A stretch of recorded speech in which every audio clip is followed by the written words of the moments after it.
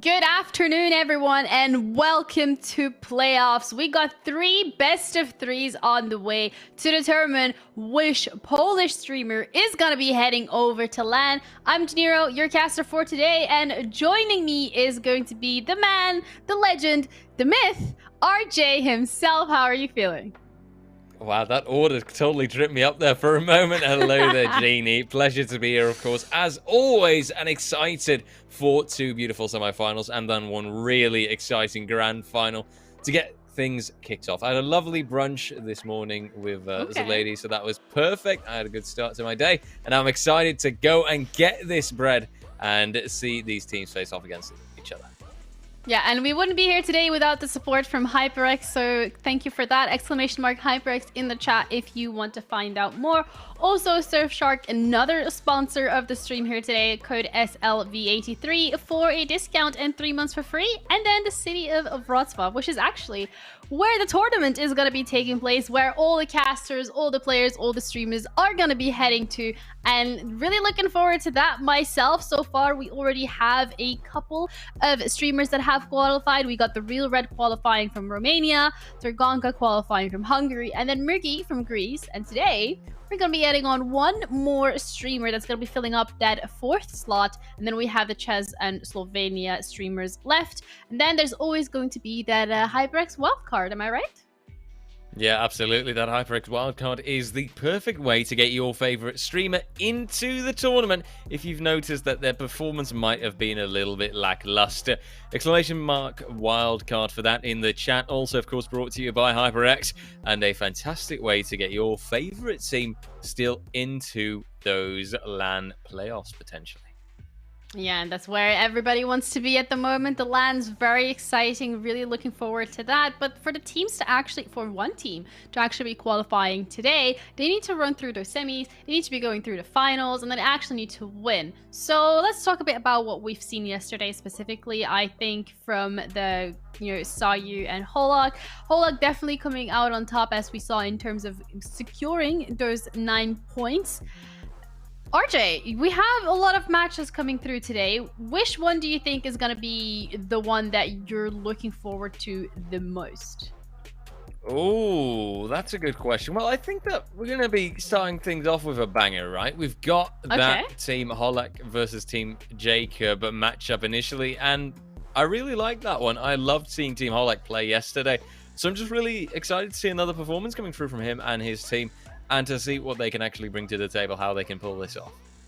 Yeah, and also we've seen a lot of Ascent yesterday. I don't think that's going to be happening today. I doubt we're going to be seeing any Ascent whatsoever. But Team Jacob, they did manage to get a 13-0 back when they were playing on Friday on Breeze. So I wouldn't be too shocked if that's one of those maps that got banned out as well, and that we're not going to be able to see. But you're absolutely correct. Holak versus Jacob. The winner is going to be the first one to be going towards those finals that are happening later today. So the bracket, it's going to be updated. There's at the moment, we've got Team Holak versus Team Jacob, Team Thurp versus Team Sayu. The winner is going to be going towards those grand finals. And honestly, it's looking difficult, if I'm being completely honest. Every single one of these teams, based off of their performances in the last couple of days, they know what they're doing. They're genuinely aware of how to play as a team, rather than just 5 individuals being, scraped together and forming that streamer team. So the competition is fierce. Oh, absolutely. There's a lot up for grabs, and all of these teams are going to be giving their absolute best, I think, to fight for it. I wonder how this matchup will go. What I heard from our beautiful colleagues was that that first day was also filled with some really tense and really exciting matches. So I think that these opponents, these players, these teams now going up against one another is bound to create some sparks on the server. Oh, I'm really excited to see those sparks happen indeed. I'm not sure what map I want to see. We kind of spoke about Ascent specifically, maybe one of those maps that these teams feel more comfortable on. But I do want to see more of that aggression play, whichever map they decide to go for. I think that genuinely was the highlight from the games yesterday, when we had a lot of these individual players feeling very comfortable and very confident to push out aggressively onto main of the site, just to kind of keep their, opponents at bay a little longer. And although it from some interesting reactions, we had a couple of 4Ks come through. We even had an ace. Please do correct me if I'm wrong. I also want to see more of that teamwork come through. I think Ascent, one of those maps specifically, where I felt like the team were coming through, specifically trying to get control on mid, was a little lackluster from every single team. It felt more like individual players playing together, trying to get, their advantages, trying to get their own pressure and space created, rather than a 5-man unit moving forward as one. We've seen a couple of those plays come through, so that's something that I'm looking forward to see from these teams today. Because yes, this time around it's going to be a best of 3. You have that opportunity to lose that first map, reel it back in, work on your mistakes, and come back out. But it's still going to be a little different than yesterday. But again, you don't have too much room for error because there's no lower bracket. Exactly. The moment that you're out here, you basically are out completely, and you are going to have to rely on that wild card. That is, of course, how it works in this kind of single elimination bracket. You've got one map of leeway, so if you lose the one map, it's not the end of the world yet, but you force yourself to try and reclaim your result on either the decider or on your opponent's map pick. You'll have to win both regardless if you're one behind. So that's a toughie. I hope in that sense that these teams will be able to rise up to that kind of challenge if it will actually appear, because I think that is very likely, right? The matchups that we've got here today, we haven't actually seen these best of 3s go the full length of them yet. But normally speaking, I should expect today maybe that will be different. Today maybe there will be a decent enough matchup against each other in those teams in this composition. Well, I guess we're also going to have to find out what the Polish stream is thinking of the teams that we're going to be seeing on stream today. We have them in the studio, you know, you versus the guy she tells you not to worry about. Hi, Jacob Miner. Hello. How are you guys doing today? We are fine. Yeah, we're pretty fine. What about you guys? Yeah, good. Looking forward to today's matches. RJ, any team in particular you want to ask a couple of questions about? Oh, dearie me. Look, I'll be honest here, right? I wasn't able to catch that first day, so I'm just going to go ahead to that second matchup, right? Team, well, the other two teams. Team Jacob, Team Turb. Which one do you guys like the most? Which one of the two would you pick? Personally, Terp is my big friend, so yeah, I'll keep my fingers crossed for him, obviously. Well, the same goes for me, so yeah, that's my pick too. Yeah, but I would like to ask you about the map veto, because for the first time we will see the split. What's your opinion about this map, and why we didn't see the Icebox? Do you think like we will see Icebox finally in this tournament? Icebox, one of those maps that the teams haven't picked at all whatsoever, so I would say maybe it's something they're not comfortable with. All the changes have been happening on towards the B side of things, so maybe teams aren't as secure as they were in the past playing on Icebox. Split, I think it's very similar to Ascend in terms of trying to get that mid control. It's something that I feel was a little lackluster yesterday. We spoke about it, so I'm looking forward to see what the teams can do there. But Breeze, we spoke about this earlier, RJ. That's the map that Jacob 13 and owed their last opponent. Are you worried? Oh, maybe a little bit, honestly. Yeah. I wonder, really. I mean, that 13-0 is strong, but then again, he's facing off against Team Holak, and we saw them completely destroy yesterday as well. So this is just going to go, well, I guess to overtime, maybe? Is that too early of a call to make? Yeah, but yesterday Team Holak were playing without Holak. Today Holak will be there, Charo will be not, so maybe this change will change something. I don't know. What do you think about this, guys? It might really be like game changer? Yesterday in particular, even though Holak wasn't available to play with the team, the three core members that we had, they played really well together. Kayak played really well. He had Kosti that was playing off of him as well on that secondary duelist. So I'm not too worried. I'm not sure if it's going to be changing up a lot. Maybe, you know, a bit of a change in the dynamic, but I guess we're going to have to wait and see. You guys have really nice outfits. Like the drip on the studio is really cool, by the way. Like 10 out of 10. I like your shirt, Jacob. It looks great. Thank you. Thank you. Any final remarks, Enfist, on before we head into the game, which is going to be Breeze? Well, I am very good to see Breeze because, well, we've seen a lot of Terp playing there, but now, on this match, yes, I am very good to see what will the teams bring.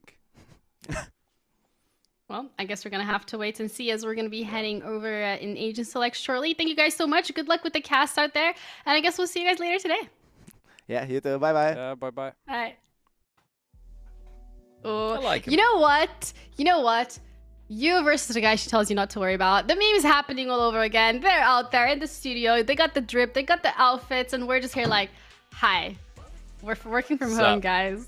Working out of the, you know, RJ got a little strand of hair, you know, coming... Saved, sort of. A bit of a drip of our own. But Breeze, first map coming through from Jacob, and I think I'm really looking forward to see how Holak is going to be holding up against Jacob's team on that map specifically. They looked really, really strong. But also, you know, any specific agents that you're looking forward to, RJ, as we're going to be heading into Agent Select shortly, something you think we need to be looking out for? That's a good one, actually. I do wonder, when I think of Breeze, you know, it feels almost like a cheating kind of, but Chamber is always a default pick, and that's basically the case for almost any map now, but I do think that he can be really powerful, and I'm not too surprised now that I do look at the respective agent selections to see Jet pop up. You know, that's also a really default pick for Breeze in my eyes. Viper, also absolutely necessary. That Viper wall is way too strong, and you cannot deny the impact that actually brings to the table. Yeah, and I also want to look at the players coming through from Holak specifically. We have Kayak and Kareem on their respective agents. We have Kosti still in the mix, but this time around, the Sova player is a different one, and the Smokes player, it's Gokudo instead of the one we saw yesterday from Incognito as well. So interesting to see how this dynamic is. Gokudo is... Hold on. Okay, thank you. It's going to be interesting to see how this dynamic is going to be working out because, as we mentioned, there is a couple of changes coming through. They played really well together yesterday as a 5-man. So are you worried that this might change things up a little? Because we saw Kosti on the secondary duel list yesterday, but now he's playing the Viper. Yeah, there's a slight change up there, and I do wonder how this is going to affect the balance of the team itself, right? They will have to approach things differently. They will have to say, okay, look, we can't go for our default choices, so to speak. Now we've got a different kind of game that we're playing, and I wonder for them how that's going to pan out, right? I do think that team composition is important. You've got to be able to play at your very, very best and make the best out of it. And if you kind of have to change up your roles after how things worked so well yesterday, then now that's going to change the dynamic altogether, right? Yeah, of course. And I think, again, it's going to be a matter of getting used to each other. Do they have that time? Have they had that experience in the past where they actually saw Kosti on the Viper rather than on that secondary duelist?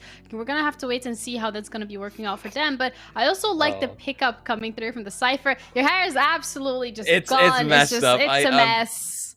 Bad hair day, bad hair day. Something to fix in the next break, clearly. Oh, it happens to the best of us. Obviously not to the Polish stream because they're always looking fly, but it just happens to the English on stream. fleek. Oh no, you know? That's such a boomer terminology. What are you doing, RJ? Wow, really showing your age. You're really showing your age with that one. Wow, and we've only just started today. I'm already getting boomer thrown at me. I can't even. I can't even. Deary me. Please. Hello. But okay. 5 minutes into No, the mood is set. Yeah, all right. You know what else might be set here? The pick coming through for Cream finds the Viper. NXS taken out straight away. Tyroski is going to be coming through with the trade eventually. It's 1 for 1. Make that another pick. Even. Yeah, they're equalizing the numbers quite quickly, and it's going to even give them that opportunity to go for the plant.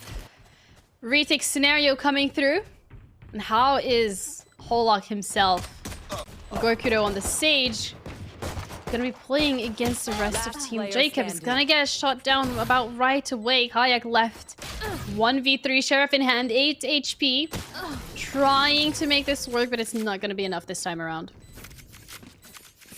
Anti-try, as they say sometimes, as a true meme remark.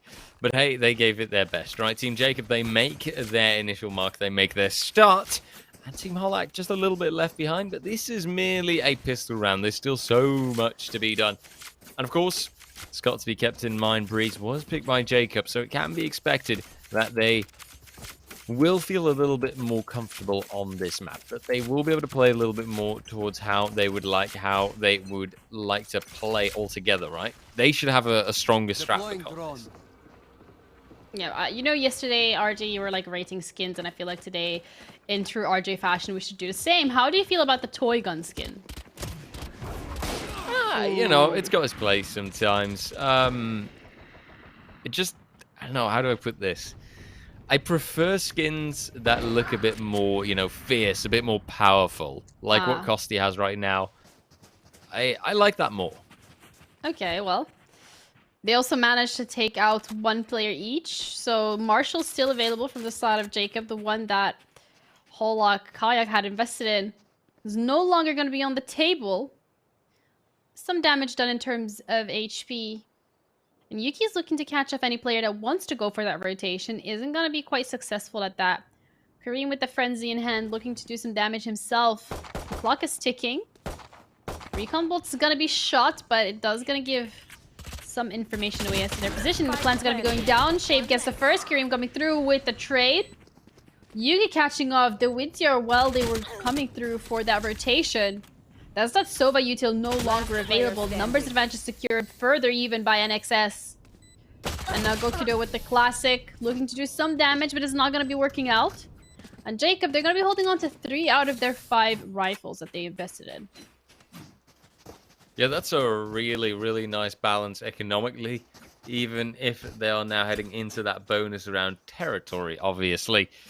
Should normally be seeing NXS maybe popping a drop, although it will just be that commitment to the Spectres instead, even though their opponents will now be facing things out with the Vandals at 1 Phantom and heavy armor. But for the rest, Vandals and light armor. There's a slight problem there, obviously. Will cause some added weakness on the Team Holak side. A bit of a lacking situation in the armor department. Kayak, for now, makes the first entry as Yuki gets shot down. And Taofsky moves closer ahead to try and secure Tube just a little bit, perhaps, but he will be giving it away quite quickly, or we're getting it quite quickly, I should say, as he can push all the way through. And in the meantime, some more kills get exchanged. One man down from Team Holak on that A site, but still a lot to be done by Team Jacob before they're actually on point, actually on the mark. Yeah, the Viper wall coming through from Holak as well, cutting off those lines of sight and mid, which gives the rest of the team that opportunity to push out a bit more aggressively towards double doors. It's going to give Kieran that opportunity to get into a very, very nice position, even going to be able to capitalize off it as he takes Jacob out of the equation, which means that NXS investing that Viper wall onto A side, looking to cut the side in half. Yes, it works in their favor, but they haven't really been able to play towards it. He now doesn't have that util available to give himself that sense of safety when he's planting. Does manage to get as far as to get it down, but gets taken out straight away by Kayak. He's gonna get the defuse coming through. And that's the util from Viper's downfall, is when it's invested onto one site, you can't take it back and go back for B. And maybe something that, you know, when you're putting it down on mid, as we're seeing from Holak's team, it's working more in their advantage because it's something that you want to keep up for as long as possible throughout these rounds, as players are continuously going to try and rotate. Absolutely true, but I think that we shouldn't also underestimate the rotations that players sometimes try via the spawn areas, right? That also happens, but still altogether, I absolutely agree. Viper, yeah, you want to get the most out of those walls and the likes. An absolutely key element to either secure your pushes or defend your site. For now, some early mid-aggression by Kayak has got a Blade Storm ready and veering to go, but it will be Yuki to find the first frag, David to go down, and now Kayak a little bit caught out, but still with the Blade Storm in hand at the very least. Yeah, the Viper wall making it so much more difficult to actually contest any of this space on mid. This time around, it was the one coming through from Jacob's team, and it really worked out in their advantage for a little while, as a couple of members from the side of Holak have already dropped. Kayak still has those knives available, as well as the Vandal if he'd wish to use them. The retake scenario here is not going to be as easy as I thought it would be. Kosti's going to be able to spot out the first, but is not going to be able to make any connection. Other two players tagged out. Snakebite's going to come through. He's going to delay their push towards site even further. It's going to miss off the mark just a little bit. Kareem going for the trade, but it's not going to be coming through. Trayovsky taking Kayak out as well, and that is 3 rounds on the board for Jacob. And Holak, they're looking a little shaky. Yeah, you would have wanted or expected that Team Holak would have immediately been able to chain together another round after that initial pick that they did, right? Getting that first return once they had Vandals in their hands, things should have been smooth sailing from there, but that doesn't seem to be the case. For now, Team Jacob can hold on. Shakespeare should be able to get a drop soon enough, but also has the Blade Storm ready himself, so that does quite a lot. Let's take a look as the round pops off, and Shakespeare moves ahead, takes out Kosti, finds the double, and that's already a lot of your A site secured. Shakespeare absolutely on a roll, drafting up just a little bit, and making sure that his teammates are secured. Chuki also finding a frag, and NXS is not able to be stopped. Only Gokudo that's left alive, as currently a 1v4 remains, and Teofsky finishes the job. Yeah, a bit of an unfortunate round coming through for Holak. You know, Shape? Is that the pronunciation of the name? That Shape coming through. I've actually, Shape might actually be a lot more sensible. Shape? I've been going for Shakespeare, but that's because I'm weird like that, and Shape is probably a lot more logical. But see, Jeannie, you're clearly bigger brain than I am, you know. Aw, thank you. Yeah, you know, I'm giving that away to you. I appreciate it. We've noticed yesterday as well. My pronunciation of names just isn't too shrifty today, or for this weekend particularly. Yeah, and no Thrifty is going to be coming through from Holak either, considering that they just lost 2 of their players with the early aggressive push coming through from Jacob. And so far, it's looking a little worrying in terms of how the team's playing together as a unit. Yes, okay. You're going to get 1 day raid, but that's all he's going to be able to do for this time around. There was an eco round coming through from Holak, so something you'd expect if you're going towards Jacob's team and Jacob's favor in general. But you're already running away with 4-round lead. You have 4 rounds on Holak as of now. If you win 1 more, you literally cannot have a bad half, even if Holak wins every single one after that, because it will be tied up 6-6. So Jacob is in a very comfortable position. And this is why I assume they pick Breeze. It's one of those maps that they're just more than happy playing on it, and they know how to adapt as the rounds go on. And I think touched upon this as well in the past, right? That adaptability is so important because then you can read your opponent, start to expect where they're coming from. Just like maybe in this case, Karimi was able to anticipate Shape and that mid push coming through. Obviously really important on that defending side that he can actually deny the mid pressure because there's so much that is found through that. But now Kayak only able to find... Never mind the 2 kills, but Gokudo's there for the support, and Kayak actually holding on really well. The shorty doing the job. And Karimi then further on to find the last frag. NXS goes down, and the spike will get diffused in a moment. Yeah, good round coming through from Holak. They hold on to every single one of their members, and that's a flawless, which is exactly what they needed, considering the fact that their economy wasn't doing too hot. If they had lost a couple of rifles here, it'd be worrying for them, as they might not have those resources available to come through and buy some for the rest of their members. But Kayak really holding their ground this time around, has that operator available. And we all know how Jets on operators can be. It's worked out for them. It's a good start, and they're looking to close that gap. That's exactly what we need them to do if they want to stay in this fight. And staying in this fight, extending their performance for now should be their first focus, right? If Team Holak can move toward a 3-5, maybe 4-5 score, then things can be all right. Then there's no struggle, no trouble. As right now, Poison's off. Team Jacob is still undeniably in a stronger position. Yeah, the adaptation of Team Jacob is also something you see in terms of the util that they have been using. The Viper Wall has not been put on the same position any round. They continuously change it up. They're looking to exploit the weaknesses of their of the opposing team. Viper Spit's going to be coming through, as well as the Hunter's Fury. David is going to be able to get the first tag come through. Jacob's taking out of the equation. Counter Hunter Fury is going to come out though, but Shape is already popping off. He doesn't need the Hunter's Fury. He got the Vandal. Finds 2 picks of his own. The operator now in the hands of the opposing team. Jacob want to be doing more. The Viper Spit's going to make it so incredibly difficult to come through and go for that defuse. A couple of spams coming from Kosti. Not going to quite connect. Gets taken out instead. Shape already on the 3rd pick of the round.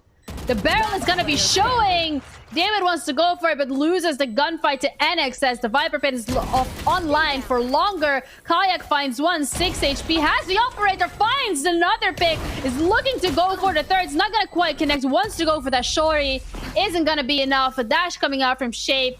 And that's a win for Jacob. My, what a scrappy round. Scrappy, I like that description because it absolutely fits. Just those back-and-back fights, and in the end, Kayak holding on for so long, showing that he is definitely one of the impact players on the Team Holak side. Sadly, though, regardless of that strong performance, it just wasn't meant to be, and it will be Team Jacob taking round number 6, currently standing quite far ahead of their opponents. This time around, looking to adapt and go towards B side. Kareem does manage to find the first pick. Snakebite's gonna delay for a little longer, but Shape is playing on that Jet. He has the dashes available. 2K coming through. They're making it 3K for Kosti. Popping off and living up to the hype that he caused yesterday as well. Now just 1 player left. Kayak dealing with that right about now. And that's a win coming through from Holak. That's something that they needed. Most certainly so. Make sure that in your first half, You don't give too much away to your opponent, and everything should be fine. There should still be a solid chance to tail this out, to make sure that this 3-6 maybe turns into that 5-7, maybe even 6-6 if they're feeling lucky. Still, though, I've got to admit that right now, Team Holak, the work is yet to be done. There is still some that they have to prove, some that they have to do. They have some of their ults available to them that are gonna give them that opportunity to play off of them. They have the Viper Spit, not anymore. It's been taken offline right about now. Kareem still has his Seekers, is going to be able to come through with them as well to give the position away to the rest of the team. Neuro, that's going to be activated from Jacob, so the information has been given away as to how many players are going to be on site, but you're dealing with Kareem. He's going to be able to find one, get straighted out right away. Yuki's already made it to the back of site. He's got to be walking into Gorkuder anytime now, as well as Kayak. But are they going to be ready for it? Kayak is going to be. The heal is going to come through, but it's already planted for Heaven. And now Holak, they have to play a 3v2. They have to play it smartly, as any disadvantage or advantage given to the side of Jacob could be too many. Kareem's going to be rushed. It's going to be used as a bait to get the players out of their position, but NX is the only one holding on. He's going to be punished as well. The fuse is going to come on its way. Once again, Holak, they got another round in the bag. Yeah, I thought for a moment that there was clutch potential in Viper, but it just did not end up happening. Team Jacob in that sense indeed giving one off, giving one away, where you will see Team Holak getting closer and closer, and 2 rounds being left for this first half. As I said before, 6-6, not too unrealistic of a score to expect. Yeah, and definitely something that we can look forward to this time around. Shape is going to be forced onto the knives, doesn't have enough resources available to full buy for himself. Does have, but decides not to, which I think is a valiant effort, considering that if this is the round that they lose, they're going to be having to dig into their reserves for the next one around, which is a little concerning.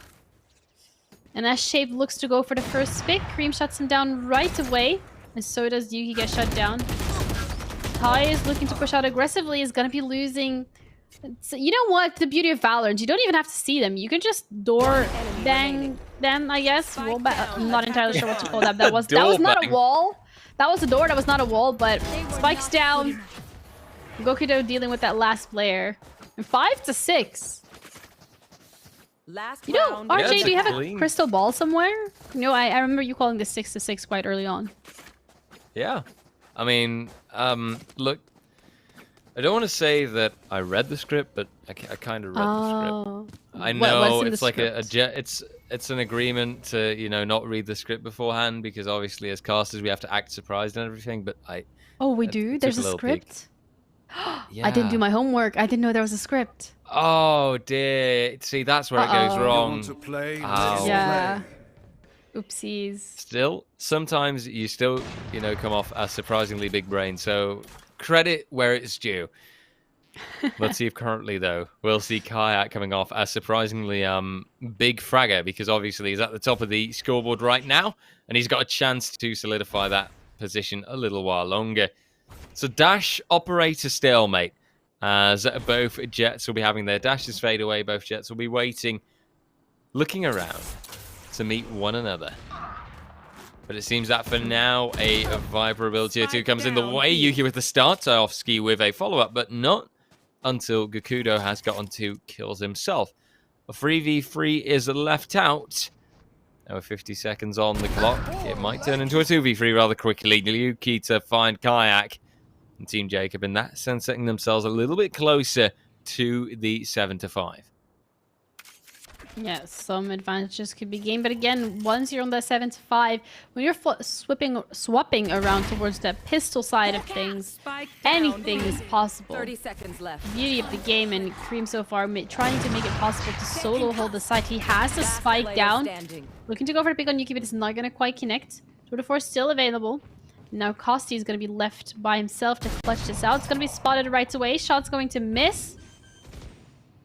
Plant is looking to go down. 11 seconds, more than enough time, but only 1 bullet left. And the Tour de Force is not going to connect either.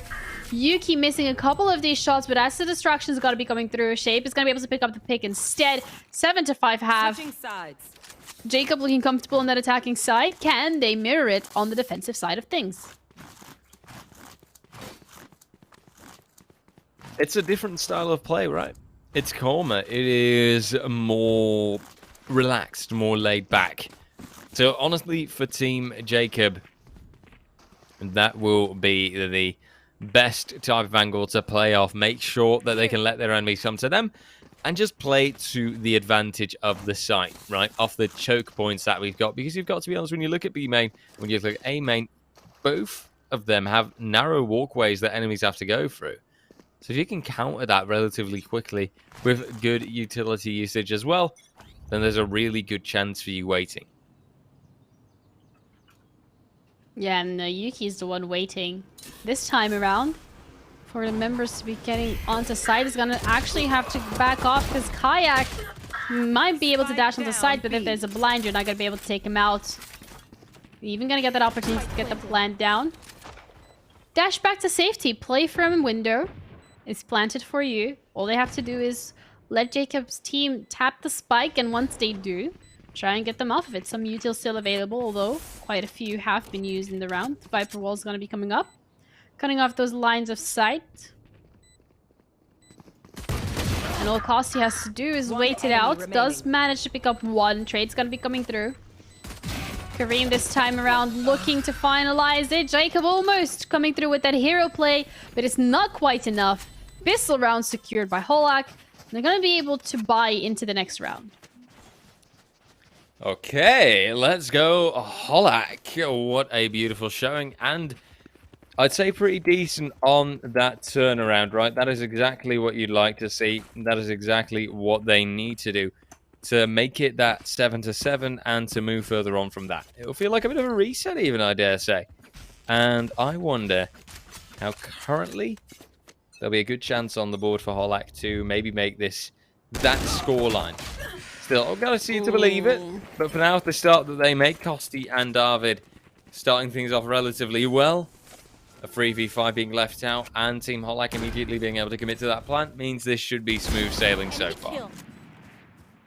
Oof, smooth sailing up until Shape has a say, and it's gonna find the first. It's gonna find the second. That's already the same amount of players available for both of these teams. And the fact that Holak were the ones buying into this is looking a little scrappy.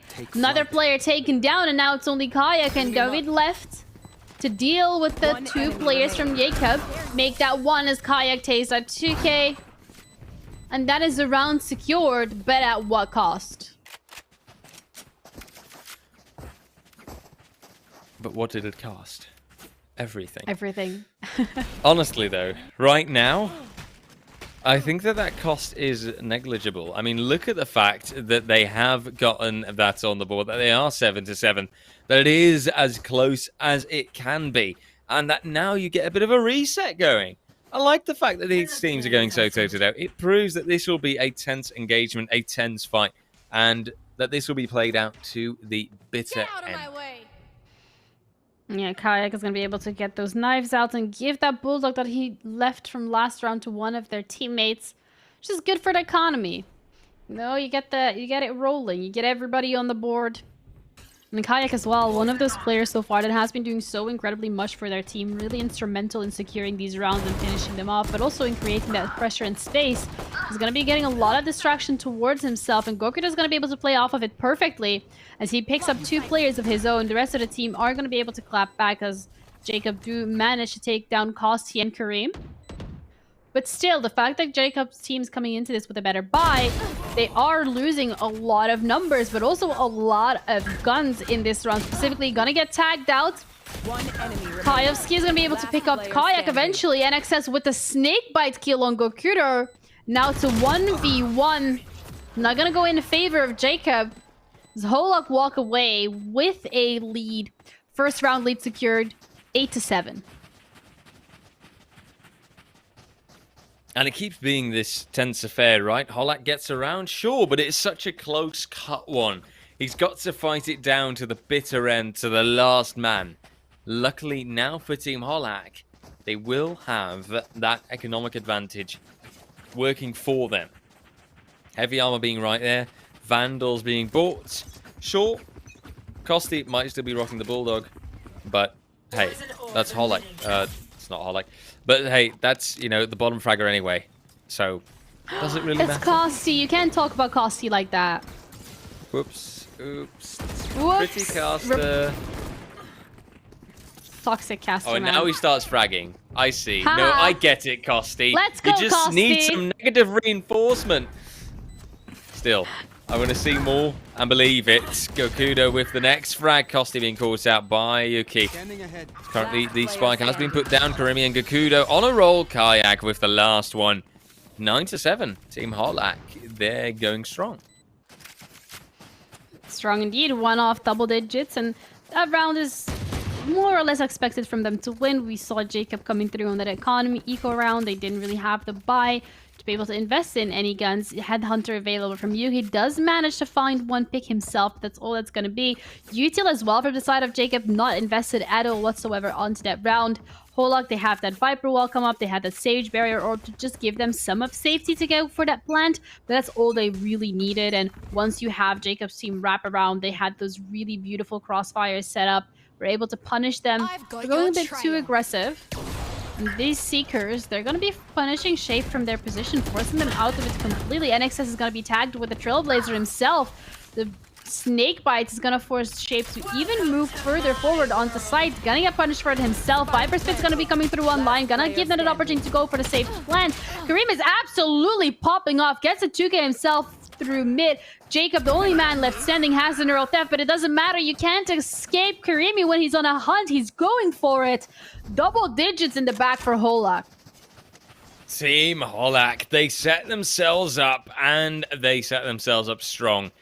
This is a really solid milestone, and this is also 5 rounds that they've managed to streak up so far. That does a lot for them. That shows that Team Holak have found their attacker side momentum, and it is just undeniably strong. It keeps on going. There's no stopping these lads. And honestly, right now, I think that there's good potential for Team Holak to bring this further, to go toward that 11-7, to move perhaps even for that map finisher. Still, Yuki is on a bit of a roll. The Headhunter finding the heads. Although Karemi can return on that, and Shape is caught out furthermore. This is the 2v3, and Team Holak looks like they might get another round, as currently the spike will go down, and NXS is struggling somewhat with a Sheriff. Yeah, and that's the Snake Bite's gonna come out. It's gonna flush at least one player away from yellow. But it's not going to be enough. You don't know where they move to. You're completely blind. You're not going to be able to pick up their trail or ping them out to your teammates. Going to go for the swing on David. Does get spotted out straight away.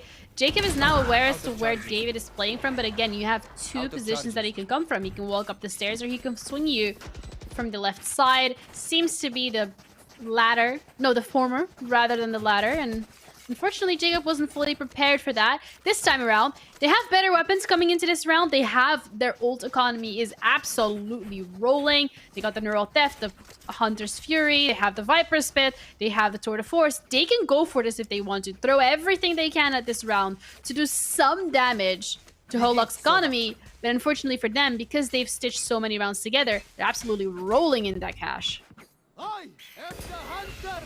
Rolling in it, you say? Well, let's see what now Tajovski can do in return. The Hunter's Fury connects well, but David is on a roll. However, Tajovski one-ups him again.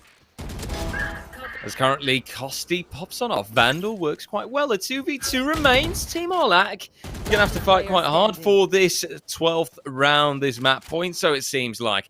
As Jacob finds the target, the captain of Team Jacob, obviously. That you know, mentally that took way longer than it should have, but let's let's just deny that. Older. Absolutely. You called me a boomer, so you know I'm basically 60 plus. As for now, Jacob is standing happily on that site, and the spike does get planted. Oh, David not paying attention, granting Tajovski the 4K. And we'll see the defuse coming through. The 8th round on the board for Team Jacob. Yeah, looking to close the gap. They'd want to make Holak work for it a little bit. The thing is, as we said earlier, the fact that Holak have so many rounds together back to back, they have a lot of money that they can spend and they can buy within this round. Again, it's gonna take a lot from Jacob to really ruin their economy. They only had to invest a Hunter's Fury. They still have Tour de Force. They still have the Viper's Pit available. Neural Theft have to be invested as well. But this time around, it's Team Holak that has every single one of their utils available except the Viper's Pit. And that can be deadly. They are so dead. Deadly, even. Sounds scary, honestly. I'm afraid. But let's see if right now Yuki will give Team Holak further reasons to be afraid. It definitely looks like it.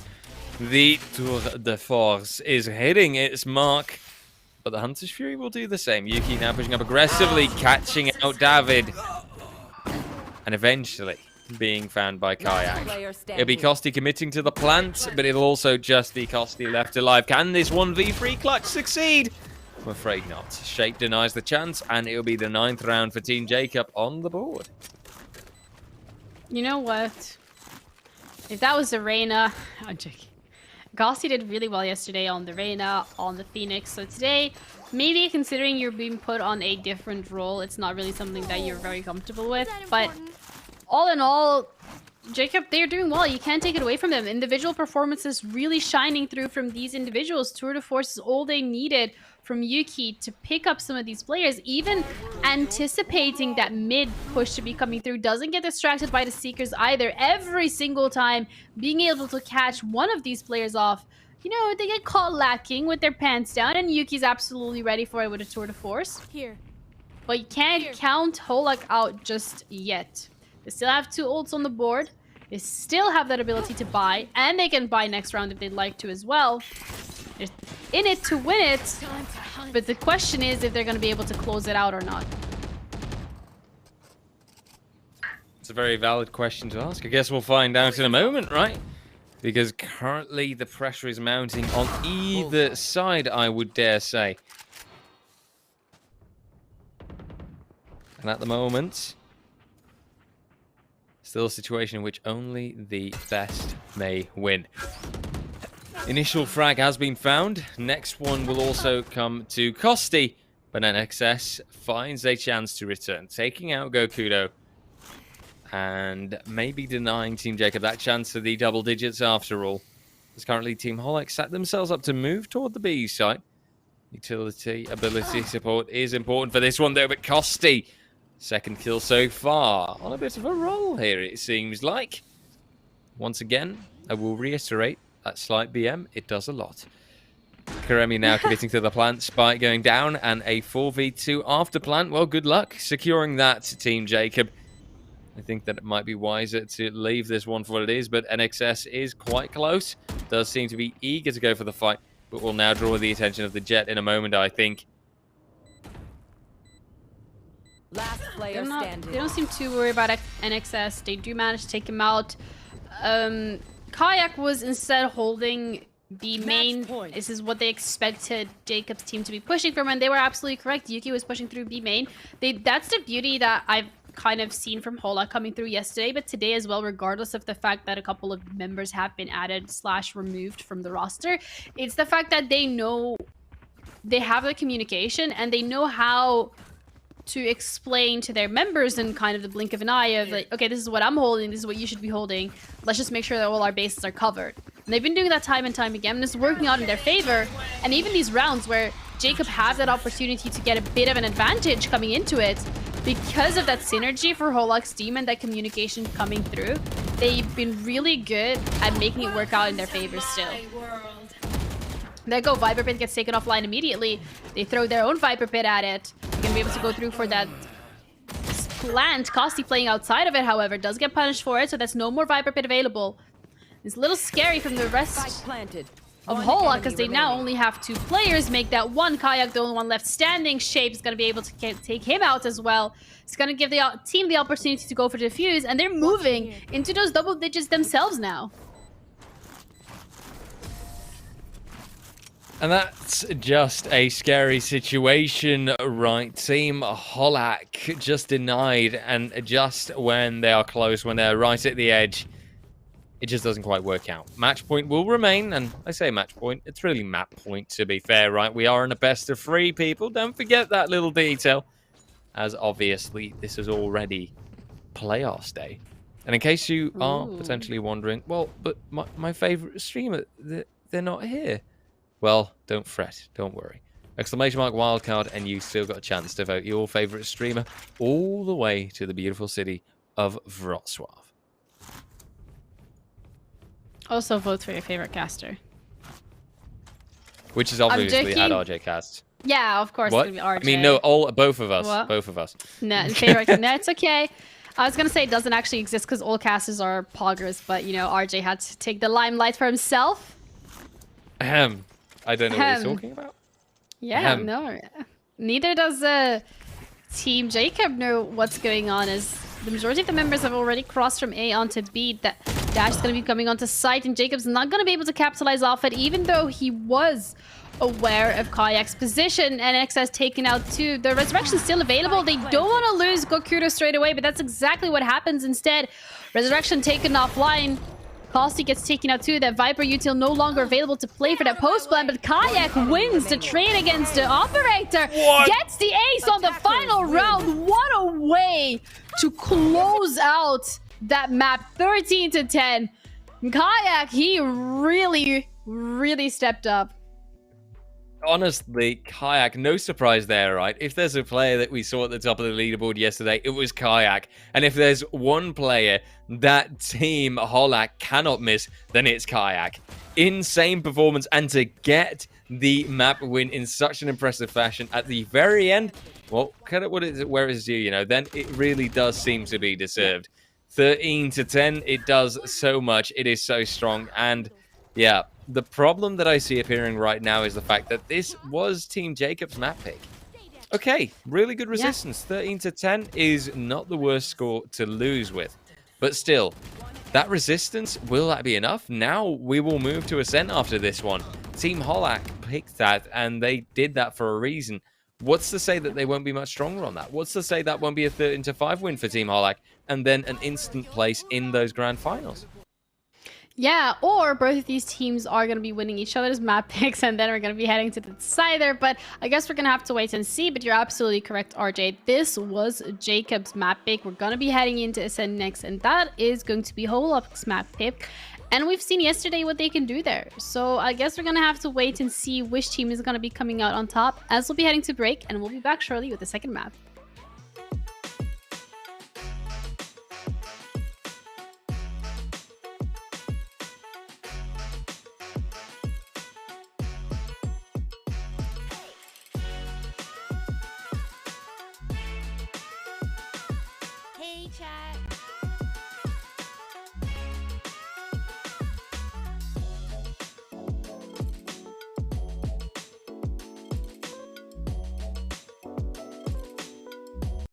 We promised that Wrocław would wait for you, and we would meet again soon.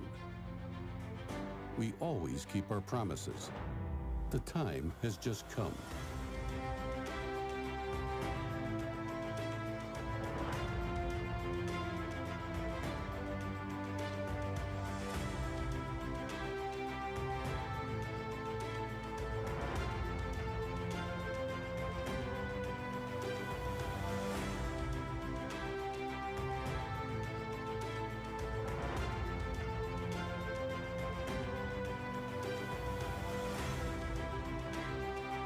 There is so much to discover, to see, to experience. Make good use of your time. It would be great to see you again. We are waiting for you whenever you are ready. Let's meet in Wrocław.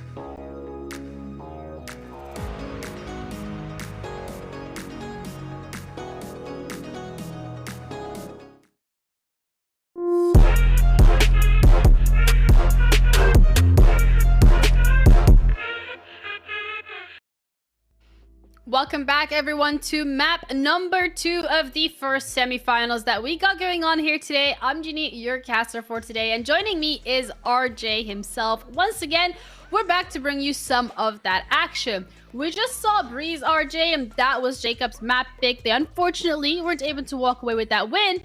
We're now going to be heading into Ascent. What do you think that Jacob can do to increase our chances of bringing this to the 3rd map? Well, honestly, I think that maybe a good motivational speech is required with some nice yelling going throughout it, you know, like a cat sometimes really roars and meows through it. Probably a sound familiar to you, right, Jeannie? Honestly, though, I think with Team Jacob now going up against Holak on his own map pick, I am a little bit afraid. I think for Team Jacob to try and actually beat this out, they're going to have to be really quick on that read. Figure out what it is that Team Holak does exactly on Ascent, because there's a reason why they picked it, right? This isn't just some kind of random pick, I assume. I would like to think that Team Holak did this with a reason and that they've got some kind of game plan going on, at least that there's something they'll be trying to do. So for Team Jacob to try and counter this, you know, the best they can do is to just try and read them, try to counter-strat, try to think, okay, this is where we consistently see those Team Holak players pop on up and try to play against those positions. Yeah, and also the agents that they're going to be picking specifically is going to be impacting the way that this game is going to be played out, and that's something that I'm looking forward to. I feel like Sage specifically, one of those agents we haven't really seen much of yesterday on Ascent specifically, but it looked like Holak was comfortable playing that Sage onto Breeze last time around, so maybe that's something we can be expecting to see. Yesterday, however, Kosti was the one playing the Reyna, also played the Phoenix on Ascent, and it actually worked out quite well in their favor, so looking to see what he's going to be picking up this time around, looking to go for a Sova. I think the Omen, the Jet, the Killjoy, the Sova, pretty standard picks to see on Ascent. And the Chambers, you said it yourself, one of those agents that teams feel comfortable picking on every single map. Yeah, right. It's just kind of the default, the go-to, and an agent that does so much, that can mean so much for a team. Having that agent gives you a good chance and gives you a really, really good fighting edge as well, right? You see a lot of power coming out of a chamber, and just having a chamber at any time is a welcome addition. For now, lock-in coming through from Team Holak as well. You've got KO, Jet, and Sova that come through. So far, Breach maybe hovered by Gakudo there for a moment, but Sage being picked back up. On the Team Jacob side, you see also that Jet, that Killjoy, and that Omen. And in that sense, there's not a lot of mirror matchups here, right? You've got Omen, Shaw, and Jet, but that's kind of where it stops. Maybe that we'll see Sova being picked up by Tajovsky again. Okay, that does mean that there's a little bit less of a difference between these two teams. But honestly, I still think that those two differing agents can make a bit of a different impact as well, and that might be something to give either team their edge. Yeah, and I think in general, when you're looking at Ascent, regardless of the composition that you're going for, we see that both of these teams felt comfortable picking up that Jet and the Omen as well. Something we've seen yesterday was the fact that it's paired really well. You have the Paranoia, you have that Jet that can actually push out aggressively and then play off of that use heal to make sure that they can get some early picks coming through. So that's something that I'm going to be looking to see, and that's something that I'm going to be looking forward to. I also think that mid control specifically is something, once again, that you want to have your teams really prioritize. You have that Sage available, they can wall it off. You also have that Chamber that can really look with the Tour de Force, or whether it was with the Headhunter, and try and get some control over mid, over Cat. So all in all, I think pretty much similar strategies in terms of how these teams want to execute this. At the end of the day, the real goal here is to just click heads, win game. Click heads, win game, don't die? Yeah, I feel like that's step 3, don't die. Yeah. Perfect. That's my strat for any competitive game coming on a beautiful shape. Now coming ahead, but the Sheriff does just not connect. It'll be Kayak with that initial fight, the frenzy moving further, but not after Tajovsky finds a double himself. Jacob then on that next frag, Kayak going down, avenging fallen teammates. It's currently Kosti goes to the next battle, but it's a 1v3 that remains. And it's Yuki with a double Headhunter kill to finish things out. 1-0. Team Jacob, they make a really strong start on Ascent. Yeah, looking very comfortable in terms of the fact that they want to be rushing it onto B side immediately. It also really looked like they were absolutely ready for Kayak to be pushed out aggressively, and that's something that he's done on the previous map on Breeze, but also yesterday during a lot of the games. So if Jacob had that opportunity to catch the stream yesterday, they would have seen that that's something that Kayak was doing almost every single round. They were really prepared for it. They even sent that paranoia ahead of time and waited a couple of seconds for it to connect with the player, and that's when they went in for those peaks, coming through with 3 members rather than 1, just to make sure that they can have the trades coming out. And just getting those trades initially does so much, right? Having that battle shifting your way, taking away players from that attacking side can do a lot. And in this case, it's not even trades that we're talking about. It is initial frags being found already. And look at the amount of damage that Shape can do. Finds a kill as Kosti goes down. That's already a 2v5 situation. And that Shape just going really aggressively, trying to bait out the Omen, baiting him right into Yuki's Bulldog. And currently, Gakudo, the only one that's able to return, finds a double at the very least, but won't recover the Marshal right away. It's a 2v3. There's still plenty of things possible, but for now, I'm still not favoring Team Holak in the slightest. Yeah, Team Holak, although on their map pick, not looking very comfortable as of now. But again, something to be expected once you lose that pistol round and the opposing team comes in with better guns. It's not very easy to win. The fact that they've already had that opportunity to drop 2 players from Jacob's team, that's quite a feat of its own. Make that 3 looking pretty good in terms of the economic damage that they're dealing to Jacob's team. They're going to be able to flash themselves out and move towards B side, even spot out one of the players in market. He's going to get the pick, and now it's a 1v1 between Gokuro and NXS. He has the spike available, even has that barrier orbs, going to be giving him some safety in terms of planting. A couple of seconds left on the clock. Plant is going to be coming through, has the Sheriff. Now he's fully aware of the position that NXS seems to be taking. Goes for the swing, and works out for them. Thrifty for Holak, an expensive one for Jacob, and it's tied up 1 apiece. Really, really close call, but Team Holak, they managed to win that out. Still, could have gone either side, could have gone either way, I think. And that was just a really close cut call. Something in which Team Holak, at the very least, is fast enough on that return, right? The fact that they can now get this right away, that they can make this 1-to-1, means that Team Holak, at the very least, find themselves able to maybe claim an advantage within no time. For now, an entry is quick on the works. NXS, maybe the first line of defense, but it'll be Yuki actually with a head onto Karimi, finding a double. Phantom rocking the boat, but then NXS still coming through with that shorty. However, David will punish that, as right now a 2v3 remains. And the defender side can't do a lot to prevent the spike plant.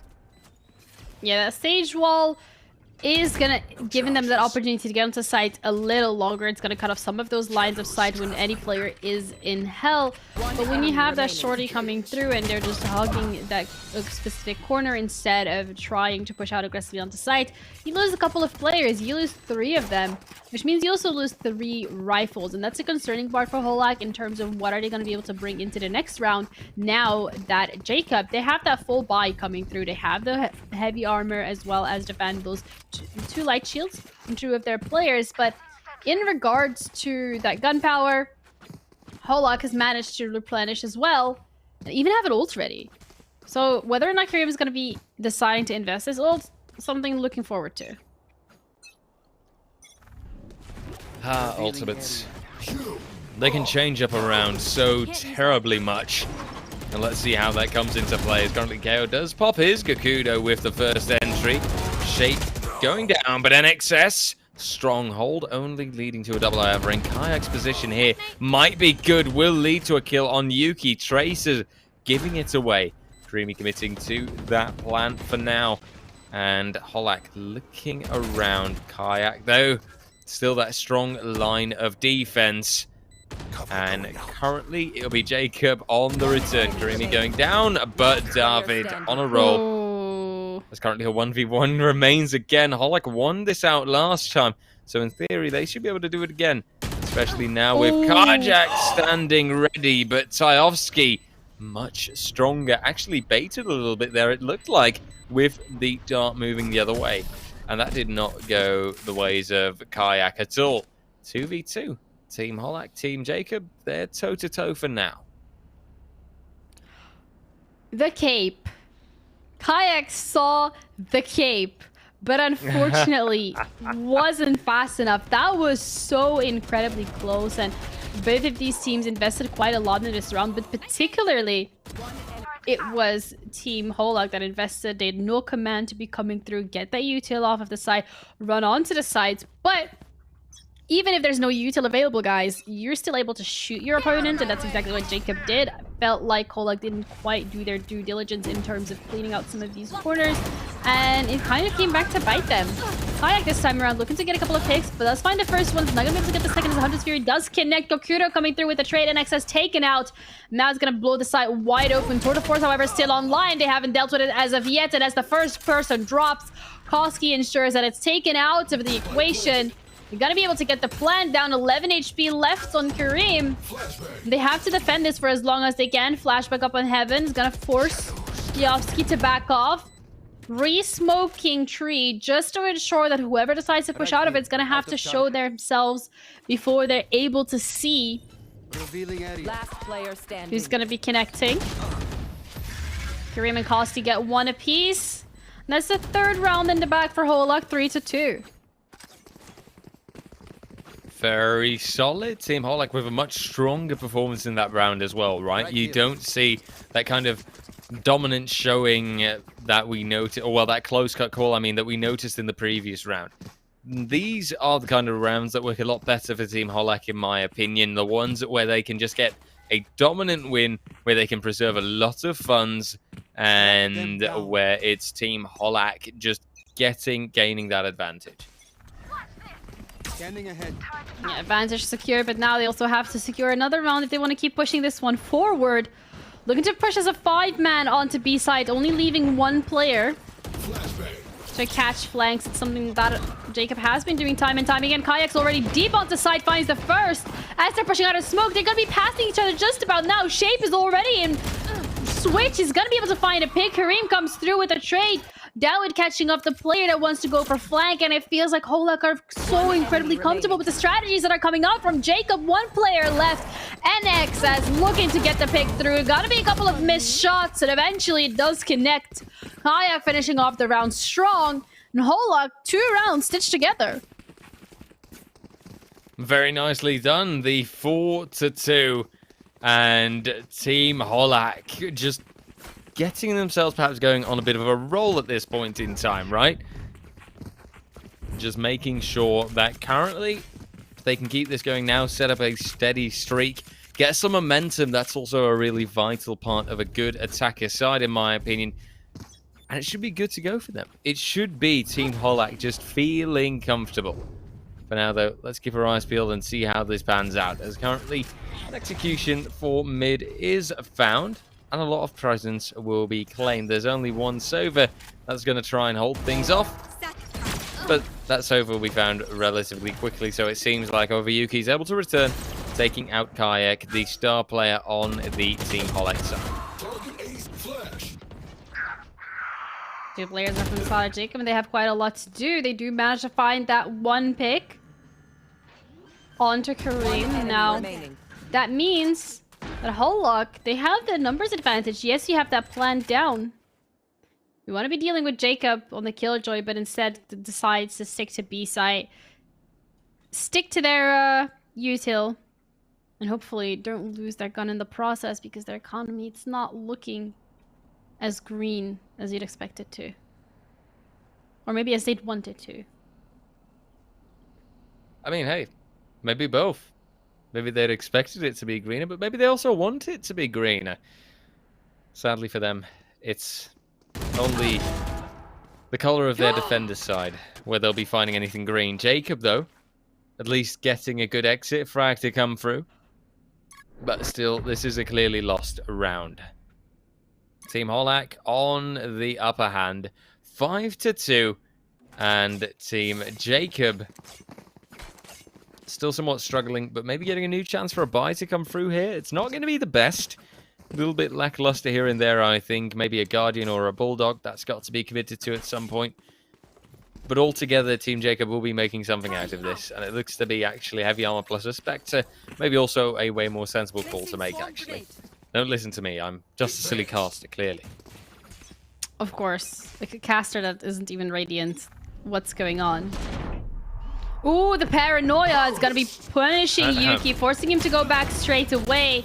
He's going to find one through the smoke, though. Flash coming out, null command activated as well, making sure that Util is no longer available on the playing field. A lot of trades back and forth. The rest coming through, but Kareem, he's already found his way all the way up into heaven. He's got to even find NXS on the move. Finds a second pick. Gets shut down eventually, but it's already cost him a lot. The spike picked up by David coming through with the ultimate is going to give him the opportunity to go for plant onto B side. But the rest of the team, they're too far behind. Shape is already making pace. He's closer to side than the rest of Holak. They're gonna be running into Yuki, and this could be incredibly dangerous. This creative play could come back to bite them, and we saw that happen yesterday. Gogkudo already falling. Now it's a 2v2. Kayak hasn't had that position as of yet. David playing from both house, looking to hold on for as long as they can. They know where Kayak is, wants to go for the peak. He's gonna have to win this fight against Yuki if he wants to help his teammate. Doesn't quite do so. David, however, is gonna be coming out on top. Now only has to deal with one more player. Smoke's coming out, gonna give him an opportunity to hide. But the time is ticking. Yuki finds the kill, and it's not going to be enough. Oh, that was so close as well. Yuki almost had that. It was down to the wire, but it just did not happen. Team Holak on the brink of it grabbed this round. But Team Jacob, they cut it really close, and they catch out Team Holak. Remember, you asked me, Genie, what I'd like to see from Team Jacob to try and get this from Team Holak. Well, it is these kind of reads, right? Being good on that positioning, making sure that you can surprise, that you can overtake, and that you can deny. It got close in this situation. Team Holak really showed some cracks in their armor, but still, they ended up winning out the battle, and they do also have the reserves to now get themselves kitted out again to now grab Vandal's armor and the likes once more.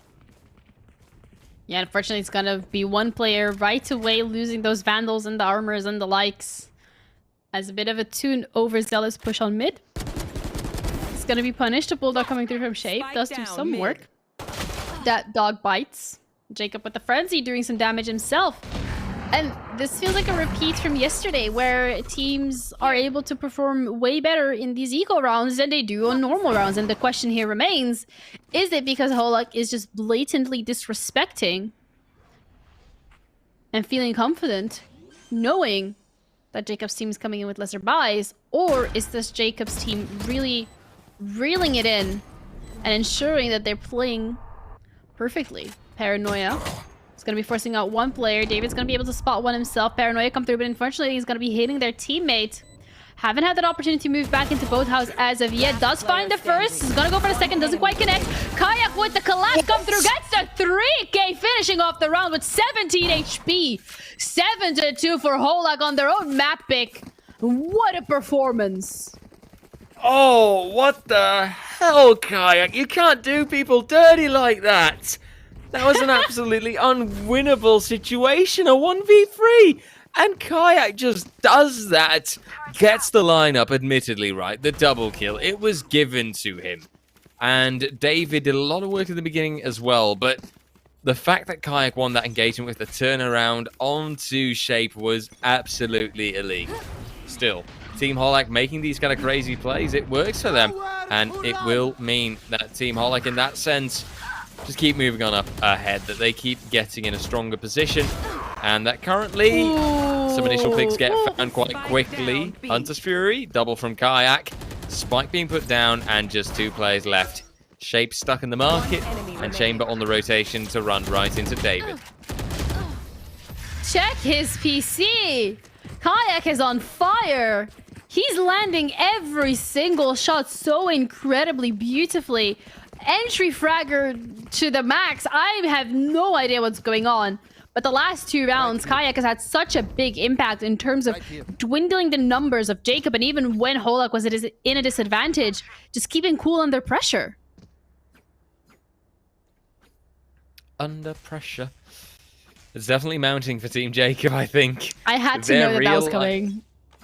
Yeah, you kind of. I mean, I've been dropping some classics here and then, you know. Yes. Just got to make sure that it doesn't last longer than 10 seconds, because you know, otherwise we're gonna get into issues then, and we don't want that.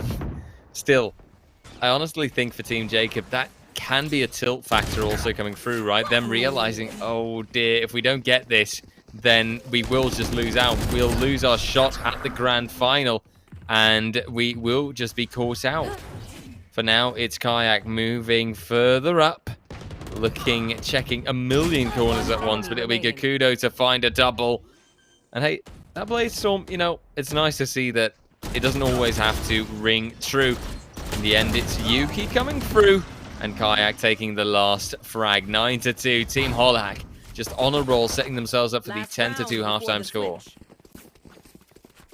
Yeah, that's the last half, and Holak, they're so close to those double digits, whereas when we're looking at the reserves from Team Jacob, they're lucky in terms of the fact that it's half time, because they're going to be able to get their economy reset. It's not looking too good as of now. They have a couple of ults available that they might be able to invest if they decide to do so, as we haven't really seen much coming through from that Killjoy lockdown. Jacob has had it for a couple of rounds now, but it hasn't been used as of yet. That Paranoia, however, has been used at the start of every single round. And so far, it hasn't really worked out in favor of Jacob. If anything, they're dropping members in Yuki. He's going to be able to come through with a trade, even get that spike that gets to 3k already. Finishing it off incredibly strong, 9-3 for Jacob, and Yuki stepped up to the plate. Yeah, it will be at least a slightly better halftime situation that you get going for Jacob versus Holak. But still, there's so much left to be done. Team Holak standing at 3 times the round count that Team Jacob is rocking right now is undeniably strong. I've got to give the credit where it's due, right? In that first matchup, we saw Team Jacob actually on the advantage after the first half. But now, things are completely different. Now, things have changed. And now it seems like Team Holak is on that roll. Like, they're the ones that are ready to win this. That they're the ones ready to get this. Yeah, they've won the first pistol round. Can they convert it once again? Already lost 2 members, starting off quite slowly. Holak pushing pedal to the metal. Gonna looking for even more picks. Not gonna quite connect. Cause is gonna have to go back into Zaburza to get some cover. Ooh, dashes into the wall. Unfortunately, Kosti gets out of ammo. Doesn't have the bullets available. But Kayak, he's already wrapped all the way around. He's fully aware. But so is NXS. NXS was expecting this. Think is gonna be coming through. Gets 1. Gets a second.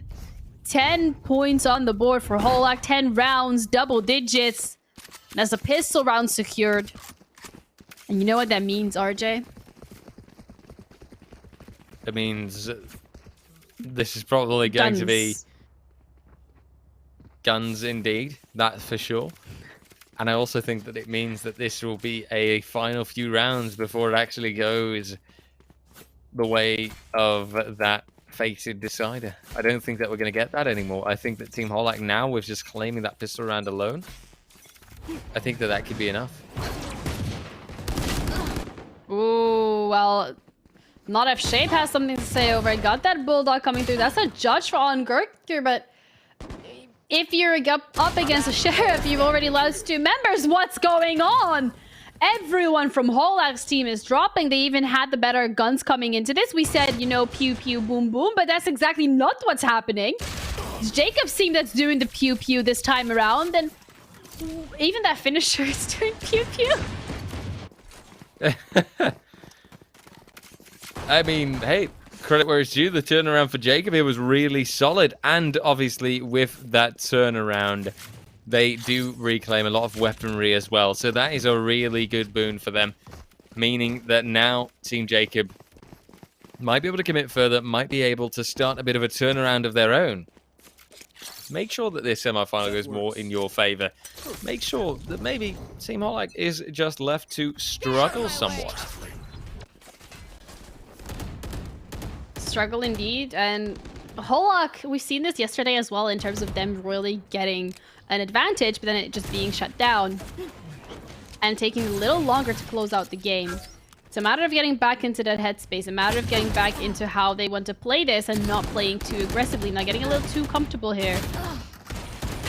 They managed to pick up one, managed to pick up two. It's now a 3v3. But the advantage for now, it's going to be in the pockets of Jacob as they find another player and leave Kareem.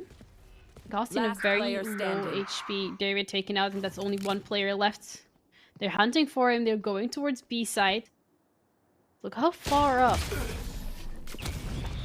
the Jet is. Unfortunately, it's not going to work out. Yes, you dropped 3 players, but is that going to be enough? Feels like it might just not be.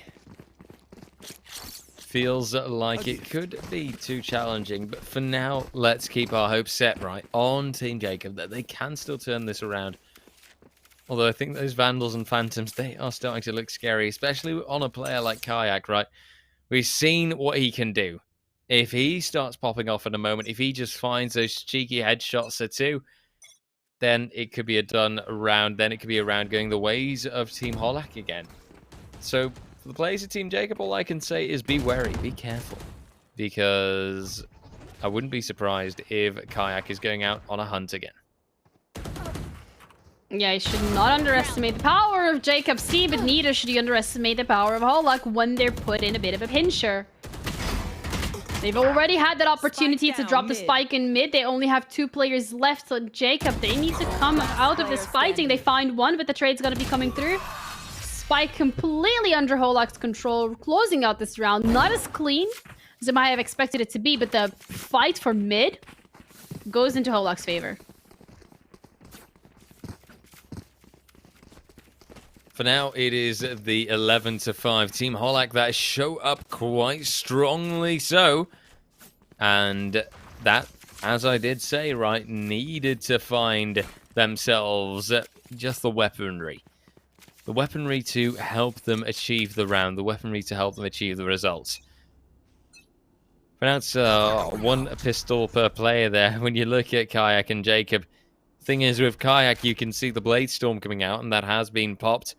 With Jacob, it's just unfortunate. And it's Jacob that's got to wait for the weapons to be dropped somewhere or for the pistol to just work out.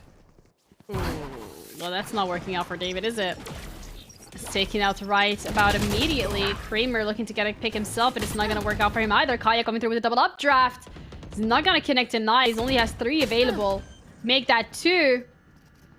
HP is dwindling as well, as they know exactly where he's hiding, waiting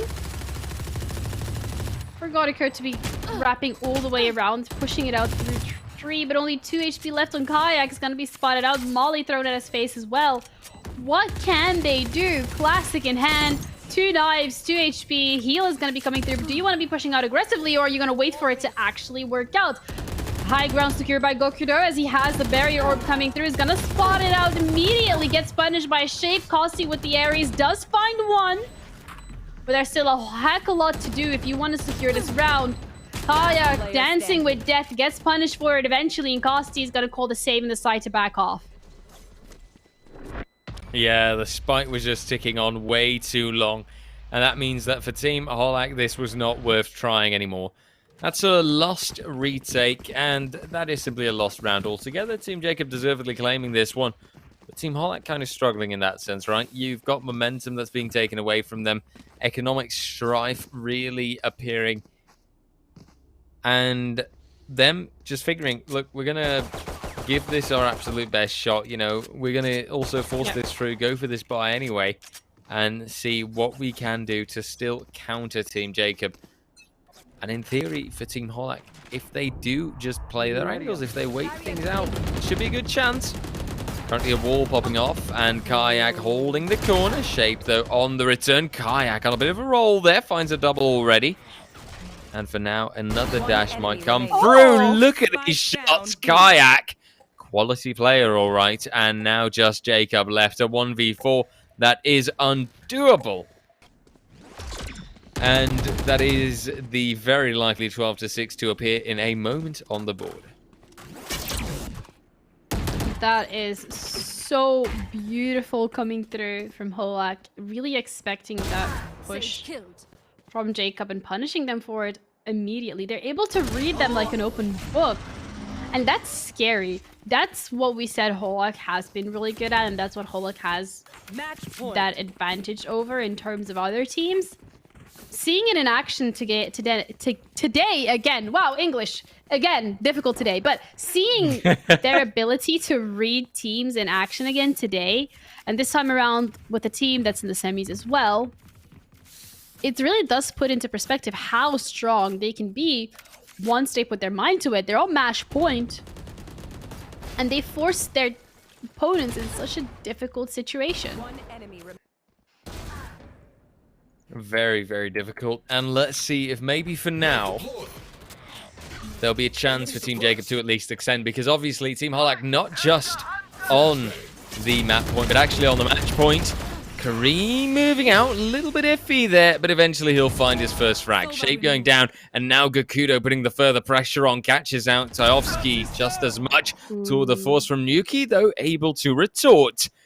3v4. Chances still on the board, a slight delay, and that mid position somewhat in control. Kayak, though, in a tough spot, caught out by Jacob. David then to try to return. Now blinding his opponents in this 2v2 situation, where currently David will teleport around.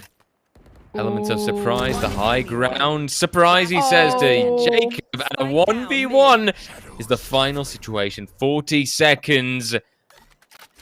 David, he knows where the spike is, and he very quickly commits to moving this around, trying to surprise the chamber, trying to surprise this last player standing. And if his timing's right, this should succeed.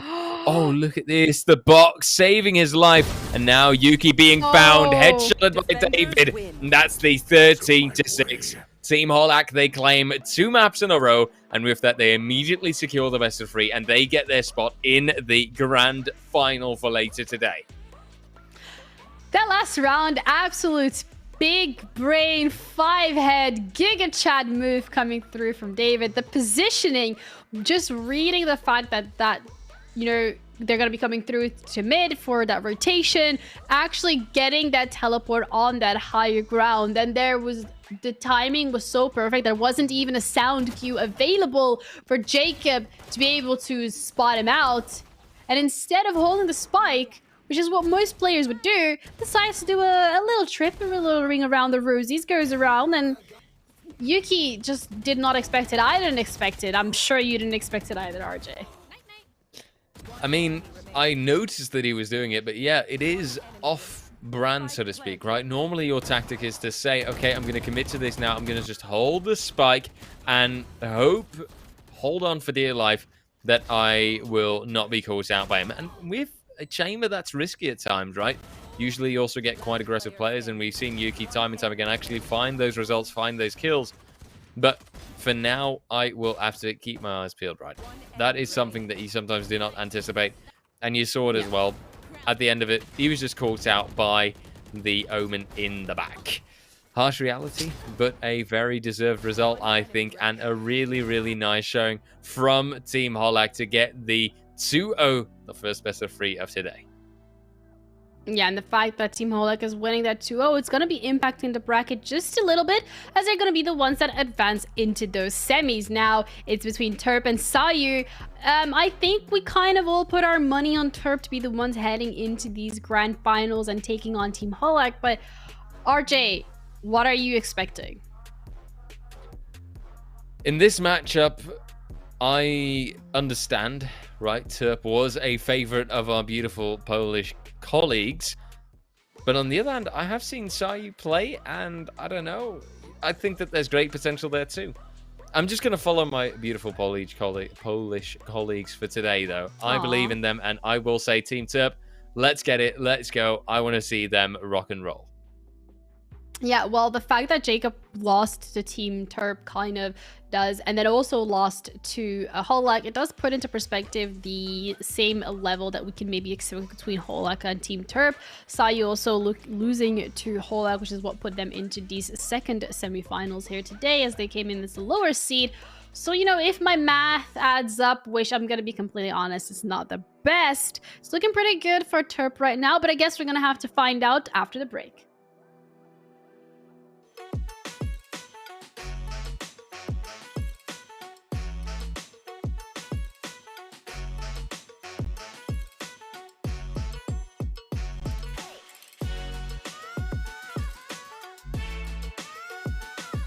Hey, chat.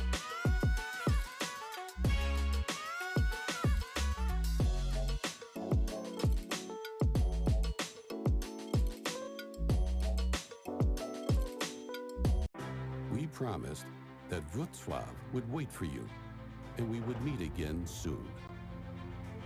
We always keep our promises. The time has just come.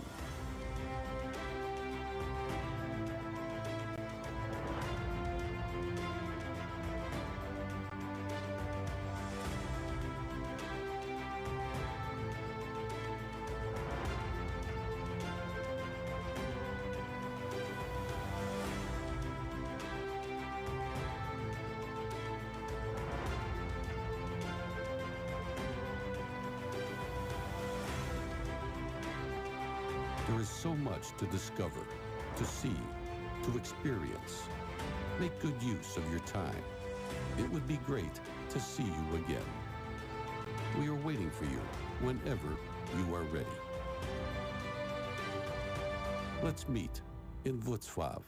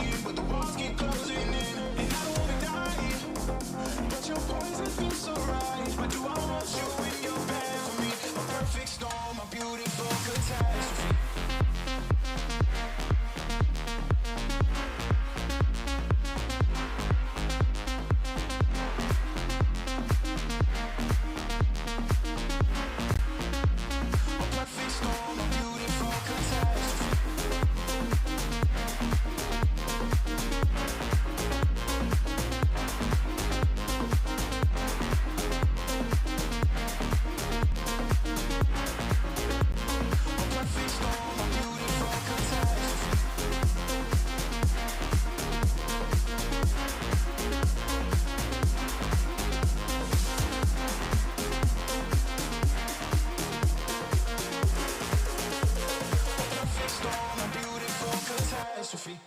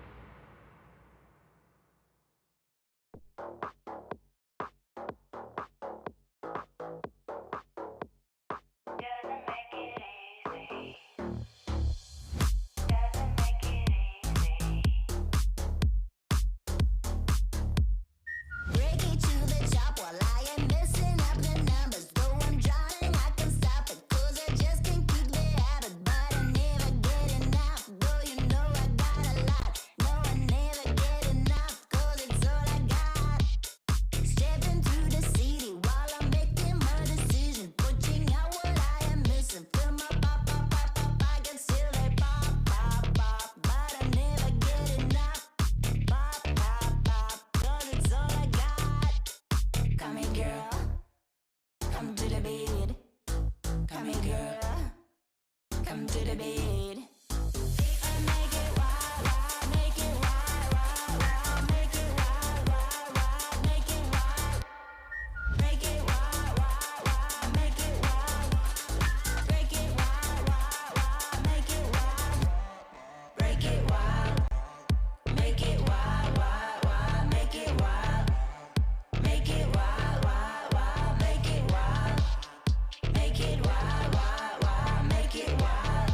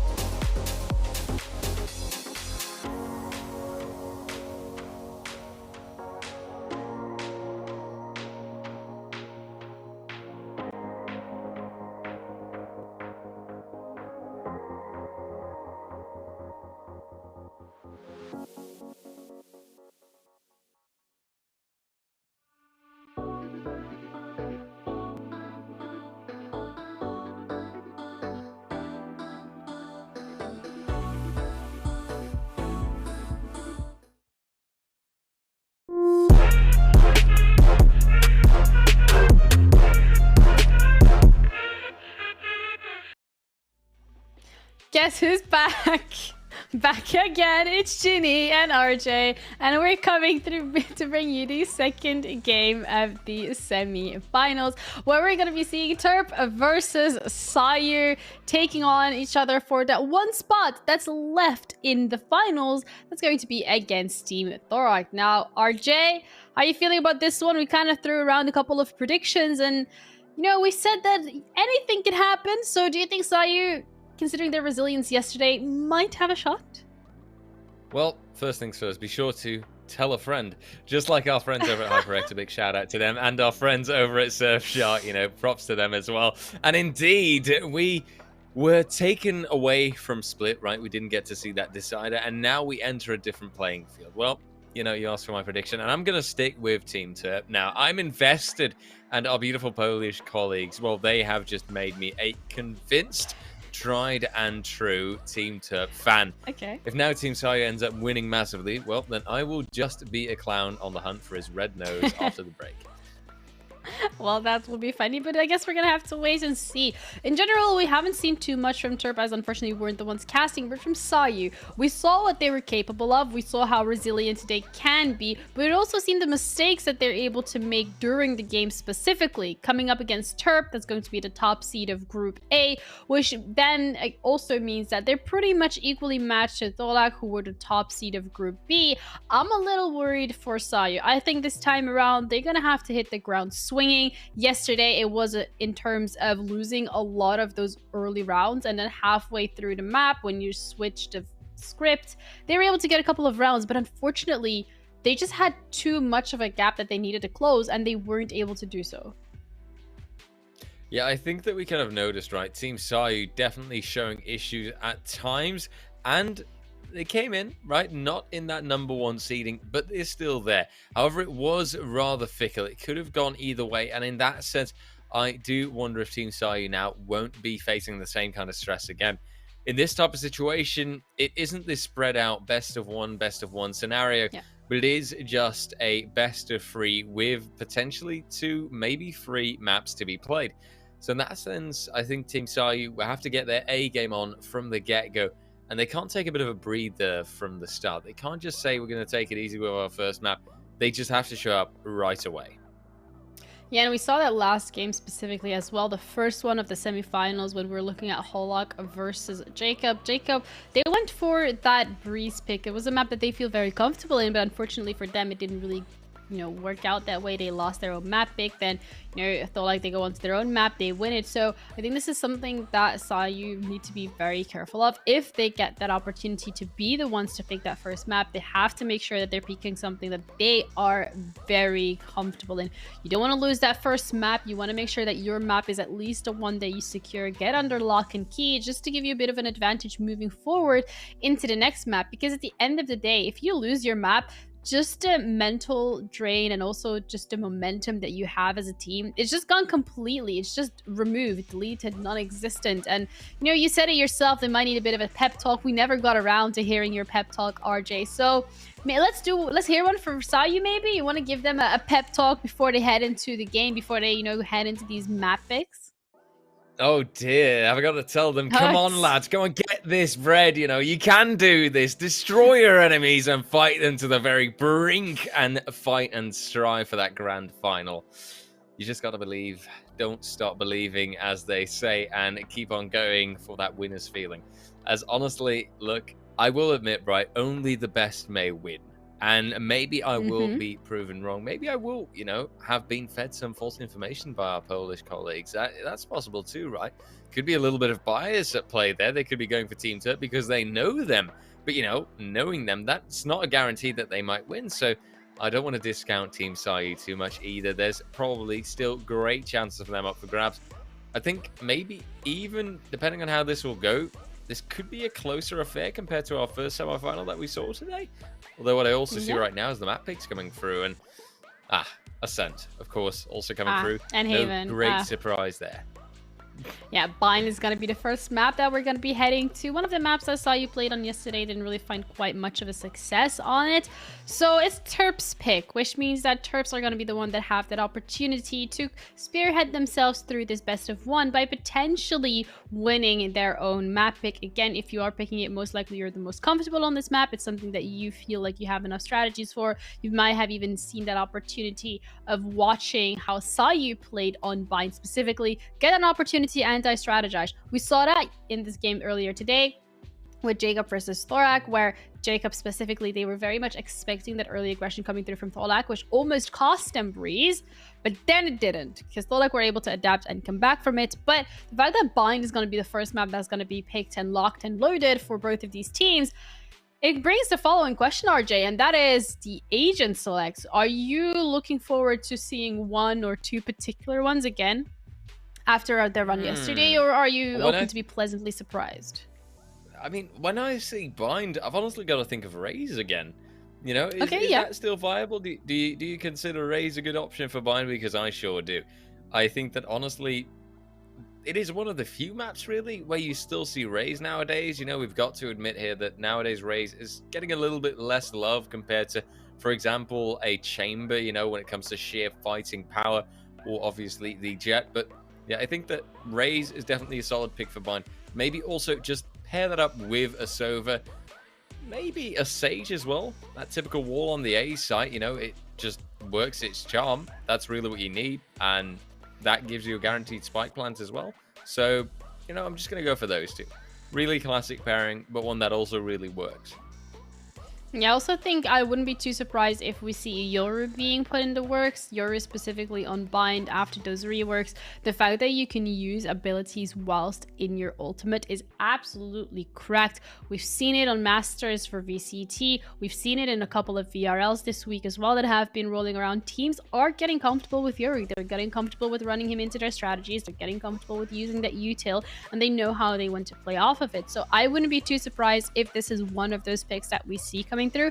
I do, however, want to add to that if Yoru is one of those agents that does get picked up by these teams, I would like to see another flash agent. I think the success that these teams have found running Yoru was with the fact that there was another agent in the composition that had flashes available, whereas when we've seen a rather lackluster Yoru come through, it was because the only agent that had flashes. And let's be completely honest, your clone is not going to be showing up on the minimap, which means that individuals are going to be able to tell whether or not that it's your clone, and they're not going to shoot it because they don't want to get flashed. So definitely something to keep in mind in terms of the agent compositions that we are hopefully heading into rather quickly, so we can see what agents we can be expecting. But I completely agree in terms of the race. That's definitely one of those agents that I would like to see on Bind. I think it's very strategic. I think every single team at this point is comfortable running this race, as well as the Sky. I think one of those agents that people feel very comfortable flashing out on B long, gathering around the information, relaying it back to the team, sometimes even playing off of it aggressively. A lot of the times you see Razors or maybe even a Chamber push out with that Sky along B long, get a pick or two, head back to safety, call it a day. You have this numbers advantage secured, and you see how that plays out accordingly. Hopefully we're not going to see a Jet. I mean, not hopefully, but I'm assuming we're not going to be seeing a Jet. It's one of those agents that on Bind hasn't been getting as much playtime as we used to see. But definitely the Chamber, RJ. I think you're absolutely correct. I wouldn't be surprised if we see that come through. I mean, Chamber's become a really solid pick by the buy, right? For just about every map almost, you can just guarantee that there's going to be some Chamber picking up. I remember in the beginning he was really more loved on the NA side of Valorant, and he really found his place there. And it's only been a little while since in Europe they've given him a chance and they've let him come out in full force, you know, very fitting as well, seeing as his ultimate is called Tour de Force. Yes. Honestly, Dad I jokes. think with... Yeah, they're still here, you know, even though I'm not a dad, blessed in that sense. But I gotta say that Chamber, you know, he is such a powerful agent, and he can definitely make a great impact in, you know, having an agent like that come through and having an agent like that in the play. You can maybe just completely destroy your opponent on that attacking side, because I think that's where we're going to see him shine the most. Having him potentially going for those entries. Although I've got to admit, actually, I might change my answer here. I might change my thought there for a moment, because obviously you've got that link, right? You've got that teleport that comes through from him. Actually using that on the defense gives you a way better movability factor. So I'm going to turn that around. You know what? I prefer him on the defending side, not on the attacking side. Yeah, speaking of the teleporters, the one that are available on Bind, I'm really gonna be keeping an eye out on how teams use that. I feel like yesterday on Bind games specifically, there was some form of creativity that teams were trying to throw around, but unfortunately it didn't really work out. A lot of the times they would use those teleporters a little too late. They would commit to a different site, but around that point in time, the clock was already ticking, didn't have that chance to go down for the plant. So that's something to keep an eye out. The teleports on Bind, I think they definitely add a lot of dynamics to the way that teams can play out, to the ways that you can go for the defensive side or the attacking side. But it also gives a lot of opportunity to set up a potential flank. It's something that we've seen teams do time and time again yesterday. They were very comfortable with it. And I wouldn't be surprised if we see any of that today as well. But then again, you have that util come through from maybe the chamber that can, keep on that alarm bot just in case, just to make sure that no one's actually creeping up on here. I guess we're going to have to wait and see. I think in terms of smoke as well, Brimstone is probably one of the most liked agents on this map specifically. Just having those smokes available. The sites are pretty small. That helps quite a lot. You have the stim beacon coming through as well. It gives that ability to go through with those rotations. And then we always have that orbital strike available that also does cut off quite a lot of points on the map. You can use it in U-Haul or lamps, however you guys want to call it. This is not an NA versus EU debate. This is just a call out. You can also call it. Lamps. You can also use it on CT if you would like to, just in terms of trying to catch up anyone that's coming through for the rotations. But again, we've seen it used a lot of times for post plants as well as the Brimstone Molly onto A side. A lot of lineups available for these players. And as we're going to be heading into Asian Select, I guess we are no longer going to have to speculate because we'll be able to see what these teams feel comfortable locking in.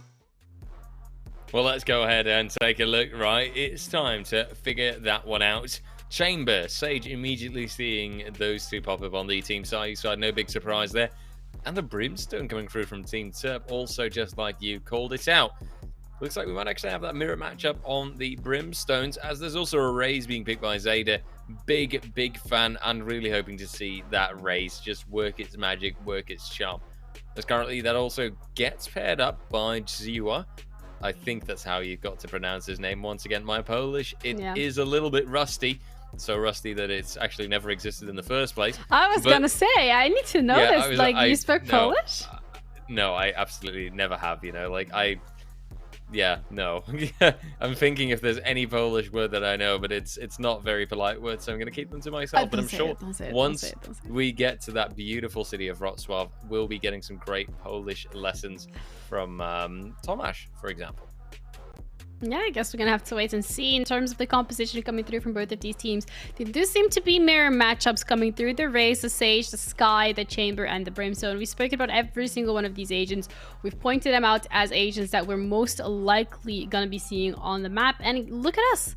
Casters not being wrong. Who would have thought? Not me. Look at us. Big surprise there. Very pog. Honestly, though, I think that you've got a few solid factors for a map like Bind. Raze is one that you can always expect. Chamber nowadays is just unmissable for pretty much any map. And then to expect Sage, also pretty normal. Sky one that I always, for some reason, I just tend to forget about her a little bit. That's totally on me, right? I will fully admit that. But also a really solid pick for this map as well.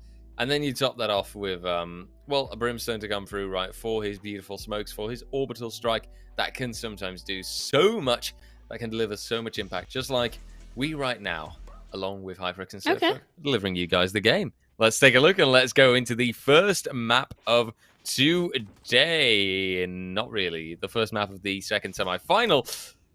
Team Sai versus Team Terp. Gotta make sure that you're still on your toes, right, Jeannie? Yeah, of course. Always got to make sure that everyone's paying attention in chat. But specifically looking at the side of things, you're already seeing a Sky this time around on A. I expected it more to be flashed out towards B long, go for those peek, get that information. But rather than that, it seems to be that A hit, you have one player going for hookah, clearing up some space. Nade coming through, flash. It's going to have Zeta push back a little bit, but then Nade's already done some form of damage. And it seems that Terp feel more than comfortable to walk away once they've tested the waters. They found my trap. I mean, hey, I can always credit a team just going to go for a little peek, right? Trying to bait some attention and making sure that you have that distraction element going on. But for now, an execution element comes in instead, where there is some weaponry being returned here and there, but eventually it'll be here along with Jacek also going for the initial fights. Tom, though, coming through, finds himself a double, make it a triple, actually. But only Profik is able to return on him and deny his chance for a 4K. Kozok, though, completely unaccounted for, gets so much free room, and will find that critical double kill to take the first round, to take the pistol round for Team Sayu. Yeah, Kozak having an absolute stellar performance in that final round, but each one of these individuals really made sure that there were no over-rotations coming through earlier on, so we saw 3 members pushing onto A. This was something that, you know, Sayu did pick up, but instead of pulling back their players from B, they decided to go for that call to ask them to stay onto side, which is exactly what they did. So once the hit onto B side was effective from Terp, kind of came back to haunt them. Wasn't as successful as they might have expected it to be, and that is already one pick coming through from Zader. Terp and Jacek coming through with the trade themselves. Sayu with the Bulldog is gonna drop the spike. And now it's only Profik left by himself on the chamber. Is gonna scope out a little too late. And that's a kill picked up. Yeah, that was a bit awkward, though. If I saw that correctly, didn't he just scope and think, oh, but that's me? And then just not shoot at all? Yeah, very, very peculiar. But hey, you know that Tom on an Spider-Man absolute roll. Oh, yeah. I know exactly which one you're talking about. Just everyone pointing at each other in one big circle. I like the fact that I believe in the recent film they actually, no, wait, no, I'm not going to shut up. I'm not going to spoil that for anyone. It's not been long enough yet. Moving swiftly on, before I ruin people's day. It's Team Sayu, Tom especially, that has made a fantastic start. And Team Sayu feeling confident here. This is a little bit cocky now, isn't it? Moving ahead like that. So much aggressiveness on that defending side, but hey, they can get away with it. Look at Zader already finding a kill with the Vandal.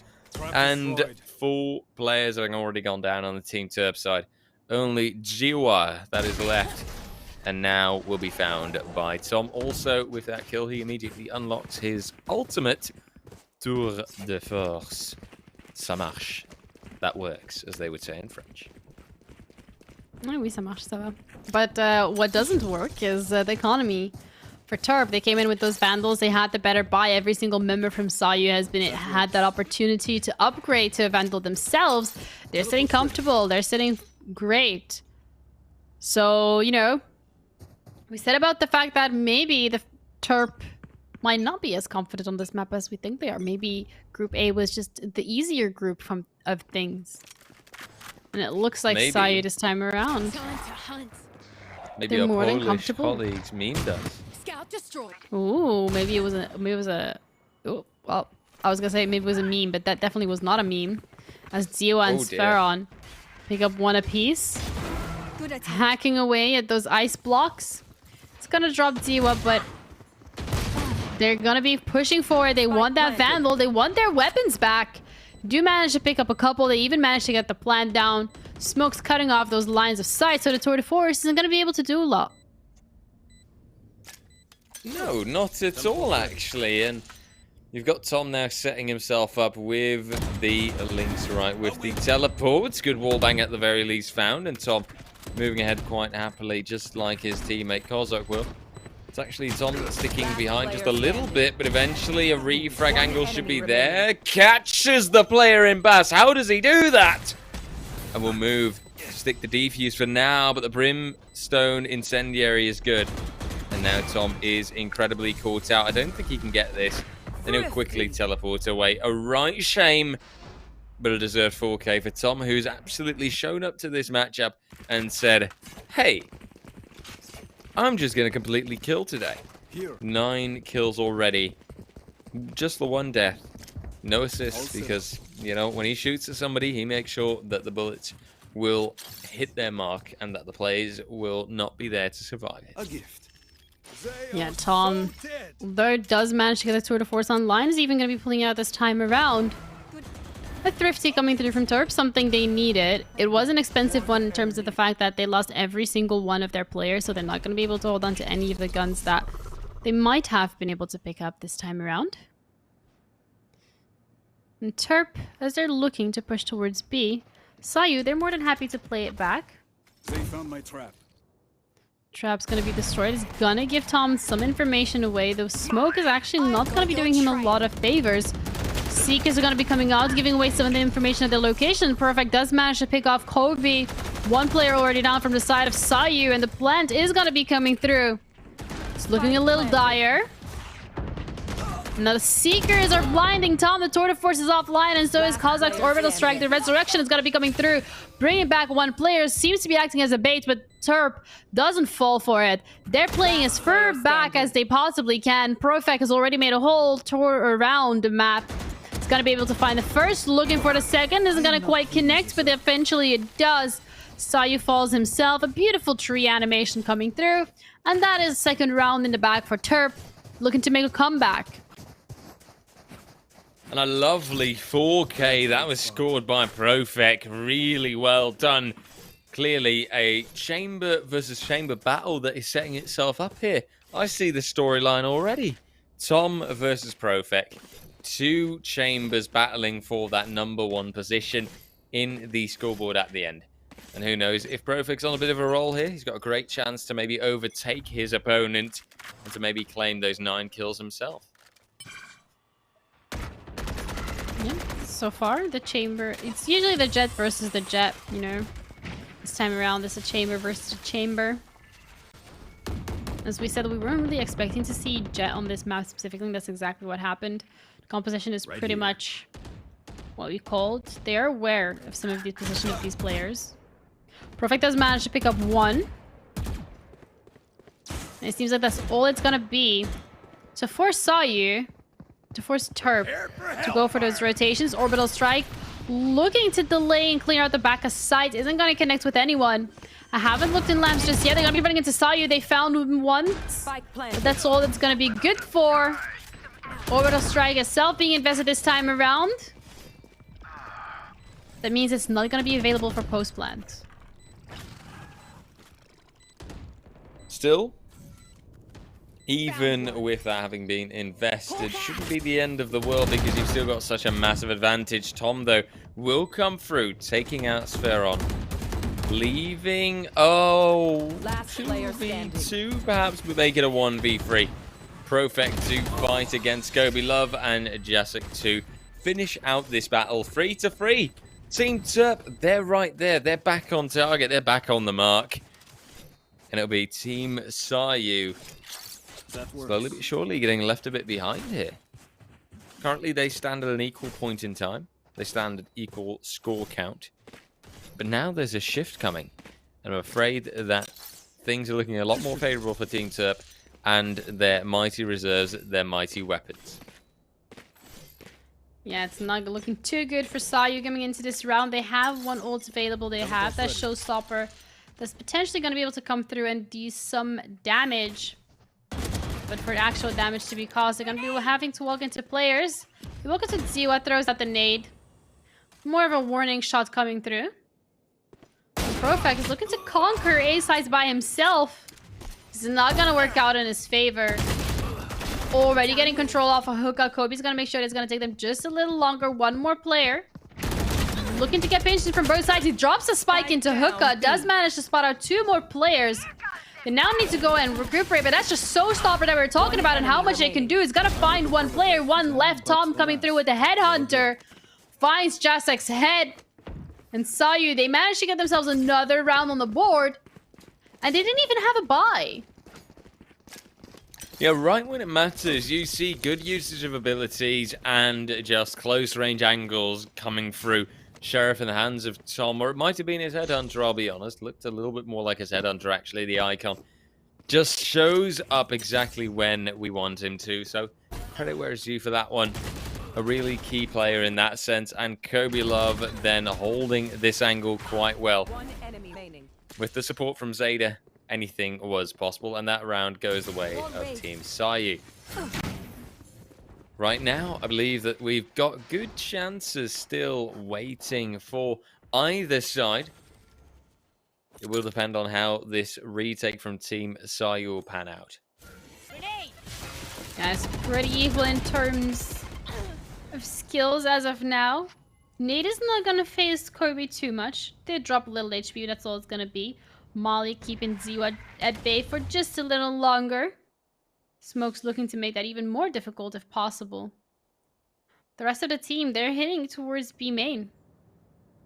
They're gonna be walking into Tom, who had just decided to let go of that corner. And that is the showstopper coming through, but before it connects, Kobe's gonna be able to take Ziwa out. Across the map, a player falls themselves, and Sephiron and Yasak doing so much onto site. Leaving only one player, leaving only Sayu themselves to deal with what's left of the round. It's not gonna be much. And Terp, they're equalizing it once again. Absolutely so, and with that, a toe-to-toe battle that remains. We're already nearing, slowly but surely, the end of that first half, and you can just see the balance that's being created, right? For a moment, the one team gets a few rounds streaked together, but there's that immediate response from their opponent saying, okay, well, if you can do that, we can do that too. Ha! Take that. I think, honestly, if they keep going back and forth like that, there's great potential for this to move all the way toward a really tense score line. You know, I'm looking at an 11-13 or maybe even an overtime scenario. But now, though, Team Terp starts off very strong, finding kill after kill, catching out the players on that Team Sayu side massively. So only Zeta that's left out with a Vandal in hand is going to start looking around, hoping to find something. There is a certain chamber in the vicinity. Question is, how will the timing be in this sense? Not very good. Because Profect can get the drop on Zeta, catch him out, and find the 5th round for Team Terp. Tarp looking to crawl back a little and try and get a lead extended, but as we've seen from times before, Sayu, they're not too happy to give up that lead. They're hopefully trying to hold on for as long as they possibly can. A bit of a struggle towards the bottom of the leaderboard coming through for some of these players from Sayu, but all in all, they're working well together. They're setting up accordingly. They have the 3-2 default in terms of that defensive side of things. Looking to see maybe a bit more of an aggressive play coming through from them, because I feel like that's really what has helped them get ahead so far. Seekers are going to find a couple of players. Nate is going to connect for just a little. No players have dropped this yet. And as I say that, Yazik and Profek are on a tear. Ziwa adding one themselves. The Molly is going to pick up one. But that is a barrier orb that's going to make it virtually impossible to get onto site. Yeah, what's that one kill worth, right? In the grand scheme of things, where you're 2 men down, where the defense has been completely shattered, and where now the Sky and the Chamber will be giving it their absolute best, if even trying anymore at this point. Because they do seem to take their gaze away from the site. They do seem to move back, fall back, and just take their sweet time. Leave this one for what it is. Call the save and make sure that they can take a lovely Vandal with them to the next round. Yeah, that seems to be exactly what they're looking to do, but not if Turb has a say in it. They're hunting down these players, and they really want to take away any glimmer and glimpses of hope that they possibly have. Not going to be successful at it, and they're going to be able to hold on to those Vandals into the next round. But can the rest of the team invest just as much to be able to buy and come through in this defensive round with more than just 2 Vandals? Are they going to be willing to invest that? Are they going to be able to invest that? That is something that Sayu is going to have to discuss. Because it seems like Terp are building that momentum and running away with it. Oh, and that's scary, right? That could mean a potential 8-4 instead. Oh, but I like these pain shells. They should connect for a lot, although they won't stop Jacek from getting that first kill in. Ray's shot out. Profek with the chase, with the follow-up, and the Marshall from Kozak not really connecting that well. Instead, he's a little bit stuck out in a tough spot, but the barrel does get spotted. Battle won by Tom. The enemy chamber taken out. And they 4v3 remaining right now. The least in Molly, although secondary it's going to be time- forcing... Last player standing. After you, as currently Team Spike Turp planted. obviously just take the entire round, I think. Yeah, the Molly is going to be forcing Ziwa out of their position, but still, because of that, they're going to be able to get a swing off. Kobe, though, looking to make a comeback, has the Seekers available, is going to come through with the Guiding Light, and not going to be able to pick up the third kill. That was a little unfortunate, if I do say so Last myself. round before the switch. Ammo. Always so important. And well, if this wasn't a classic example of running out when the pressure is high. That's a right Ooh. shame, alright. And there's not much you can do about it, I'm afraid. Kobe, really strong retake potential here with that double kill. And good ability usage, but then the shots, they get whiffed a little bit. And once they're off the mark, once that flash dissipates, it was Team Turp. It was Sferon, to be precise, taking back and finding out their target. Oh. That's a waste. Well, just like the ammo was wasted last round. Hey! Harsh Oh, but true. Casters doing caster things. It's all fun and games until you're up against Turp, who feel like Until they're we on go their to home LAN. turf. Oh, And the yeah, players that's like say, right I heard what you said about me. Let's go outside, That wasn't man. me. Let's have a chat. there. Let's have a chat. Hey, it wasn't me. That was RJ. Wha- I'm oh, wow. not sure what you're No, I talking see. about. I'm getting No, the I blame see. here. No, fine. Playing the innocence card, are you, Genie? But I remember know you better asking than for a that. bodyguard. Yeah. I remember you asking for that bodyguard. Might come in handy, just like this orbital strike might be Exactly. coming in handy. But it's not going to connect with anyone. But the time's ticking, and Torp, they have to 30 decide what seconds left. side they want to be going to. They're coming through from the back. Jasic's going to be able to find the first. He's going to get the second as well, as that Oh. guiding light does so much. Saju eventually is going to be able to pick up, giving that the resurrection to come through. But as they're looking to push through the smoke, they get punished right away. The barrier orb is going to solidify that position. It's going to make it so much more difficult to push through CT. Through the smoke, Perfect picks up another. One player left. They're looking to push him aggressively. Tom is going to get one, but gets traded out right away. Nate's thrown there just for a little bit of an extra shebang. 8 to 4 sides. for Turp, and we're switching sides. A little bit of extra shebang. That sounds scary, all right. But I suppose, we do have a raise on either side, so there will be plenty of bangs and booms. For now, let's take a look as we switch things around, right? And we've also got a beautiful look at the scoreboard. Tom and Profek. It's the Chambers that are doing all the work here, honestly. They're being so powerful. They're being so strong. If you've got those kind of players to rely on, then that must give you great confidence for your attacker side.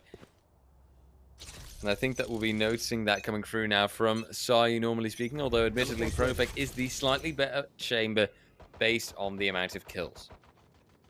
Wow, Castra's taking Kyrie into consideration. I think that's not okay. Wowee. Wowee. Wowee! Wowee times 2! Okay, Profek. He was absolutely ready for that one. Taking the battles of the chamber to a whole new level. Spike is going to be dropped. Jazik's not going to clear the correct corner. Tom's going to be able to get one, but that's all he's going to be good for. 9 to 4 for Turp, and they're one round off of double digits. Starting to get a little bit worried now, perhaps. See, very simply put, this is Wowied? Turp strong. What? Wowie? Wowied? Getting wowied. Like worried. Wowied. Oh, right, getting wowied. I don't. This is a new Turp. Once again, I am proving to be the boomer today in comparison to you, Genie. You are so hip and with the youths by the sounds of You it. did not just say hip. You did not just say hip. Going for the most cringe broadcast of 2022. Let's go. Just like Profek is going for all the headshots of 2022 as well. Starts off great, taking out the top fragger on the team Sayu's side. now J-Sec right there in the back with the spray down. The Spectre, it's relentless. A paint shells to chase. And Kobe Love, the only one who's been able to return so far. This is Team Turp outpositioning to the max and completely decimating their opponents. Double digits achieved. And at this rate, Team Turp showing that they're setting themselves up for quickly grabbing their first map, which obviously was also their own map pick. You know, this time around, Sayu, they're going to be able to come in with the better buy.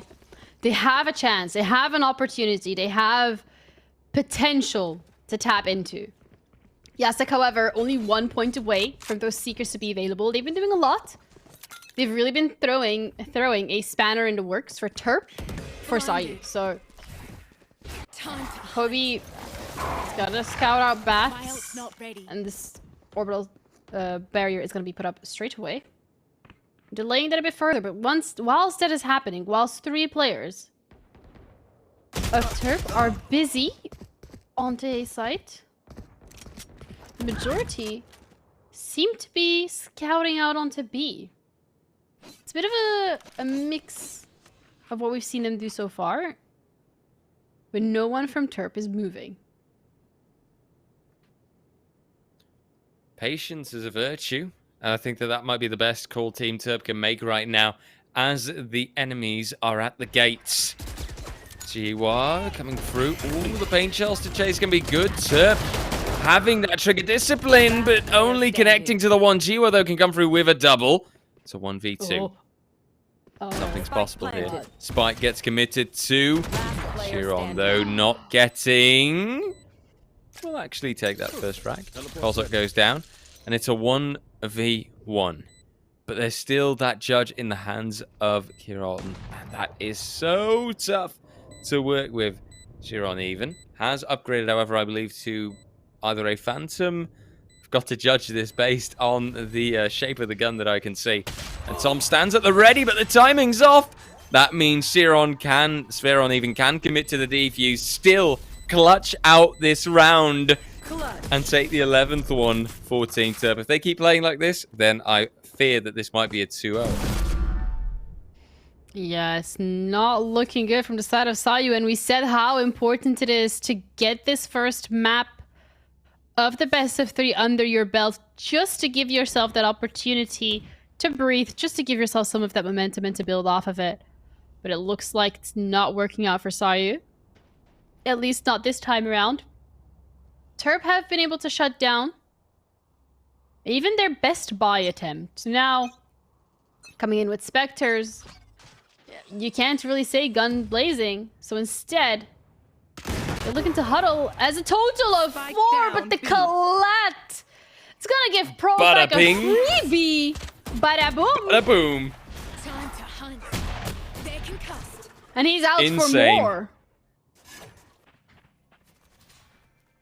Yeah, this is just relentless. This is Team Turp that has started out on a roll and that are now not giving Team Sayu any sort of room anymore.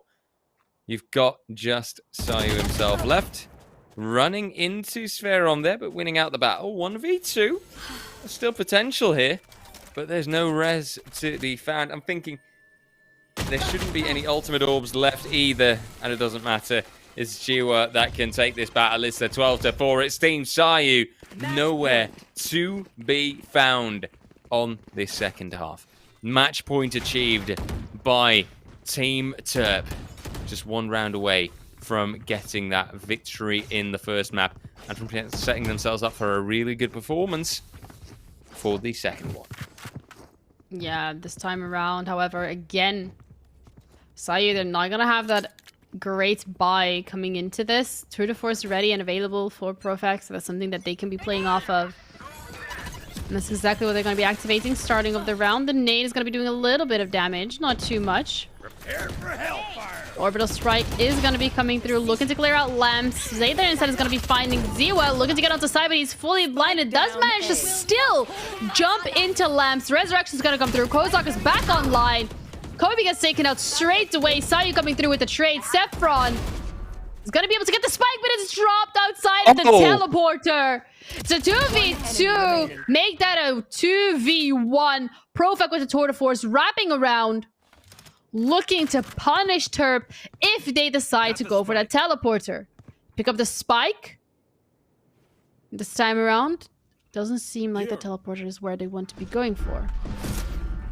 And as I say that, that's exactly what they take. Profak, he's gonna have that opportunity to reposition. He has the tour de force available. He's gonna get the first shot. That's a spike down. Second player is gonna have to get out of hookah himself. It's chamber against chamber. We said how both of these players have been doing. 30 seconds left. It's scary. The time is ticking. Come on, it's now or never. Move out, but he moves into the Tour de Force, and it is impossible to win. Team Terp moving ahead with the 13-4. What a performance that is, and hands up, you know, that was beautiful. That was Team Terp just dominating on that first map.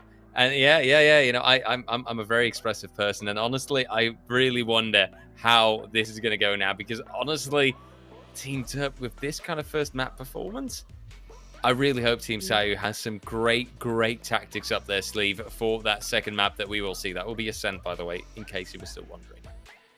Yeah, first map, absolutely incredible performance coming through from Terp. Starting off a bit on that rough foot. It was 3-0 at some point. Sayu, this is what we've seen yesterday. This is what we've seen them do time and time again. They have that opportunity. They have that ability to fight back, but they also have that ability to secure themselves a lead. Eventually, they just very quickly run out of steam, and they seem to just hit a plateau and then just drop immediately in terms of their performance. And when you're against a team like Terp that have that ability to stay in it for the long run, they have that opportunity to counter strat, they have that opportunity to adapt. It's something that Sayu has really been struggling with, as they're trying to do the same thing time and time again. They were punished for this repetitive course of action. Now onto Ascent, they're gonna have to switch it up a little bit, because at some of these stages within the game, the disrespect, but also just the pure confidence that Terp had to push out aggressively and not being punished for it, that's very worrying for Sayu to be in, because that just shows that they're not as coordinated as we thought they could be. Absolutely. Team Sayu, they've got a lot to prove after this map. There's pressure on them, I think, and obviously now they'll also be working with that pressure of, if we don't win this map, then it's done, then it's lost. Then they'll have to rely on that HyperX wildcard, which obviously, by the way, for you people at home, you can check out using !wildcard in the chat. So there's options if you lose out in the playoffs. But we've got to be honest here, winning via the grand final is a far more direct way to get to that beautiful land in Wrocław.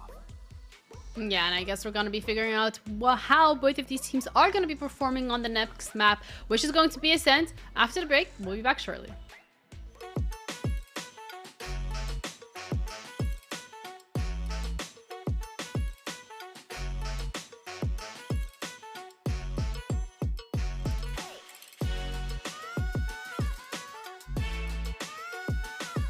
Hey, chat.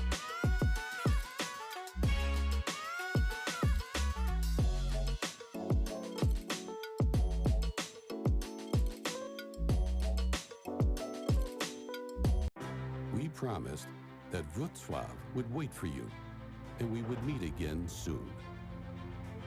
We always keep our promises. The time has just come.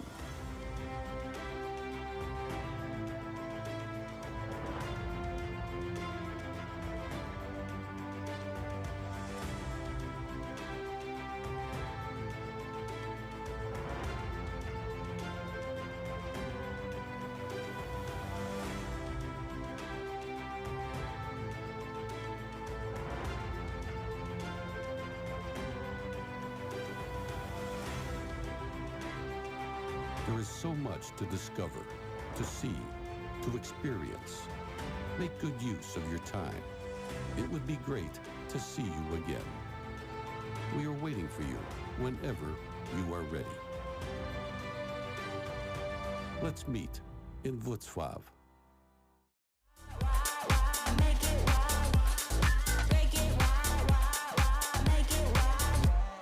Break it wild, make it wild, wild, wild, make it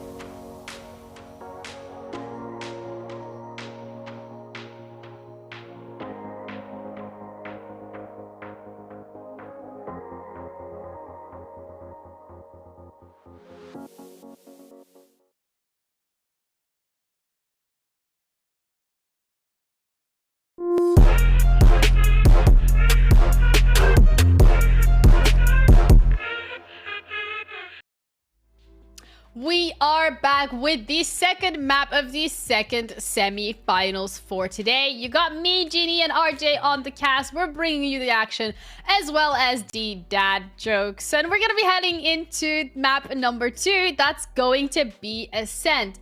RJ, after Sayu's performance last time around and them losing on their opponent's map pick, do you think maybe Ascent is their redemption arc?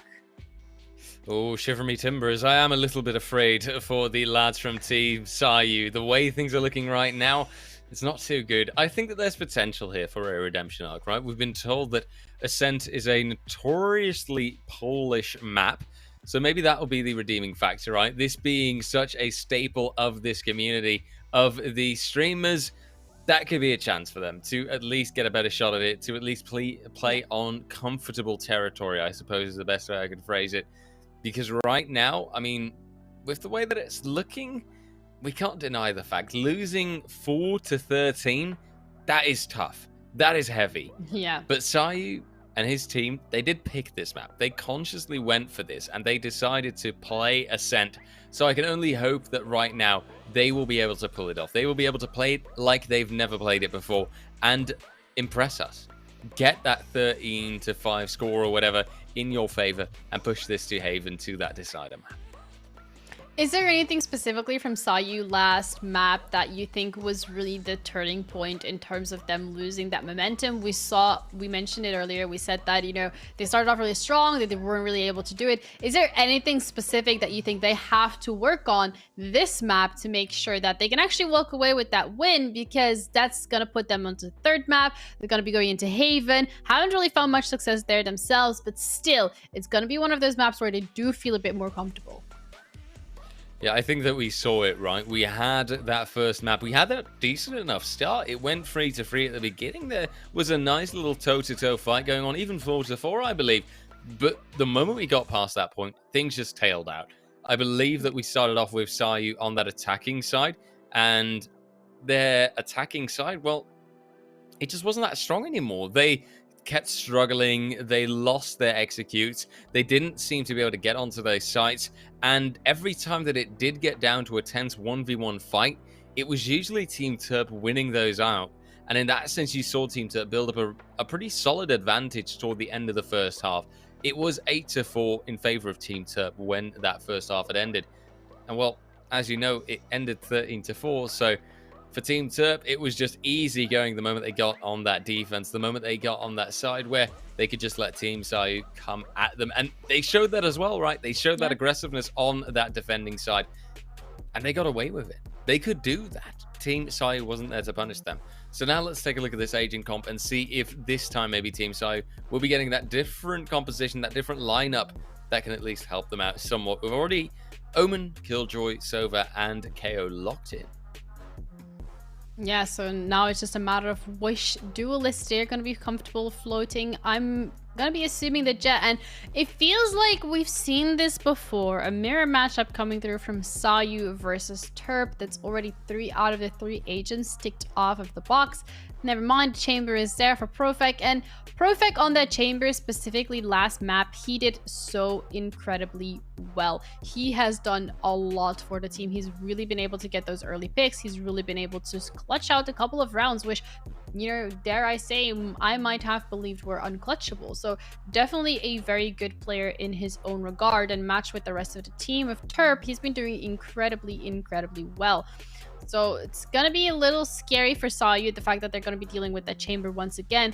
This time around, however, they have smokes available. Once again, they had them last time around in the form of Brimstone. Wasn't enough to stop Profek's performance. So now that you have the paranoia as well as the smokes coming through from Omen, potentially, hopefully for Sayu, they have a bit of a better shot at keeping that Tour de Force and that Headhunter at bay, because Profek was really scary on those, and I don't want to be running into those in my games, you know, so I'm pretty sure it's the same for Sayu. They don't want to be running into those as well. And Ascent, one of those maps where, once again, most likely, I think there's going to be a competition and a fight for that mid control coming through. Absolutely so, right? I believe that mid control is an important factor on Ascent, and that it sometimes gets ignored a little bit. That sometimes teams, they don't realize the impact that that position actually has on your play. So please, people, don't ignore the middle of the map because it can do so much for you. Even if it's keeping it strongly defended, strongly locked down on the defender side to push through, or if it's the other way around, the attacker side actually grabbing that position, grabbing that strength there, and maybe going for a play via the A-link area. Yeah, and that's exactly what we're going to be looking for this time around. We're already seeing Jastek pushing out a little bit more towards pizza. Some util from the chamber setup as well, just in form of an alarm bot. You say so yourself. Try and catch a couple of players. They're going to be spawning at Diwa right away. That's going to give them that confidence to be pushing through. Diwa, however, is confident himself. Finds 2 picks already, and that's members from Sayu losing almost half their team. And it's only a couple of seconds in. Eventually, Profect's going to be the one falling to the crosshairs of Sayu this time around, but every single one of their players are incredibly low. And they haven't even decided what side they want to be carried to yet. Ooh. I suppose we'll find out in a moment, but the question is, will they even get there? Turp now just has the element of surprise. They're not even paying attention. Why don't you check that corner, lads? You should. You know better. But they haven't done it, and that will mean Team Turp grabbing that first round on the second map so far in this best of 3. This is a bit of a change, because obviously, speaking in the first map, we saw Team Sayu at least starting things off with that pistol. This time round, not even that is going their way. Yeah, this time around, pistol not going to be in favor of Sayu. Sayu lost the second pistol round on the first map we saw, and that was the attacking pistol round. So wouldn't be too surprised to maybe see a bit of a switch up once they are on the defensive side of things. This time around, though, didn't really work out for them. Running incredibly quickly onto side. They're going to drop the first one to Profit. Profit gets the second with the Headhunters, looking for the third. Is going to be able to get it. Still has 2 bullets. Not going to be able to make it a 4K, but Turp has got his back, and now it's only 1 player left with the classic in hand. Tom, they're trying to do something, but it's not going to be enough. Ziwa punishing that as well. That's 2-0 for Turp, starting off incredibly strong. Most certainly so. I mean, the sheer power that is being shown by Team Turp right now is just through the roof. And I've got to say, at this rate, Team Turp might be just going for a very quick map performance to put Team Sayu down. Let's keep our eyes peeled, though, and see if maybe Team Turp will be struggling somewhat more due to the fact that they are currently in a bonus round type scenario. Ooh. And look at this Profec. He baits out the shots. He moves away from the recon dart. And we've got Ziwa on that operator. That is a strong rifle, but it won't be coming into play. Kozok frags him out. And a 2-0 situation.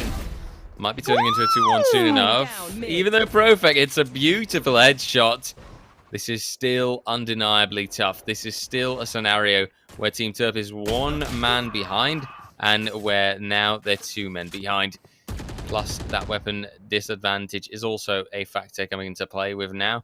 Jasek moving on up, ignoring that operator. But maybe the element of surprise coming through by the hands of Spheron.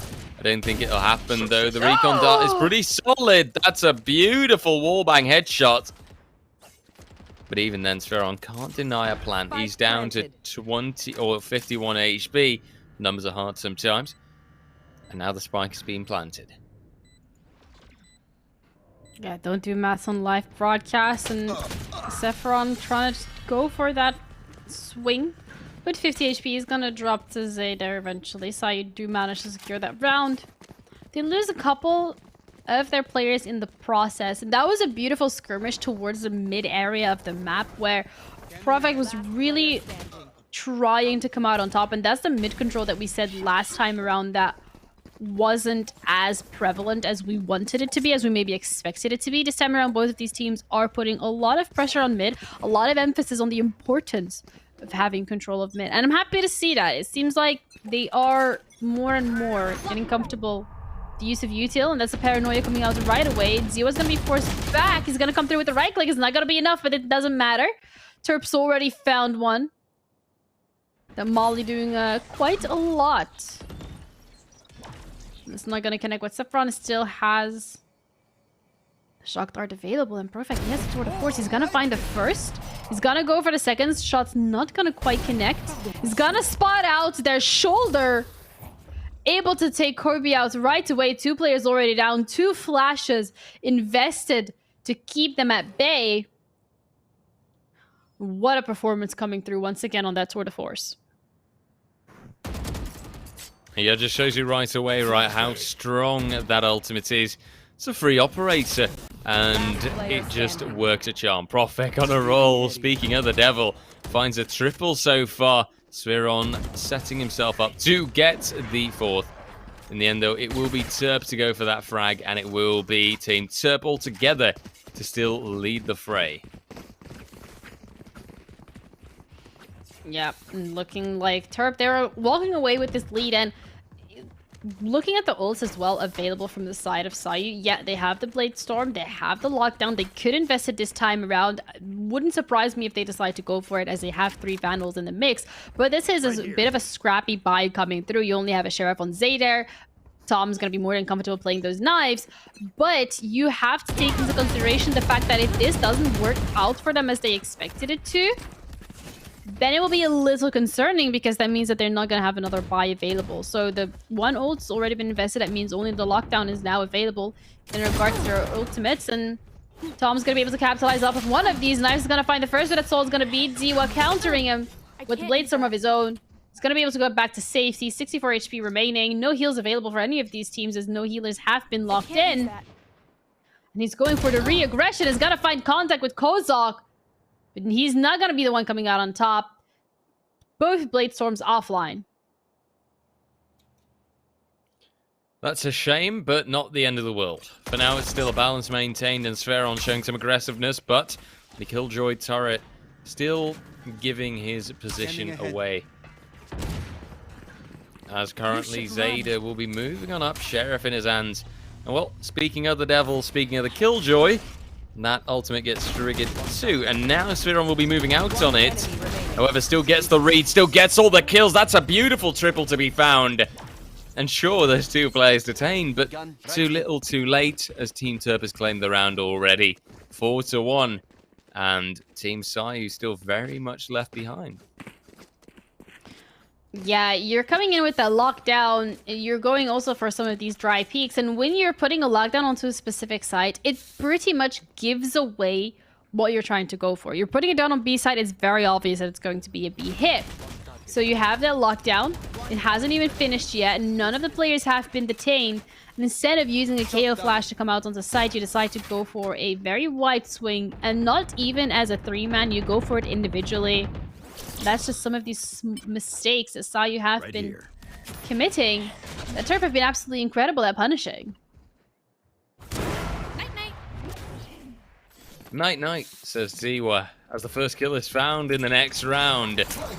The operator is always finding the impact. J-Seg coming through. Oh dear. Fragment just being so painful. Terp coming through with the orbital strike, and Jacek not going for the finisher actually. Ziwa stealing that away with the operator, and the defenders. Team Terp, that is, on a smooth roll. 5-1. Terp already looking to start a round off with at least an equal amount of rounds. Operator this time is going to be locked in from both Sayu and Ziwa. Not sure how I feel about the attacking operator, considering the fact that it's going to be on the Killjoy as well. There's not going to be any mobility to get out of it.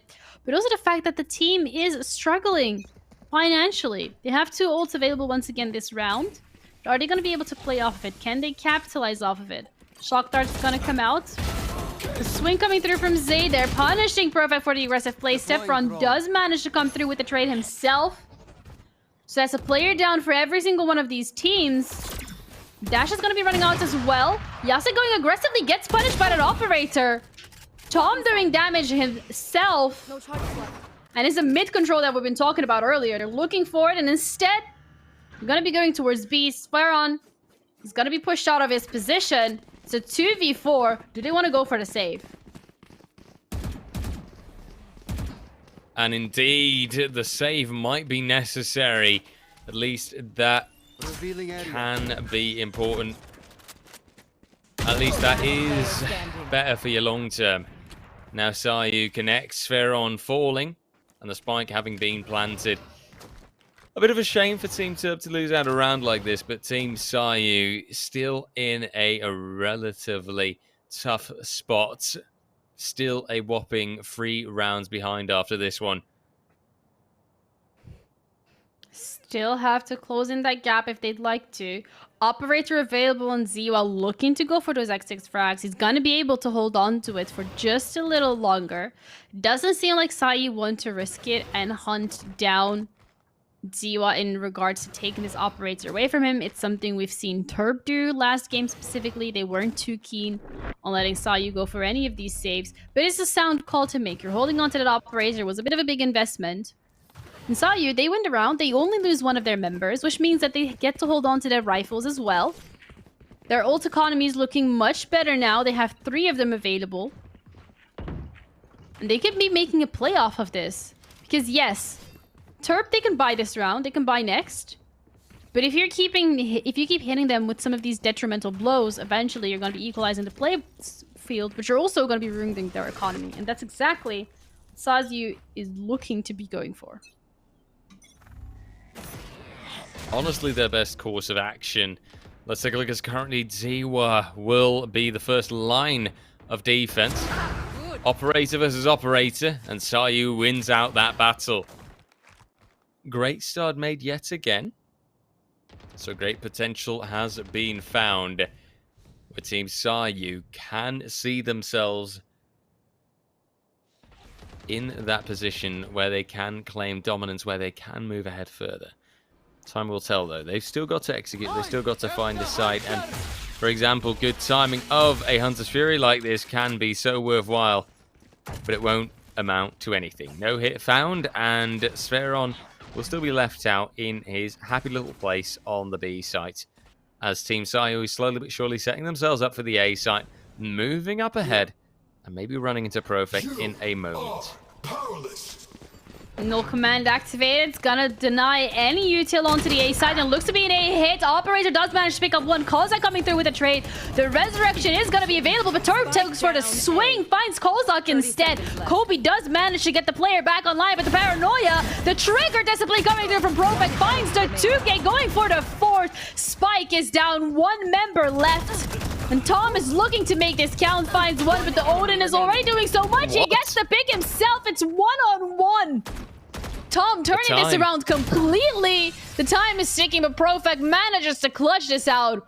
What a round coming through. Absolute insanity. Chaos altogether. And all that went wrong based on that one mistake, not checking the corner with Profect in it.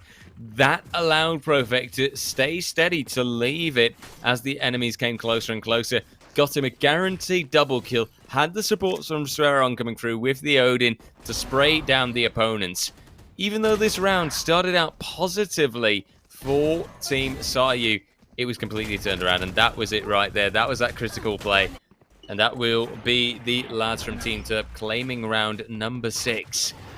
Still a strong advantage that they've got right now. Things really not looking favorable for Team Sayu. Yeah, not looking the best, and it's the operator taken away. This time around, attack coming through to Odin. Might be coming in a little clutch. Is not going to find that pick as of yet.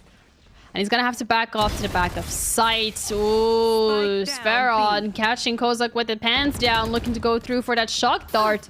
He's not going to connect as of yet. Ziwa putting in through, gets the 2 picks already. The 3rd one falling. Spike secured onto B side, and now Sayu, the only one left standing. Has a Vandal this time around. No longer the operator is going to find 1. We get traded out right away. 7-2 for Turp. They're running away with the lead that they've secured. And just like that, you've got that struggle being real. Team Turp, they are having anything but a struggle. They are showing dominance. And the one saving grace that Team Sayu might see right now is the fact that there's ultimates abound, ready for almost all of their players. Just the one missing, the Killjoy, not being that player, but actually the Zadar being the one in case. If they will use them right now, that's the question. as currently the lads from Team Sayu Get out of my way. are just struggling so much. Too much, I should say. For now, Kozak at least gets some intel through the Owl drone. And time is ticking. The Killjoy will... Oh, well, lockdown will be evaded. But indeed, you do still see one player getting caught out by it. Brimstone, maybe. Spheron, though, popping off from the get-go. Odin rocking Jacek with that follow-up. And, oh, dear, Tom! No, not the Blade Storm. Absolutely wasted. And the defuse coming through. Boom. That's already the round. You had such a beautiful idea. You had so many ultimates being committed to by Team Sayu. But it just doesn't go anywhere. I mean, neither do the Blades. Oh, man. That was Oof. so painful. That was incredibly painful to watch. But that also highlights the mental state that Sayu potentially could be in at the moment. The fact that some of these very easy shots are not being connected. They're under a lot of pressure and they're trying to make it work. They're trying to fight for a spot in those finals. But it's just not coming together. It's not working out the way they wanted it to. Every single time they try and switch up the pace, Terp is absolutely ready. Profek is on a tear himself. He's gonna find one. Does get shut down. And that is the biggest thorn that's been inside your side. Taking out of the picture. And that Odin is also getting rid of. For now, at least there's a positive start to the round again for Team Sayu. They've got a one-man advantage. Just got to be wary of any threats that might be going their way. Terp being one of those players. Spheron, though, still an absolute thorn in their side with that Odin time and time again.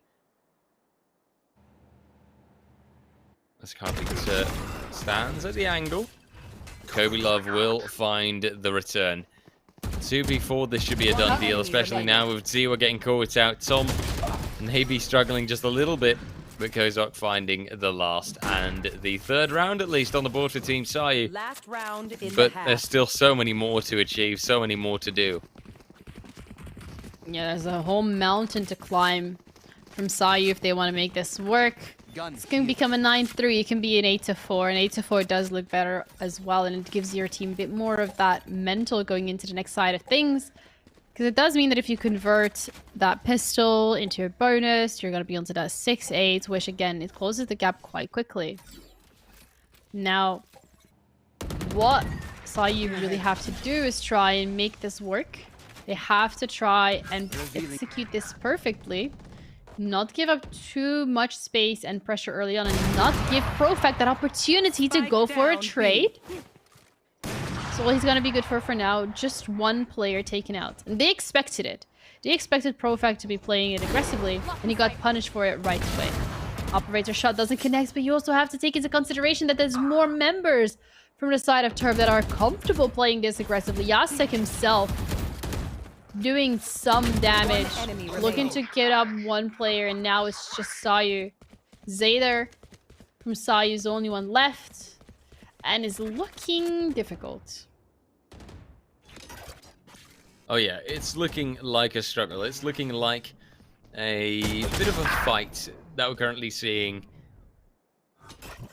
But time will tell how the rest of this round commences. It's the final one of the first half.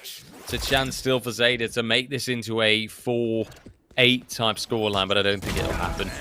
Zayder caught out, and Terp just tanking the damage. As currently the 9-3 appears, and that's our halftime score. That's Team Terp. Undeniably dominant. And you've got to keep in mind, right?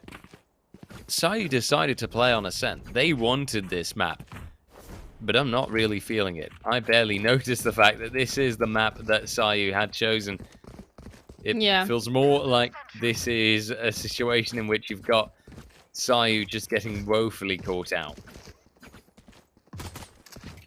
Yeah, Sayu is just... Every single time they're trying to go for a certain strategy, they just instantly get shut down. And Chirp, they're absolutely ready. What is this with me in English today? What's going on? It was yesterday, I mean, it was it's today. a pretty difficult language. It is, isn't it? We should cast it in Honestly. Dutch.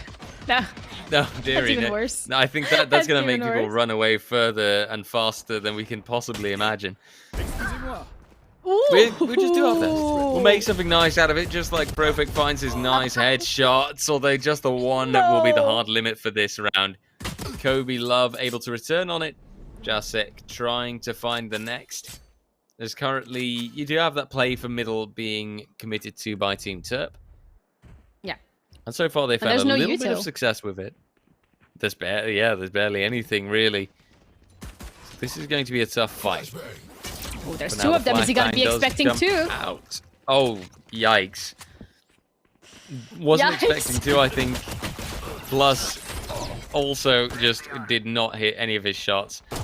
There's a lot of damage, at least, on that defending side. But there's so many players that it becomes impossible to hold this out in the 1v1 fights, because the 1v1 fights quickly turn into 1v3 fights. 30 seconds left. 30 seconds left on the clock.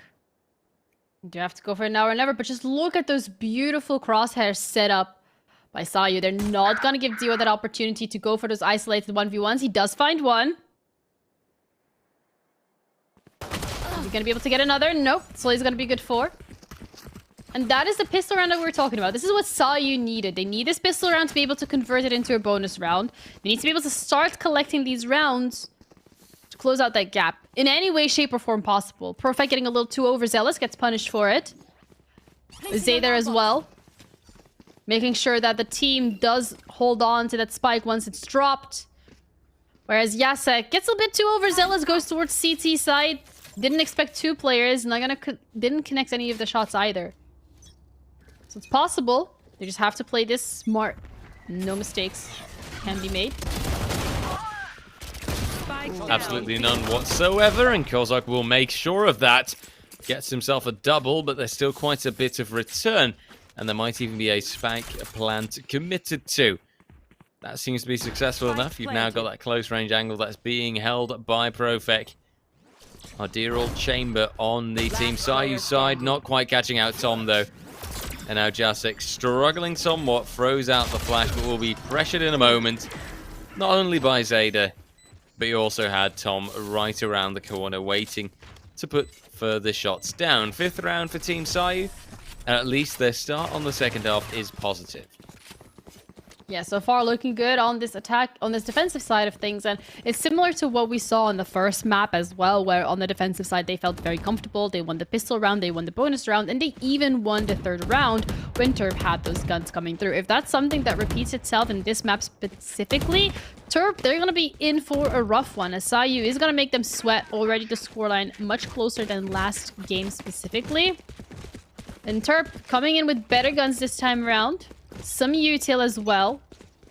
They can make this work. They just have to execute it in such a way that's not too predictable. Sayu have been predicting these aggressive plays time and time again. And once again, aggressive play coming through. This time it does work out in their favor. But you can't continuously keep taking these gambles.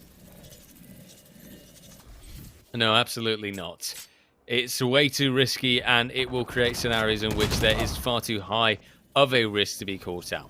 For now, Spheron makes the first entry. Kozak going down. I wonder if this next fight will happen too. But Zeta will get out of the way of it soon enough. Now found by Jacek, not winning that battle either. Creates a 2v5, which pretty much gives a lost feeling already. Profik going ahead, taking out Sayu. And the double digits for Team Terp, well, they should be there in about a moment or two.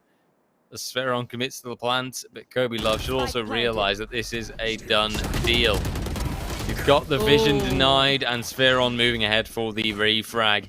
10-5, Team Terp back on the board on the second half, and they just needed about 2 rounds to warm up. Yeah, they get these double digits, but now the playing field is going to be much more equalized. Sayu are going to be coming through with the exact same guns, their exact same armor, just as much util available as they'd like. And that means that Terp, they have to adjust a little. Every single time, we even saw it last round specifically. Yes, it worked out in their favor. They were able to get that first pick coming through on the aggressive play.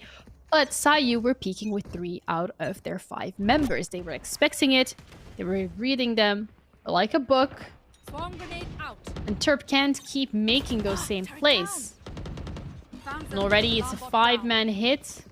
On to B, 3 through mid. They're going to be caught off by the paranoia. Profek and Ziwa do come out on top, though. But Kobe's been able to reposition, and so is Tom. They pick up 1 apiece, and now it's only 1 player left. Tom has been left to his own devices to try and clutch this out. A 1v3. Spike hasn't been put down yet. Right click's coming through, but Profek's already wrapped all the way around. He's got to find the pick. 11-5. Terp has found their footing. Absolutely, and that footing, well, they don't have to maintain it for too long, right? This isn't some crazy balancing act. This is just them settling down as they round out this map. And with them rounding out this map, it's just 2 rounds they still need to claim that spot in the grand final. 2 rounds keeping them away from that victory, from that dominance over Team Sayu, and from that strong spot in that grand final to fight for that LAN in Wrocław. For now, Tom shows aggressiveness, but Sveron will catch out the first member. Oh, Profek on a roll as well, getting the double, but Kobe Love pushed up quite close. Sadly, his smoke attempt will not be that successful, as Profek finds him relatively quickly, and Sveron catches out Zeta as the last. 2 ults already secured then for both Sova and Chamber. But don't forget about KO either. He's got 1 ready to go as well. In that sense, there's an advantage in the Team Terp camp. But economically as well, you'll notice quite the struggle on the Team Sayu side. Bulldogs, Spectres, maybe even a Sheriff. This isn't looking too great. Yeah, match point and not having that perfect buy coming through. A bit of a scrappy one instead. And Sayu, they need a miracle to make this work. They have 2 ults available. Suppression coming through right away. No Command's going to deny any of that util. Hunter Series coming through, looking to clear up sides. Is not going to find a tag. Just a bit of Zay there. Gets taken out straight away. And so does Kobe. 2 players already down. Tom finds Jasek, but with that no Command available, they're going to be able to go for that res if they feel so. Might want to close down the door just to not ensure that they get taken down. And as Tom gets a little too aggressive, looking to punish that res, he's the one who gets punished instead. Saja coming through heaven and gets taken out right away. Flawless round for Terp, finishing the game 13-5 on Sayu's map pick. And that's another decider we do not see played. Yeah. That is another 2-0 score on the board, and that clearly makes it a fact. Team Terp much stronger than Team Sayu. That 2-0 cannot be denied, and they deservedly get their spot in the grand final, setting themselves up to face Team Holak after this. Very exciting prospect, I think, and a very, very exciting matchup that we've got going in a moment now, don't we? Yeah, you know what's actually funny? Every single one of the casters predicted that this was going to be the finals. We haven't really predicted who's going to be walking away with the win from the finals, and considering that Holak was much closer versus Sayu than when we're seeing Terp versus Sayu. Terp not making as many mistakes as Holak was making. So I think the next game specifically might genuinely go to that best of 3, like all the way to the 3rd map decider, trying to see these teams, because both of them, they're incredibly talented and incredibly good at what they do, but it's just a matter of who's going to be making the majority of the mistakes and how well is the opposing team gonna be at punishing them this time around. Sayu really getting punished for those mistakes. They really were a little too, I would say, maybe scared in terms of pushing out aggressively, whereas Terp on the other side of things, they were comfortable for going for it every single round. Was it the attacking side? Was it the defensive side? It didn't matter. They wanted to push out aggressively, and they almost never got punished for it. No, absolutely not. And that is, I think, one of the issues, right? At one point, you've got to start anticipating that aggression. You've got to start saying, okay, why can they keep getting away with this, right? What are we doing wrong? How are we allowing this to happen? Because if you keep letting them get away with that kind of thing, well, they're just going to keep doing it. They're not insane. They're not stupid. They will know that that's a weak spot in your defense, and they will go on the offense when it's needed.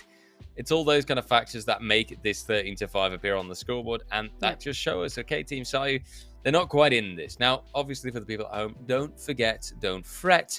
If your favorite streamer hasn't made it all the way to the LAN, you've still got that lovely HyperX wildcard ready and waiting for you. Exclamation mark wildcard in the chat and just give them a vote And who knows, maybe you'll see them at the LAN after all.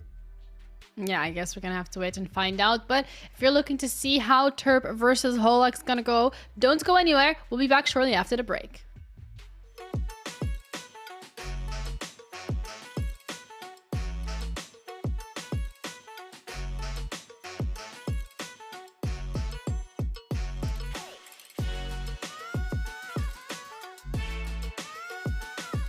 Hey, chat.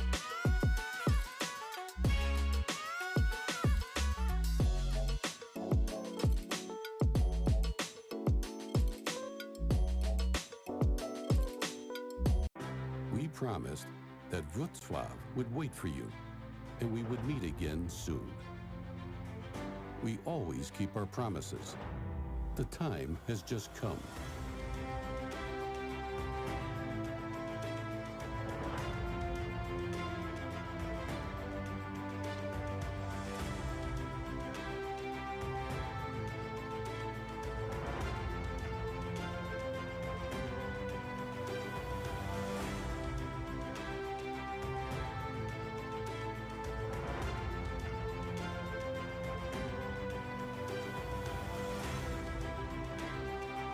There is so much to discover, to see, to experience.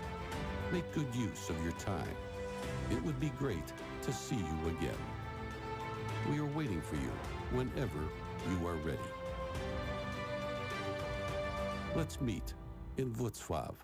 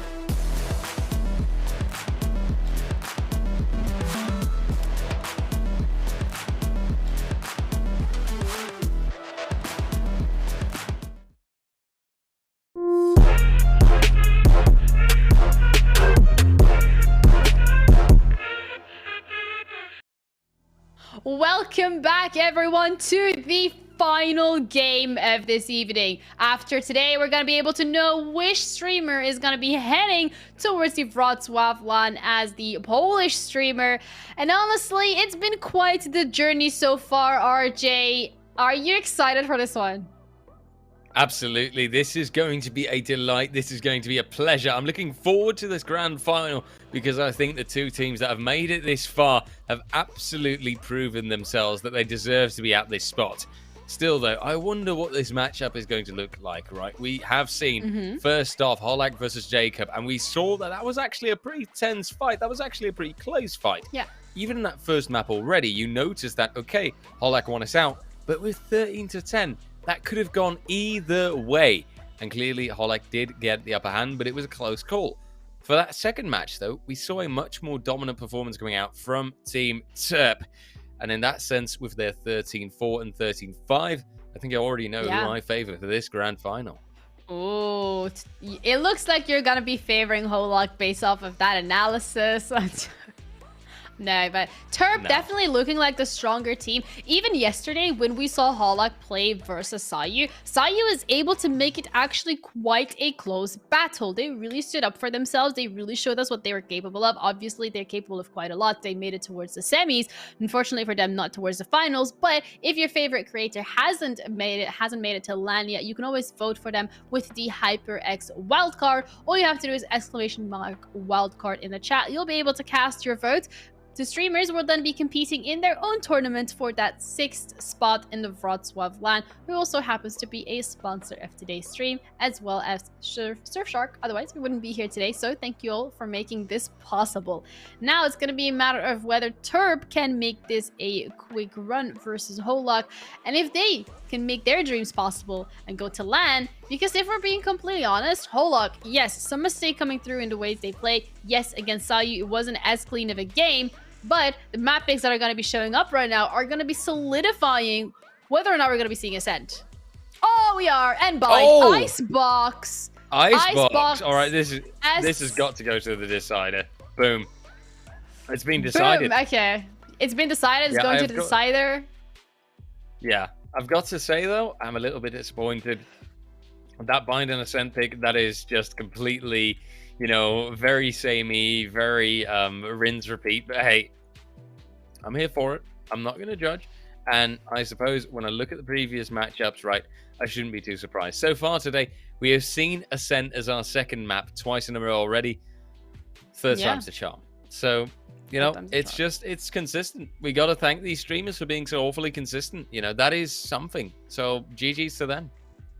Yeah, but they also need to be consistent in their play. Terp were able to win their own map pick on Bind. They then were able to win the map pick of their opponent Sayu on Ascent. We've seen Holak on Ascent yesterday versus Sayu. It wasn't as clean as Terp's performance was on Ascent. So I really think that so far, considering what we've seen today, winning that first map pick is going to put you miles ahead of your opponent, not just in terms of the fact that you have that one extra point on the scoreboard, but also in regards to your mentality, in regards to that momentum that you're building going into the second map. Ascent, yes, it has been picked by Holak, but considering what we've seen from Terp today, they're just as comfortable, if not more comfortable on that map as well. So winning that first Bind map to be coming through, which is their pick as well, if it works out in their favor, if they can secure their own map pick, you're going on to Ascent.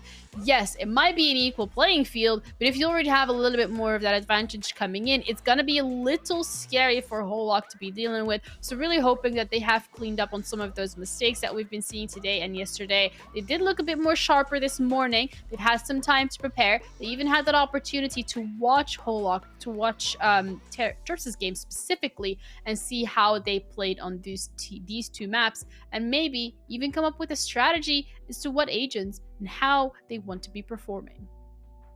I mean, that's exactly what I'm hoping for. I really am banking on Terp having done that, Holak having done that, to analyze Terp's strategy, to analyze their plays, and indeed to figure out what agents they might actually be playing with. For now, we obviously have to keep in mind that our first map today will be Bind in this one, in this grand final, and that obviously seeing the Raze pick, the Brimstone pick come through should be no surprise there. The Chamber to support once again is a pretty consistent choice to be found, and then the Sky and, well, the Sage on either side. Again, no surprise Pikachu from me today. Yeah, no surprise Pikachu meme coming through for you today. Okay, we're starting it off strongly with the memes, but we can talk about these players as individuals, but also for the agents that have been selected. I really want to put focus on Profek, on the chamber specifically. He has been absolutely cracked out of the wazoo. He's been doing so incredibly well at starting off these fights, starting off skirmishes, winning them, creating pressure for the team, creating those numbers advantages, and clutching when he needs to be doing so. So there's a lot that the opposing chamber is going to be having to do as well if they want to equalize that playing field. We have the Rays coming through. I think this is something pretty standard, as well as the Brimstone, the Sage, the Sky. We spoke about it earlier today. Heck it, we'll do it again. The Sky specifically flashing out onto B-Long. It's going to give that chamber, especially Profek, if it's paired with the Sky onto B-Long, quite an opportunity to push out aggressively and get some early picks when they are on the defensive side of things. So looking forward to see how that's going to be playing out as we're going to be heading into game. And this time around, it's going to be Terp that is starting off on the attacking side of things. Sorry, my brain just had to like compute that a little. It's been a long day. I get it. You know, words are difficult, letters are complicated. It's not always easy going. And let's be real here. You know, how many people aren't out there right now who's well, I can call it biological processes, right, are overheating because the temperatures are insane right now. At least over here, it's like a comfy 25 degrees centigrade. So, no biggie there. Centigrade? I thought it was Celsius. Yeah. What's going on? I think both work, but I'm going to check that when I hand it off to you. I do want to quickly touch on that. That I like the way you highlighted Sky there. Very important for that pairing, right? Just make sure that you've got that really solid combination at work, that you've got that team play coming through. Now the paint shells will chase, and you will quite quickly see a follow-up from that. All these players in the garden, and now the attackers utilizing the brim smokes to secure the site. Of Kosti taking the first point. David's moving ahead, and Kosti absolutely on a roll. A flawless round from Team Holak. And a mark has been made on the first map. Yeah, pistol round already secured by Holak. We've seen them do this time and time again. They're comfortable in these pistol rounds, and now it's the bonus coming through. What we've also seen from Holak specifically, though, however, is the fact that these bonus rounds don't work out in their favor. And that's something that we're going to have to keep an eye on going into this round, because Terp have been pretty good at securing these thrifties. So this time around, Holak, they really need to reel it in. Last pistol round was absolutely beautiful. Haven't lost a single member. They need to keep this momentum going. They need to stretch their lead as far as possible. And starting off by blocking out access to lamps, to showers. Molly gonna come through. It's gonna not do any damage, but they're already onto A side. Smokes are going to be cutting it off. They're not checking their corners. Goku's got to get a 2K. The Wiz is going to be coming through. The trade is going to come out eventually from Profet. He's going to be good for one. Kareem is picking up the last member. And now Profet, he's got a lot to do. He's got a lot on his hands. 4 players, no spike, a couple of bullets, and an orb just to get something out of this pick. He's going to go aggressively. It's not going to work out in their favor. And that's Holak reeling it in, winning that second round. And boom. Team Holak, they're already surprising us, right? They are making their mark from the get-go, saying bada bing, bada boom, we're on this map and we're ready to take it away from you, Terp, because you've got to keep that in mind. Team Terp, they actually opted for this map. This is their pick, and in that sense, on them lies the responsibility to reclaim this, but no fretting just yet. This is merely the first 2 rounds, and now Team Terp has got rifles on their hands and armor, so the chances should be looking more favorable. By the way, a quick update on that centigrade versus Celsius story. Apparently, as you called me a boomer earlier on today, I also used an outdated term for Celsius. So that's oh my that's the update goodness! on that. I am literally ancient. Literally ancient, you know. A fossil. Oh. Good thing I've been discovered already. Right, moving on. Team Holak, 2-0. Standing strong, and I'm really curious to see how they'll play this bonus round. Yeah, Ziwa looking to push out aggressively. The flash is not going to be spotting me out. The running and a gunning with a Spectre is going to connect eventually. 1-for-1 coming through. And that's a Vandal down. It's gonna mean that one of the Holak players are gonna be able to get that Vandal. They're gonna throw the teleporter. Gokudo is not gonna be able to connect with any of them.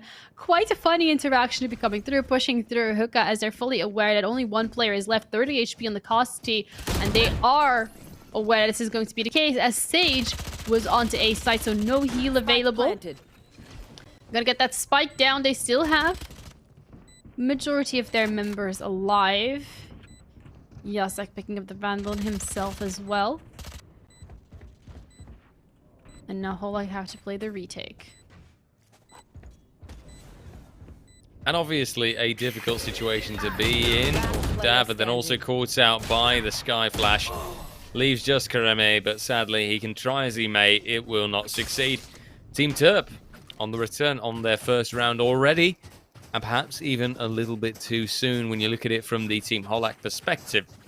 If Team Holak had been able to now commit through to this bonus round and actually gotten a win out of that, it would have given them a massive economic boost. And you would have noticed straight away that there would have been a bit less of a struggle, because right now, I mean, take a look-see at Gokudo, right? He's rocking a Deagle. Or, well, a Sheriff, I should say. Wrong game, right? But the idea is the same. He's going to have to be a real marksman to make that Sheriff work and to make that hit the shots. As currently Karimi will go for that first fight. Operator doing the work. But still plenty of players left to be found. Yeah, Barrier Orb is going to make it much more difficult for them to get that Lamp's control. Something that Gokudo seems to be prioritizing. Is going to get a little too aggressive there. Profak is going to make sure to shut that down immediately. Bit of a gap between the Barrier Orb, and that's what Gokudo wanted to capitalize off of, but unfortunately didn't work out as planned. The remaining members of Holak and Terp, they're just playing this slowly. They don't feel any rush as of yet.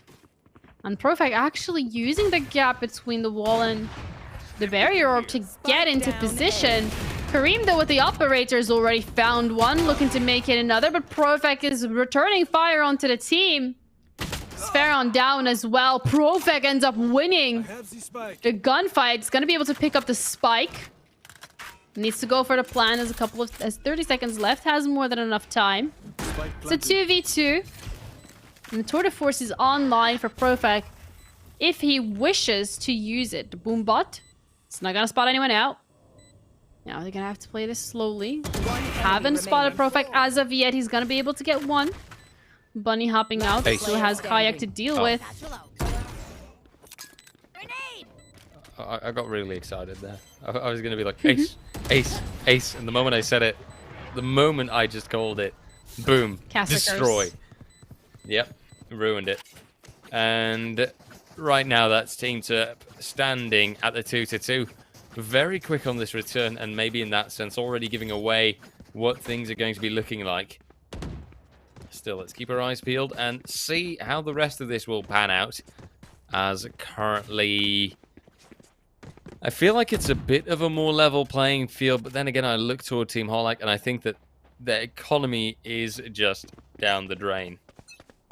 Well, I'm not too surprised when I take a peek over at that side of the map and I see sheriffs all around. Yep. Gonna have to do something with these sheriffs, and it's not gonna start off well, as Profak is the one who's starting off the round strongly, as we're used to at this point. Formidable player in their midst. Just completely fragging out of their mind on the server. Nade's gonna come out. Lamp control is what both teams are currently striving for. It's the entryway back onto site. For the defensive side. And that's something that they don't want to give over just yet. Satchel. Just to slow them down a bit more, but the collat has got to be coming through. Ziwa picks up a clean 3. Kareem on the return gets the 2 of his own. He's going to be able to get a Vandal. The Sage Wall is going to drop. The Spectre running coming through is not going to be enough to get rid of Kareem, but he does only have 20 HP and eventually drops. An upgrade coming through Sferon, but he's not going to be able to make it out. I was really rooting for him there, not going to lie. I was hoping and thinking, oh, are you going to make it? Are you going to make it? But it just didn't quite happen. That spike can be a mean son of a gun sometimes. But hey, for Team Turp, the result is there. They've gotten their round in, and a lot of that thanks to Ziwa just absolutely popping off and delaying massively. So, logically speaking, that already has that showstopper in the hands. You want to play? And in a moment, Let's we'll also be play. seeing that tour de force coming through. And there you have it. Karami moving back, showstopper coming through, and oh, that should be money. Ooh. Finds at least Gakudo, also known as Holak, obviously. And that's already a great start to the round for Team Turp.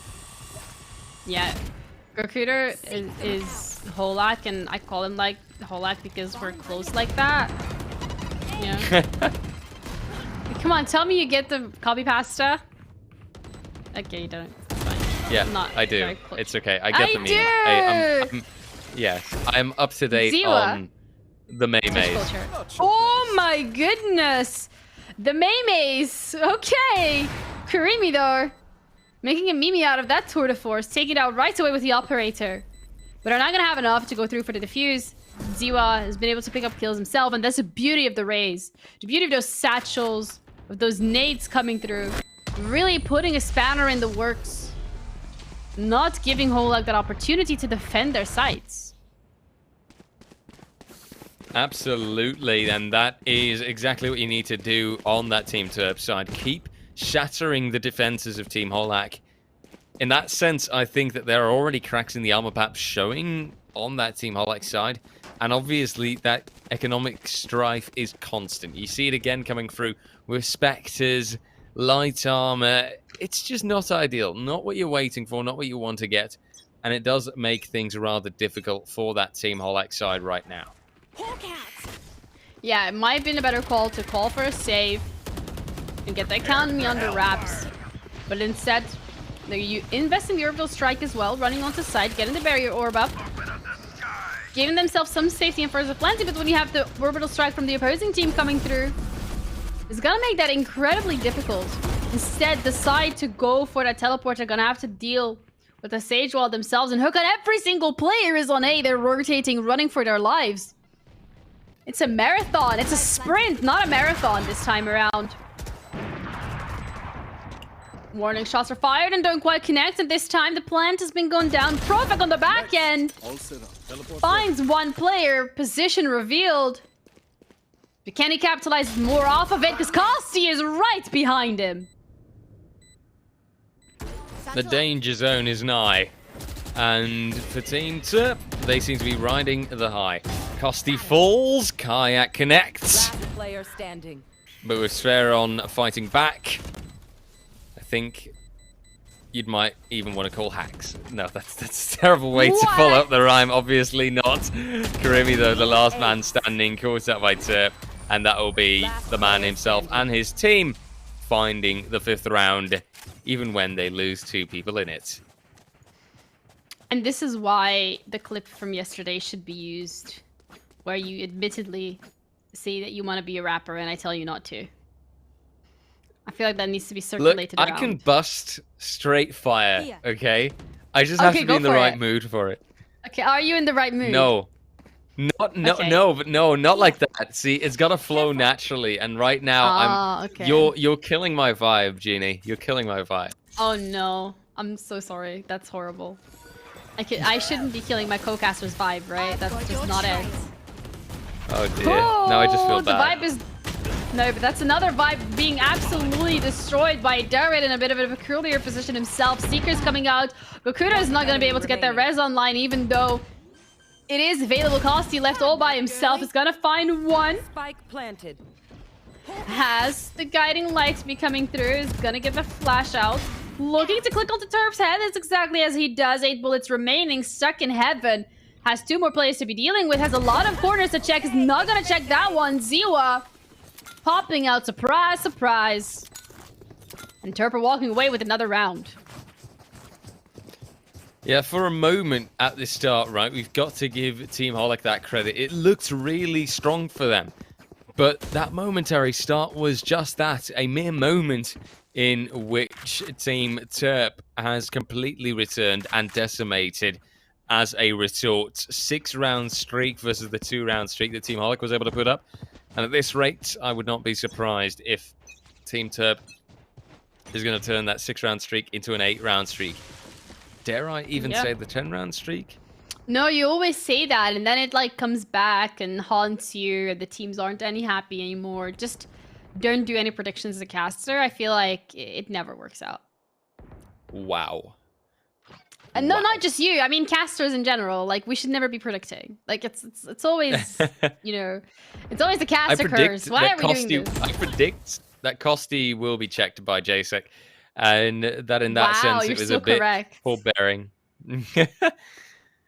To hug and stick to that corner. Kayak, though, should be getting a better chance of this fight.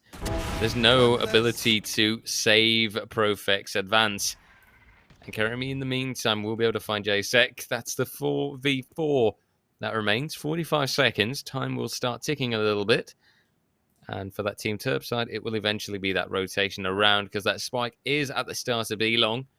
Crazy moving the gardens, but now Profex moves ahead, and there you've got it. Kayak can get a bit of a freebie, and that spike is going to have to move to the B side one way or another. But now, though, Resurrection coming through, but still being denied. A bit of a waste. And it's a shame that David didn't have any smokes left. That would have actually helped him out a lot there. Ziwa now moving out, Turp, following up on that.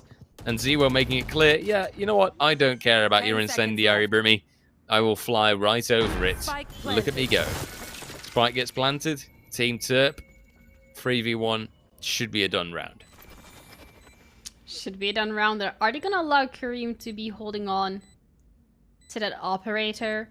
Maybe not something you want in his hands, but again, the discipline coming through from Turp. They don't want to give isolated 1v1s. They don't want to peek. They're more than happy to give Kareem that operator. And as I say that, Ziwa is going to be taken out. For this round to be won, Karimi's going to need to get an ace to come through. Unfortunately, not working out as of yet. The remaining members from Turp, they don't want to go for that peak. They're more than comfortable with the fact that they already have the plan down. They've lost a couple of members along the way. Mission accomplished. 7-2 for Turp. And Holog, they need to start reeling it in if they want to get a couple more rounds on the board and close this gap. Oh, exactly. So I feel like Team Turp getting toward a 8-2 or 8-4 even scenario, if you want to look ahead towards the end of this half, would be far too dire. That would put Team Holak in an undeniably tough spot. And now, once again, they're also in a tough spot, right? Look at the economy. They're forced to basically make a safe out of this, but they will at least be happy that Karemi is rocking that show... Not the showstopper, I think they're getting them mixed up now for a moment, dearie me. Of course, it's the Tour de Force, that beautiful, beautiful sniper rifle. Yes, I know, I'm pretentious like that. Standing at the ready and waiting for his opponents to be found.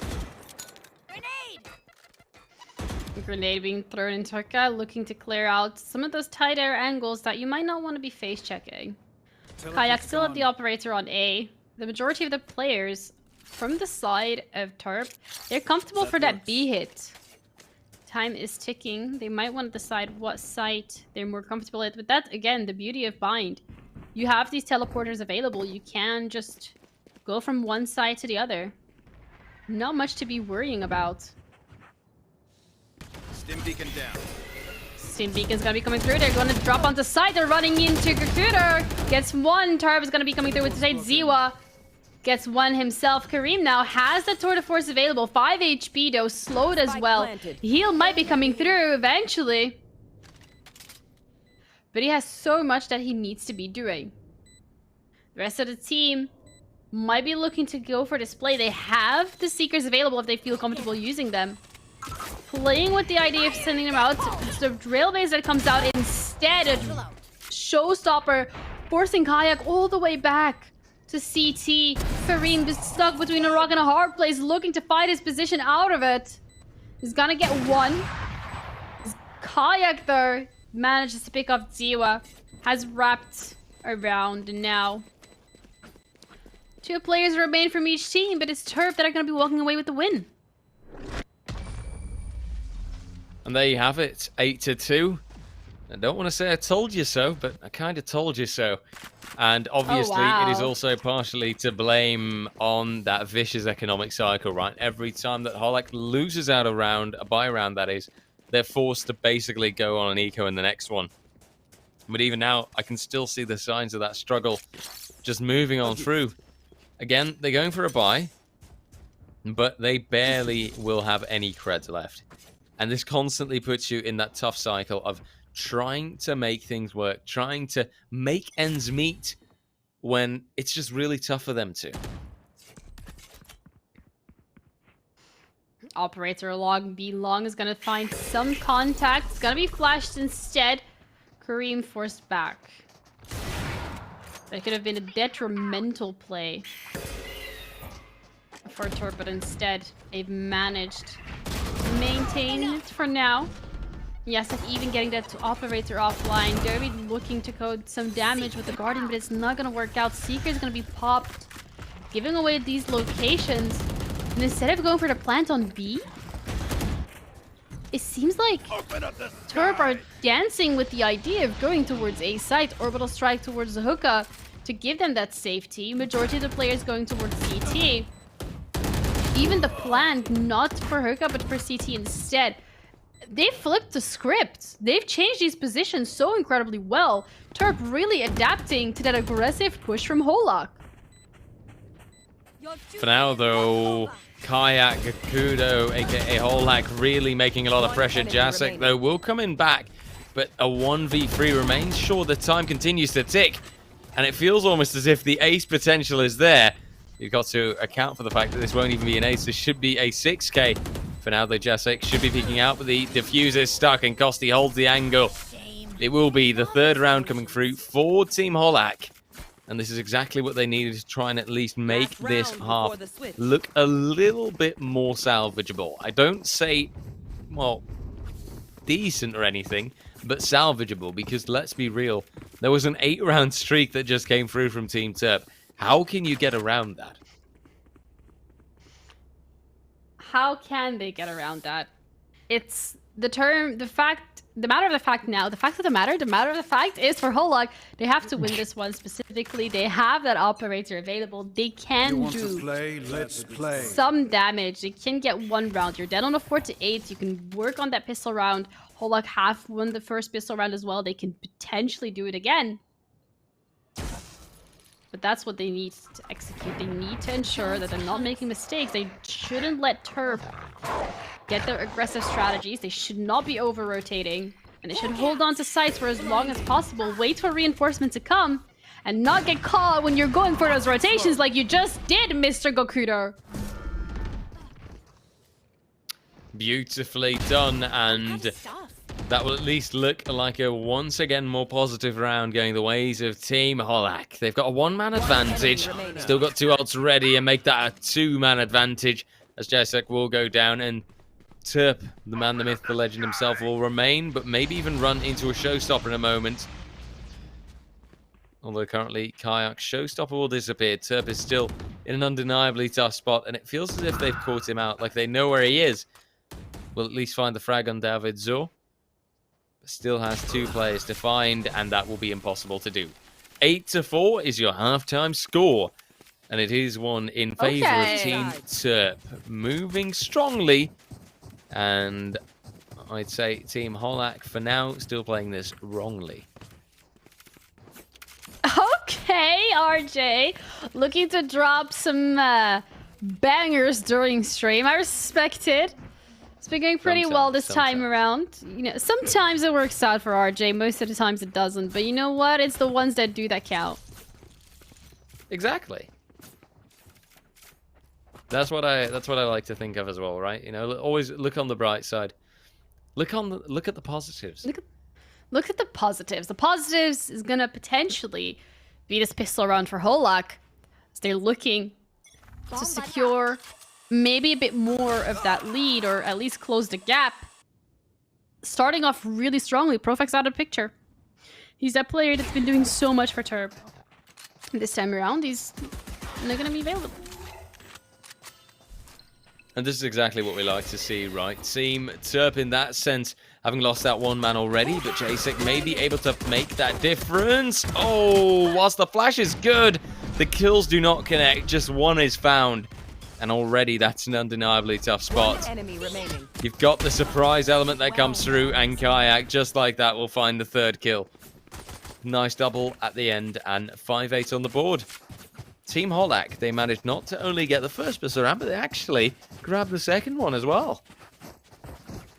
Yeah, they're doing so good. And the fact that you get 2 pistol rounds in one match, it increases your chances of actually closing this out very, very much. I heard a statistic once saying about 80%. It increases your chance of winning by 80%, and that's exactly what Holak need if they want to be going onto their own map pick feeling a bit more confident. It's good that this is a much closer game. So there's a couple of shorties that are going to be thrown in the mix from the side of Terp. They're going for that gamble that it's an A-side push. But as we can see, because we're casters and we can see the future and we can see the maps and we can see everything, we know that it's not going to be an A-side push. And instead, Holak, they're going to get their plant down pretty much uncontested. Planted. And that already makes for a great start, obviously. As right now, there's that move, that push ahead. Team Turk will be massively caught out. They don't have the weaponry. And the pain shells will make Sveron's life so difficult. Gakudo, aka Holak, finds that frag. And this will be just perfect at the end. Caught out Kayak with an impressive 4K and a flawless round for Team Holak to come through. Yeah, Kosti and Kayak. These two players, that synergy, the wavelength, the decision making that they have together, it's just so incredibly impressive to see. Kayak was waiting for the rest of Terp to be pushing through those teleporters. And Kosti, he understood the assignment. He helped the team get onto side, came back, and helped Kayak catch some of these kills. And that's just some of the synergy that we've seen these two players have over the last couple of games, and it's impressive to say the least. He's very impressive. This time, though, what's also impressive is the fact that you've got that great start coming through from Team Turp. If they're fast enough to find that return, then there's still great potential here. Karimi also a little bit caught out, but he will survive. As for now, Team Turp will just make do with the entry frag, the beginning frag that they found, but Ziwa is not accounted for immediately. Kayak then connects the snow showstopper, but it doesn't go anywhere.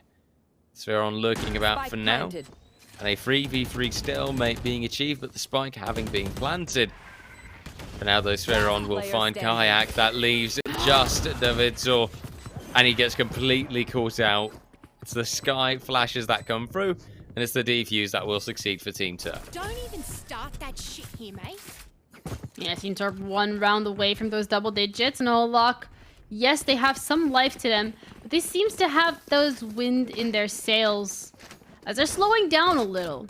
Again, that round specifically, one of those rounds where Turp was coming in with a superior buy, now will most likely be equalized across the board, except for the fact that their top duel, well, one of their top fraggers, Profex specifically, is going to have to be playing on a classic, and there's no resources available to invest in that player, specifically from the side of Holak. And for Holak,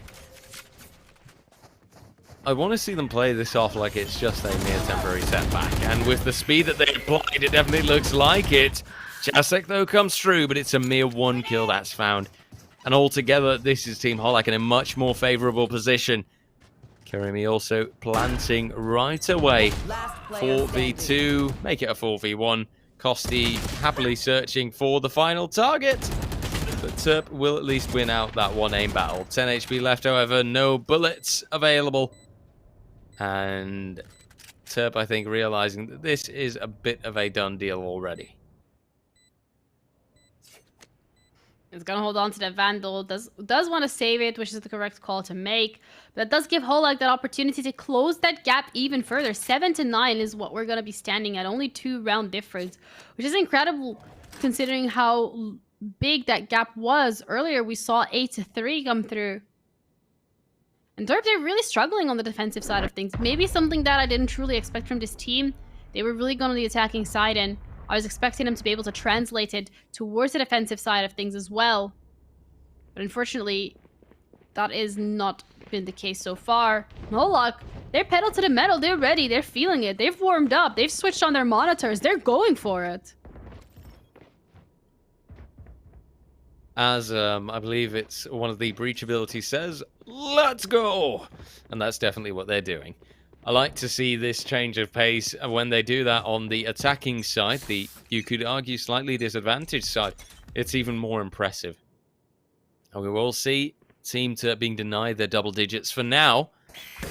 As at the moment, another execute comes through, and JSEC, even though I admire the dedication, right?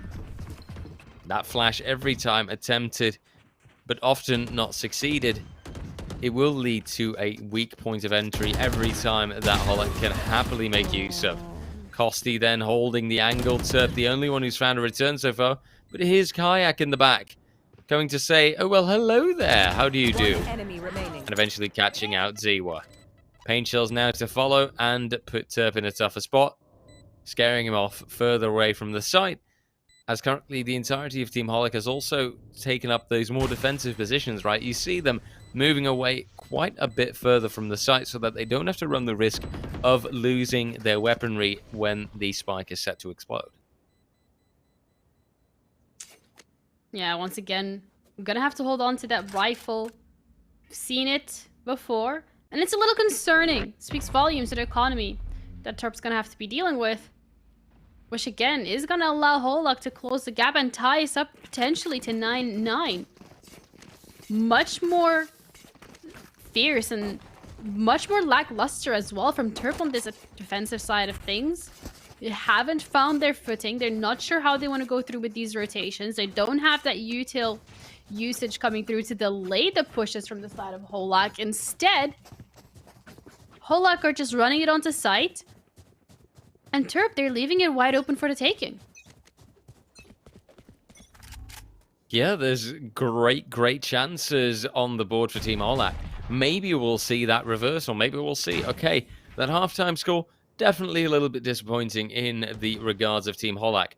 But now that turnaround and maybe Team Holak getting that chance to win the round, to win the map of their opponents. Because you've got to remember, Team Turp, they were the ones that picked this. But at this point in time, I'm not noticing a lot of it. Yeah, it's not really showing why this was the map that they felt more comfortable with. It's their map pick, and we said, you know, winning this map would be huge for either one of these teams. It's going to give them a bit of a momentum going into the next game. And being completely honest, expecting it to go towards Turp's side of things hasn't really been the case. Jacek gonna go for the guiding light, but instantly plays off of it and gets punished. And this is what we've seen him do time and time again, and it has been costing them rounds. When these aggressive plays for Turp don't work out, it seems like they struggle to figure out how else they would like to play the game, whereas Holak, they're comfortable playing a bit more passive. And that's Team Holak on the equilibrium. They found the balance, and they stand 9-9. Just like that, it is a few more rounds, really, that separate either of them from perhaps creating that overtime scenario. From maybe finding a position in which you will have Team Holak or Team Turp moving ahead. I'm really curious to see the final few rounds of this map, because it's proven to be the closest one yet. Well, as they say, save the best for last. Yeah, that's exactly what's been going on. They're saving the best for last, but is this going to be the best map we're going to be seeing today? Is the next one going to be much more one-sided? Is Holak more comfortable on it? I'm going to have to wait and see. But as of now, Turp, they're struggling. That defensive side is not their strong suit. And that's a little worrying, because even when they use the util to delay Holak to get onto site, we just saw with Sferon, they're still looking to go for those aggro plays, regardless of the fact that their util has been used to delay them. Seek them out. And delaying might be exactly what you want to do on that defending side. But now the Seekers move ahead. Kosti at least getting a bit of intel out of this. But Kosti really just trying to bait the attention toward the B side because the execute is going on at the A site. Kayak with the first frag. And Kosti still catching Siron on the back line. Ziwa somehow not managing to frag out the Sage. And Kayak still standing strong, waiting to peek. And I'm not quite sure what the idea was there, but it works. That's a bit of a lucky play. And it's just the Sky left. I know, right? I believe, actually, if I saw that correctly, the enemy raise hit the blast pack as it was thrown out. The idea is to remove the player from that corner using the blast pack, force them out into an awkward position, go for the swing, and take it. Took a bit longer and a bit more shakier than maybe expected. But it worked out in the end for Kayak. And look at those leaderboards. 21 for Kareem, 20 for Kayak. Absolutely running away with these frags. Perfect this time around. Towards the bottom of the leaderboard, 11 to 17. Not having the greatest game of his life. And however, he's one of those players that we highlighted as how strong their performance has been for the side of Terp. But also how a lot of the rounds that Terp were able to secure in the last couple of maps, or the last map specifically, were genuinely down to his individual solo performance. And solo performance is at times an underestimated factor as well. People sometimes think, yeah, but the whole team has to do it, and that's true. But you having that one-star player at times can do so much for your team to work like a charm. Honestly, it's those kind of things that make all the difference. As for now, we're currently sitting in a technical pause. Now, that could also be down to just the one player. It's quite a scary proposition. But let's hope that it's nothing too dire. That we don't have to worry too much. And that we'll be seeing these top-tier players fighting things out against one another in just a moment's notice. Yeah, we'll find out after the round check. It's a tech pause. No break confirmed. And 10 to 9, Holak, they look really strong. You know, I want to say, you know, RJ, your rapping skills are looking stronger than they did yesterday. So I think you should be proud of yourself for that one as well. Doing much better. Getting some of these rhymes coming through. I try as I may, because it's important that my rhymes slay. If I do not do that today, then I think it will be me no longer leading the fray. I have to be the real caster, the master, and otherwise I'll be sent out, turned into plaster. That's a terrible ending once more. What is going on? Oh, good heavens. Are we okay? No, I'm so not okay. Anyway, moving quickly on, our tech pause has subsided, so the people at home, they'll be relieved from this absolutely terrible set of rhyming that I'm doing today. Happy to be of service, however. The cringier, the better. As currently some first few shots are put out. Thank you. And we'll have to see. Will Team Holak be able to play pretty good? Will they be able to get the 11 to 9? Push this towards a potential map point, and then maybe create that setup for the 2-0. Well, we're gonna have to wait and see. Looking down Profec's barrel, we said it as well. One of those players that has found a lot of success in the last game. This one, unfortunately, not really been his game specifically. Nade is gonna be coming through. This is not gonna make contact with Yasek. Does have that guiding light still available, looking to use it, but waiting for the right moment. Doesn't want to go for that blind peek, and I hope he doesn't go for it. Goes for the swing once again, gets punished. We've seen this movie time and time before. And it's not working out in Terp's favor. Orbital strike available. Resurrection coming through. Is gonna be doing some damage. 70 HP left on Gokuro. Kosti taken down once again. 3v3. Plant is down. Gokudo makes this a 2v3. Kareem looking to go for the swing. Find C1. Now it's only one player left. Perfect looking to connect some of these shots at the tour de force. It's not going to be enough. 11-9 for Holak. They're making the comeback. Really impressive how it does get down to an equal scenario, a 3v3, but Team Holak still manages to win that out in a, well, not flawless sense, but at least keeping those 3 team members alive. Fantastic for their economy, where Terp on the other side are looking dire. All the creds have been used up pretty much. You've got Profik, who's got a little bit of a reserve of 500, but what is that really worth?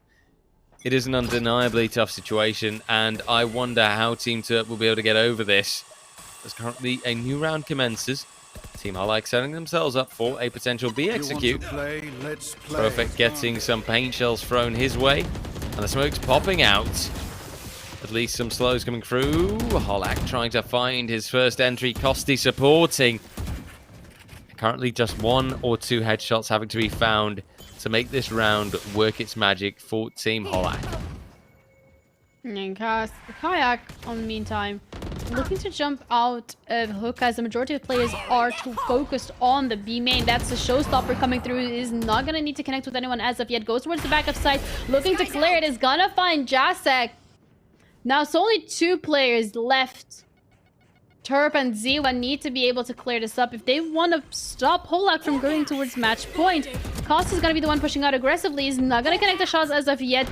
Is going to be able, however, to spot 2 of these players. Fake flash coming through. Kayak takes out their counterpart. Terp is able to take 1 pick with the molly. But he's still alive. Still someone to be dealing with. And he has to make a choice. Does he want to go for the save once again? Or is he going to go for the hero play? Makes up his mind, and the save it will be. I was about to say, it doesn't quite look like he wants to go for this. He's leaving this one for what it is. As currently, Team Holak, they stand 2v1. They take 2 team members with them, but for Team Holak, it's not really about taking that many team members with them. It's far more important for them to actually make sure they eliminate their opponent, and that they can maybe ruin that economy a little bit further. In the end, though, it will be them surviving, and Terp obviously doesn't get anything anyway because he did survive in the first place, and now you can see the struggles appearing. No armor for somebody like Terp. That should be rebought in a moment, though. But still, light armor coming through for Sveron, Profek. I see a Spectre in the hands of Jacek, deserved, by the way, seeing as he is the bottom fragger. It's just a struggle all around. It is a struggle, and you're on match point. It's struggle, you're on match point, you're on your own map, you have 2 ults available, you got the Seekers, you got the Res, but are you going to be able to use them? You gotta find 2 picks early on. And that's the Seekers already offline, no longer available, just because the overcommitment from Jacek every single round has not been paying off. Orbital Strike, it's going to be cutting off anyone who wants to go through teleport. And Kayak, he's going to be going on a mission with the Spike, as A site is completely uncontested. Man's got a mission, but the mission of Team Holak is to upset our predictions. And I think so far, he definitely can succeed in that with winning this first map. David saw good chance. Sierron, though, coming through with the res. And there's the commitment. There is David Saw denying the chance. But Sierron at least committing to the return frag. A 3v3 remains an equal scenario, but a wasted ultimate does come into play. As currently Kaya can get away with the plant. And it will be Team Terp now having to move for the retake. And I wonder if Kareem, this closely pushed up, will actually be anticipated. It looks as if they are slow walking. There should be some sense of anticipation, but they do still run into his aim. Another trade. Another scenario that's not favorable. And some paint shells waiting to be thrown out, but they won't be. It's only Kosti that's left. They've given off the intel. The pings come through, and Kosti just has to wait for them to peek this out. Still, though, Terp, he commits to it. And look at this. The flash. It doesn't actually work. Terp still wins the battle. And the half defuse that he'd already committed to wasn't even necessary anymore. Team Terp, they managed to extend. They managed to stay into this. As currently, you've got the 10th round coming through for Team Terp. 2 away from potentially overtime. But for Team Holak, it's one away from still taking this map. And keep in mind, this was Terp's map pick. Oh, that was incredibly close from the side of Holak. That could have been that match securing that first map as well, and just being one step closer towards their spot at LAN. But Terp, they throw themselves a lifeline. They live to fight another day, or another round, to be specific. This time around, A site is where their sights are set. You're gonna be walking into Jacek right early on. It's not gonna work out in their favor as Kareem gets taken out straight away. Trailblazer but gonna be coming through. He's gonna spot one more player. Kosty's position is revealed. He only needs one orb for those Seekers. Seekers gonna be coming through from Jacek instead. Are gonna be able to spot out that one player in Lamps, which is going to be Kosty. But still, the players from Holak, they don't want to over-rotate. There's one anchor left on B. I understand it, right? Team Holak not wanting to take too many risks right now. They don't have the luxury to do so. They've got to play it safe. For now, Kosty finds that first entry. Still, the issue is that you can't play too safe on that attacking side. You've got to take the risks. Kayak also getting the read from that Seeker. The vid still coming with the plant. Kosty, really good hold, finds the triple. And this could be the money shot. This could be the play of the round. As a 4v2 remains. This should not be doable anymore. This is normally not going down to a tense 1v1. Yakudo, aka Holak himself, goes for a battle. Kosty, though, still into play. Hawk being thrown down, and an enemy flashed. As currently the paint shells come through, but Ziwa can win the battle. Davidsor, though, on the refrag right there. 1v2 remaining. The spike keeps sticking. Sferon, can you clutch this out? I'm afraid not. It'll be Davidsor with the final kill and the 13-10 coming right through. A beautiful showing coming out of Team Holak. Really impressive. And I think not exactly something that we saw coming after that 4-8 halftime. Yeah, nothing that we expected. Even before the game started, we were saying this is going to be not Holak's pick. Holak, you know, this is Terp's pick. That's their map. Holak, they picked Ascent. We're saying this is going to be one of those maps that they really need to huddle down and focus on, not lose too many rounds, not to lose too much of that momentum. We didn't even toy with the possibility of them winning this because we genuinely did not expect it. They did, however, really show us exactly what they are capable of on this map, Bind specifically. And the fact that we're going to be heading up into Ascent next time around, I'm a little worried because it looks like Holak, they have been playing this so diverse. They have been so good at adapting. Whereas when we're looking at Terp specifically, what they have been doing every single round is they have been pushing it out aggressively with the Sky Flash, pushing it out aggressively with the Chamber, trying to get a pick or two, and it hasn't been working out for them. Terp, that aggressive play has been punished time and time again by Holak in a lot of these rounds, and when that aggression gets punished, they don't know what else to go for. They don't seem to have another strategy up their sleeve, so they're really struggling to start and close out these rounds. Absolutely, and I think that's kind of the issue there, right? The moment that you can't close out your rounds, you enter this vicious cycle. You have a mental block here that's also not helping you out in the slightest, and you just have a lot of factors that point up against you, a lot of things that make sure you can't really find that success. And you get stuck in that constant negative cycle. It is just too tough to play that out. And that is the harsh reality, I think, that was faced just now by Team Terp. I hope that he and his team can actually recover from this on the second map, because that's going to be needed. And they are going to be playing on Team Holak's map pick. So this will be dangerous. This is going to be a close-cut call. Yeah, this is going to be very close, but we're going to be finding out how Ascent is going to be going after the break, so don't go anywhere because we're going to be back very shortly.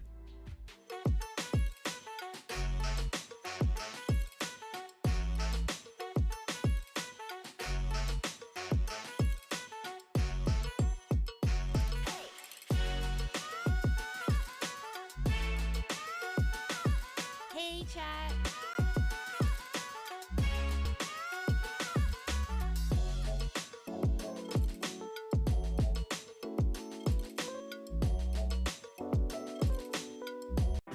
We promised that Wrocław would wait for you, and we would meet again soon.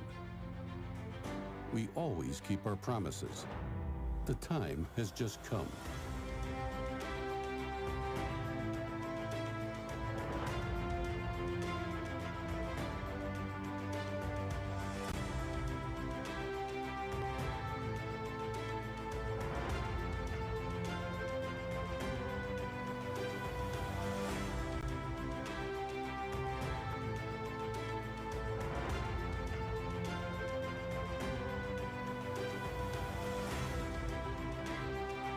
There is so much to discover, to see, to experience.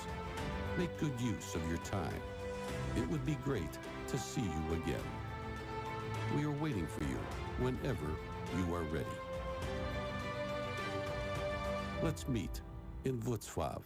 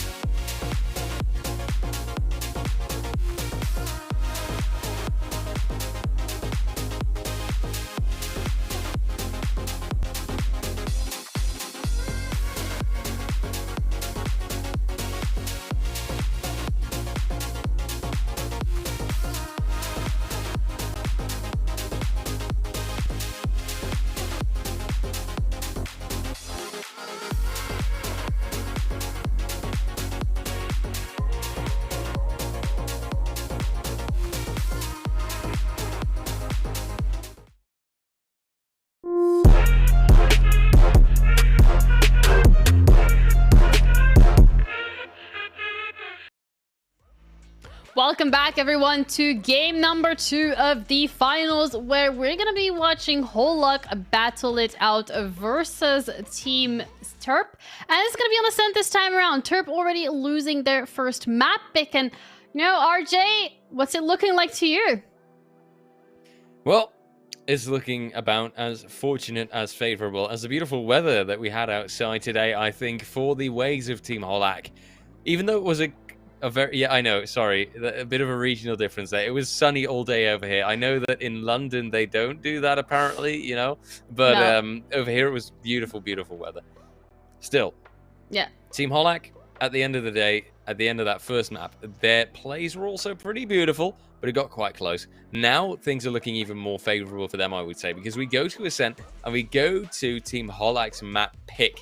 So in that sense, there's got to be something right there going their way. And I think, honestly, if Holak now can grab some further momentum, if they can kind of keep riding that high from the map win that they just got, I believe that there are great things in their future. I believe that Team Holak can absolutely show up and prove themselves and win out this best of 3 2-0.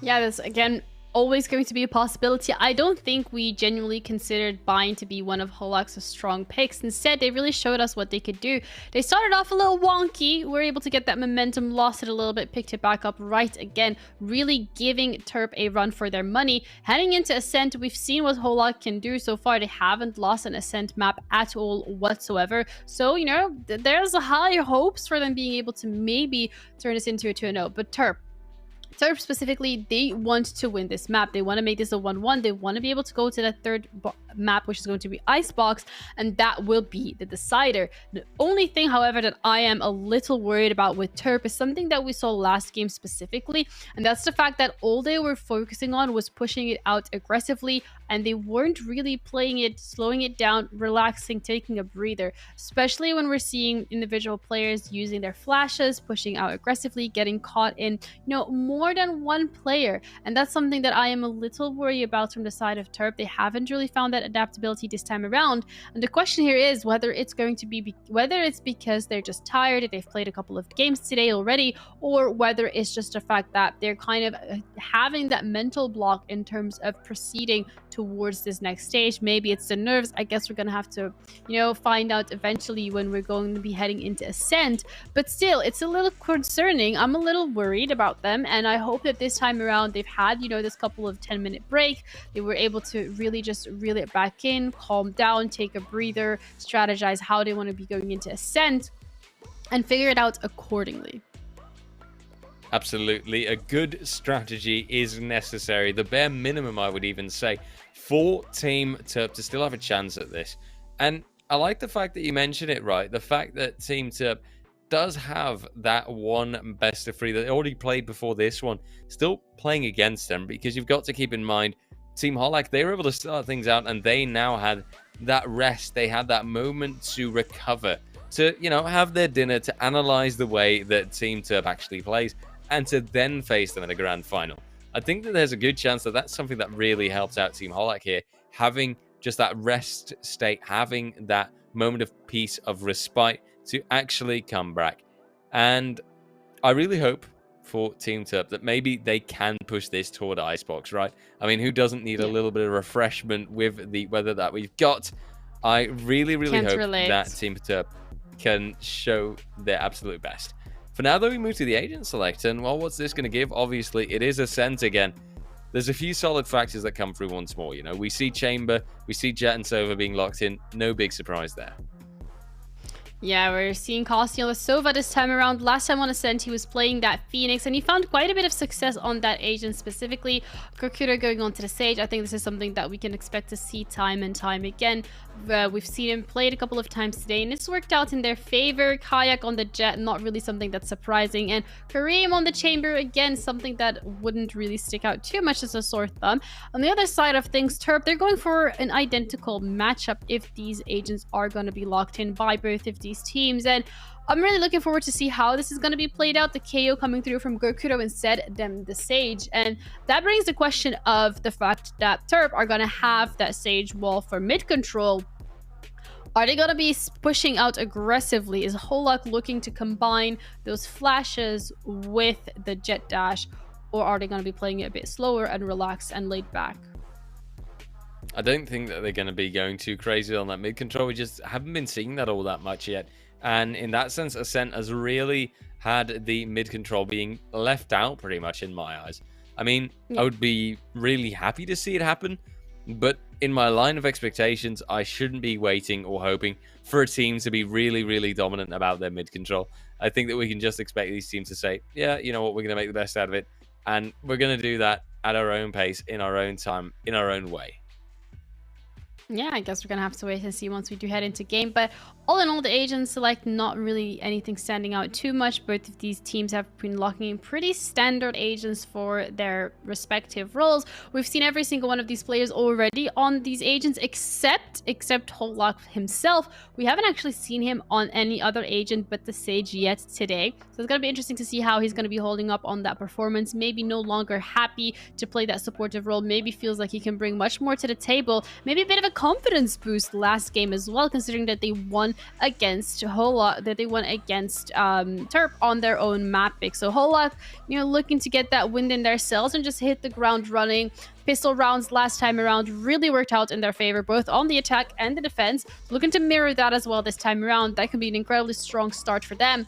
Terp, on the other hand, switching it up a little bit in terms of the fact that we're going to be heading on to Ascent. They still have the same players on their respective agents as well, but hopefully the switch up is going to be in terms of their strategy, in terms of their execution. I feel like there was a bit too much of an uncalculated aggression coming through last time around on Bind, which was their map pick. Unfortunately, because of that, they did lose it. Some over rotations coming through as well, and even when the rotations weren't coming through as an over rotation, they sometimes waited a little too long. They had left their flanks open. So a couple of small things, dare I say, you know, just dot the I, cross the T's for Terp to be looking out of if they want to secure this and go to map number 3.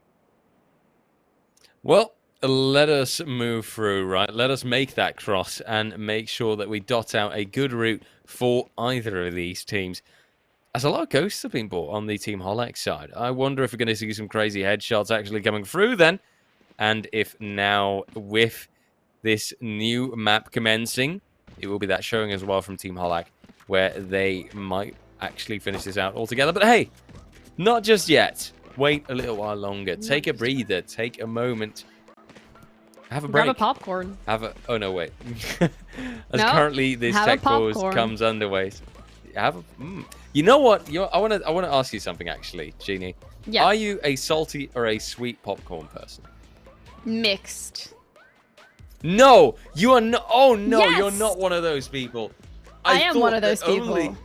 Oh my lord! Look, I literally had this discussion. No joke. I think even yesterday or the day before that, because you know.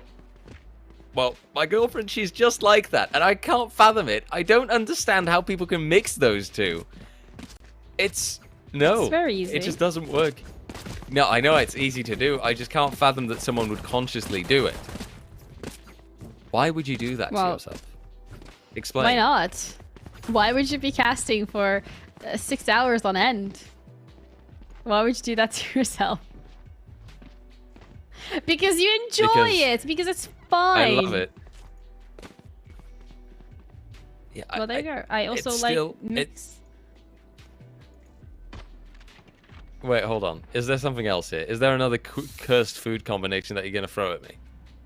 No, that's... how is it a cursed food? Okay, we're talking about popcorn here, but you haven't explained or mentioned what your favorite, I guess, flavor? Is that even flavor? It's just like salt or sugar. Which one did you go for? Yeah. Sweet.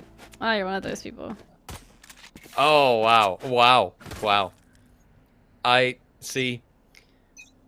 I'm getting my judgment thrown right back into my face, so maybe that's only deserved. Let's take a look at out and see how these players will throw bullets at each other's face as we leave our tech pause. And we take a look at this round commencing. Team Holak already with a lovely entry to come through. 2 great kills found. And Seron perhaps starting to feel a little bit antsy right away.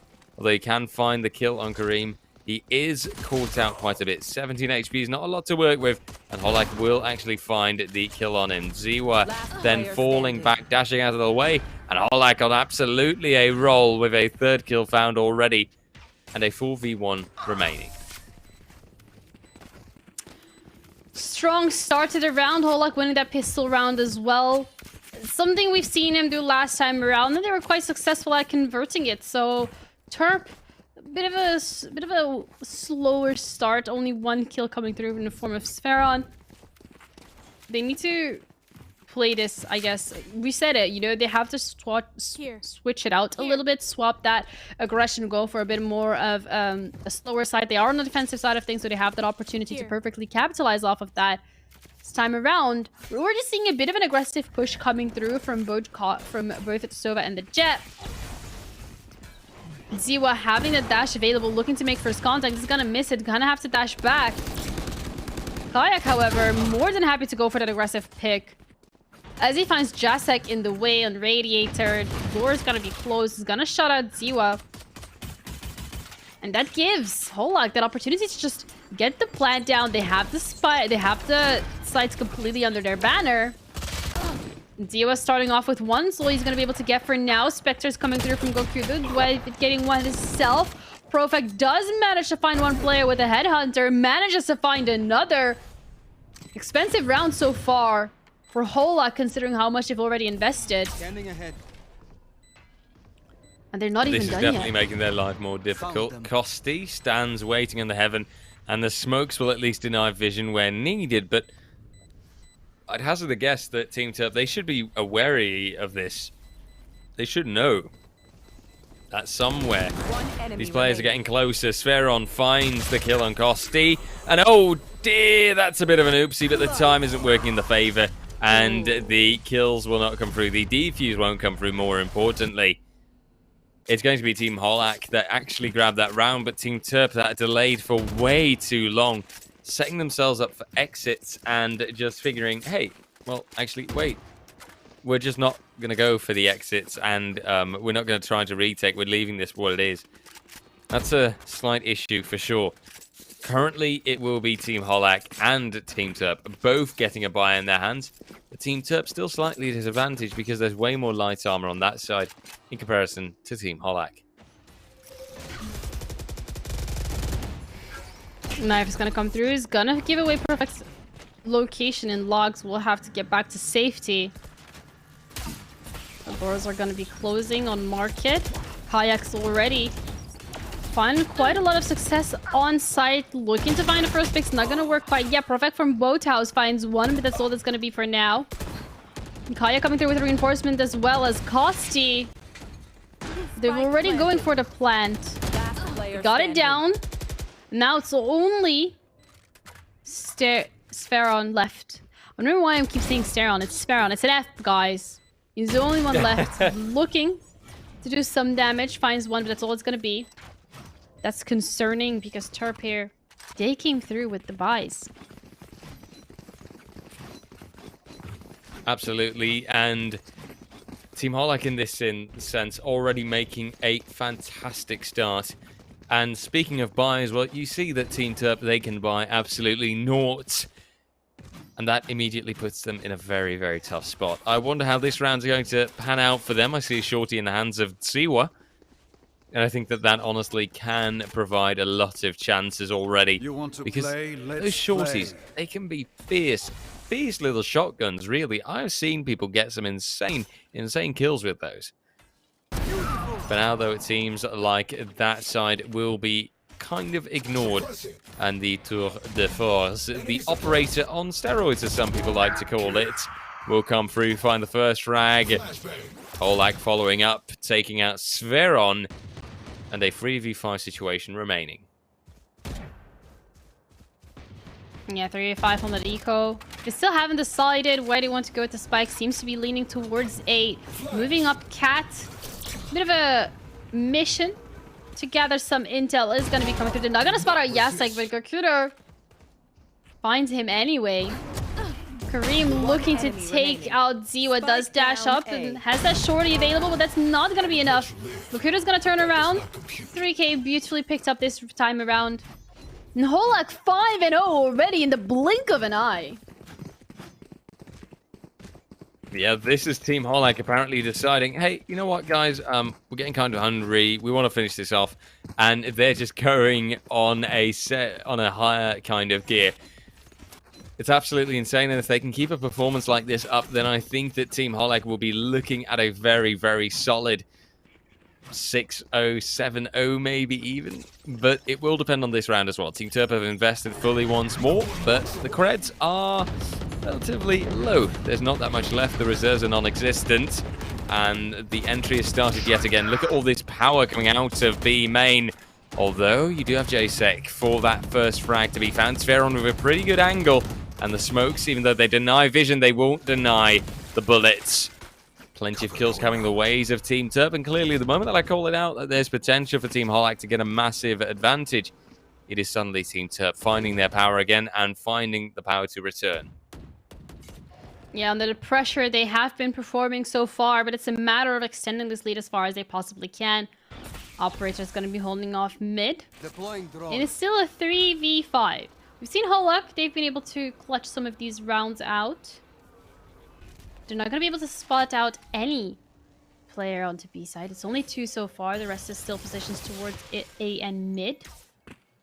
But all in all, an impressive performance coming through. Turp looking to clean out logs. David holding on to that position for as long as they possibly can. Kosti finds 1. Perfect finds 2 of his own and only 1 HP left on Kosti. Doesn't have the spike either. He's gonna have to walk into Perfect's crosshair, and that's exactly what happens. Turp, they secure their first round. And that's already a good start for Team Turp, but there's a lot left to be done. Team Holak able to dive into their reserves, and that is the advantage of running 4 rounds straight in a row and making sure that they've already built up a little bit of a backup. They'll be using that now. Phantoms, Vandals being brought up again. And keep in mind that you've got players like Kosti, like Kayak, coming quite close to an ultimate already. And I think right now, with Team Holak getting a new shot, getting a new chance, it's going to be the question if Turp can finally find a moment of reckoning where they're able to commit further, or where that one round will just be temporary upset. Yeah, Perfect is going to start off the round strongly again. 1 player taken down from the side of Olak. This time around, however, they're looking to push up from Cat onto A. Haven't seen this approach as of yet, unless once they've already had an advantage. Dash is going to be coming through, but he's going to be punished right away. Hajek is going to be taken down. Perfect gets 1, but David and Kareem coming through with the punish as the operator shot missed. Ziwa does have the classic, though, Cloudburst. Going to give him some form. But it's not going to be enough. That security is going to be gone the second that Cloudburst drops. Kareem's going to have to plant down. Barrier Orb going to be coming up. They're looking to clean out Hell. They know that's most likely the position where they want to be going for. Kareem's going to be able to get 1, but it's not going to be enough. As Turp is going from the swing from the other side of things. Going to go pick up the operator, get the defuse through. And Turp, they're looking stronger. Absolutely. This is exactly what we'd like to see. Turp now have to commit to this further and make sure that this is a bit of a streak starting off. I do want to say for a moment I felt it happen there as you had Turp dropping down, but Jasek being caught out. I felt like there was a bit of potential, but the spray transfer just didn't quite work out. Now you'll be noticing Team Holak dealing with the issues that they've been putting onto their opponents. Amiga. Yeah. Minor buy. A Bulldog here. Some Vandals there. But altogether, a tough situation. Luckily, Kayak does have that ultimate ready at this point. That's going to be very worthwhile for them as well. I'm going to have to play this maybe not as slow as we might anticipate them to. Instead, they're looking to get that orb. It's going to allow them to get the Tour de Force online.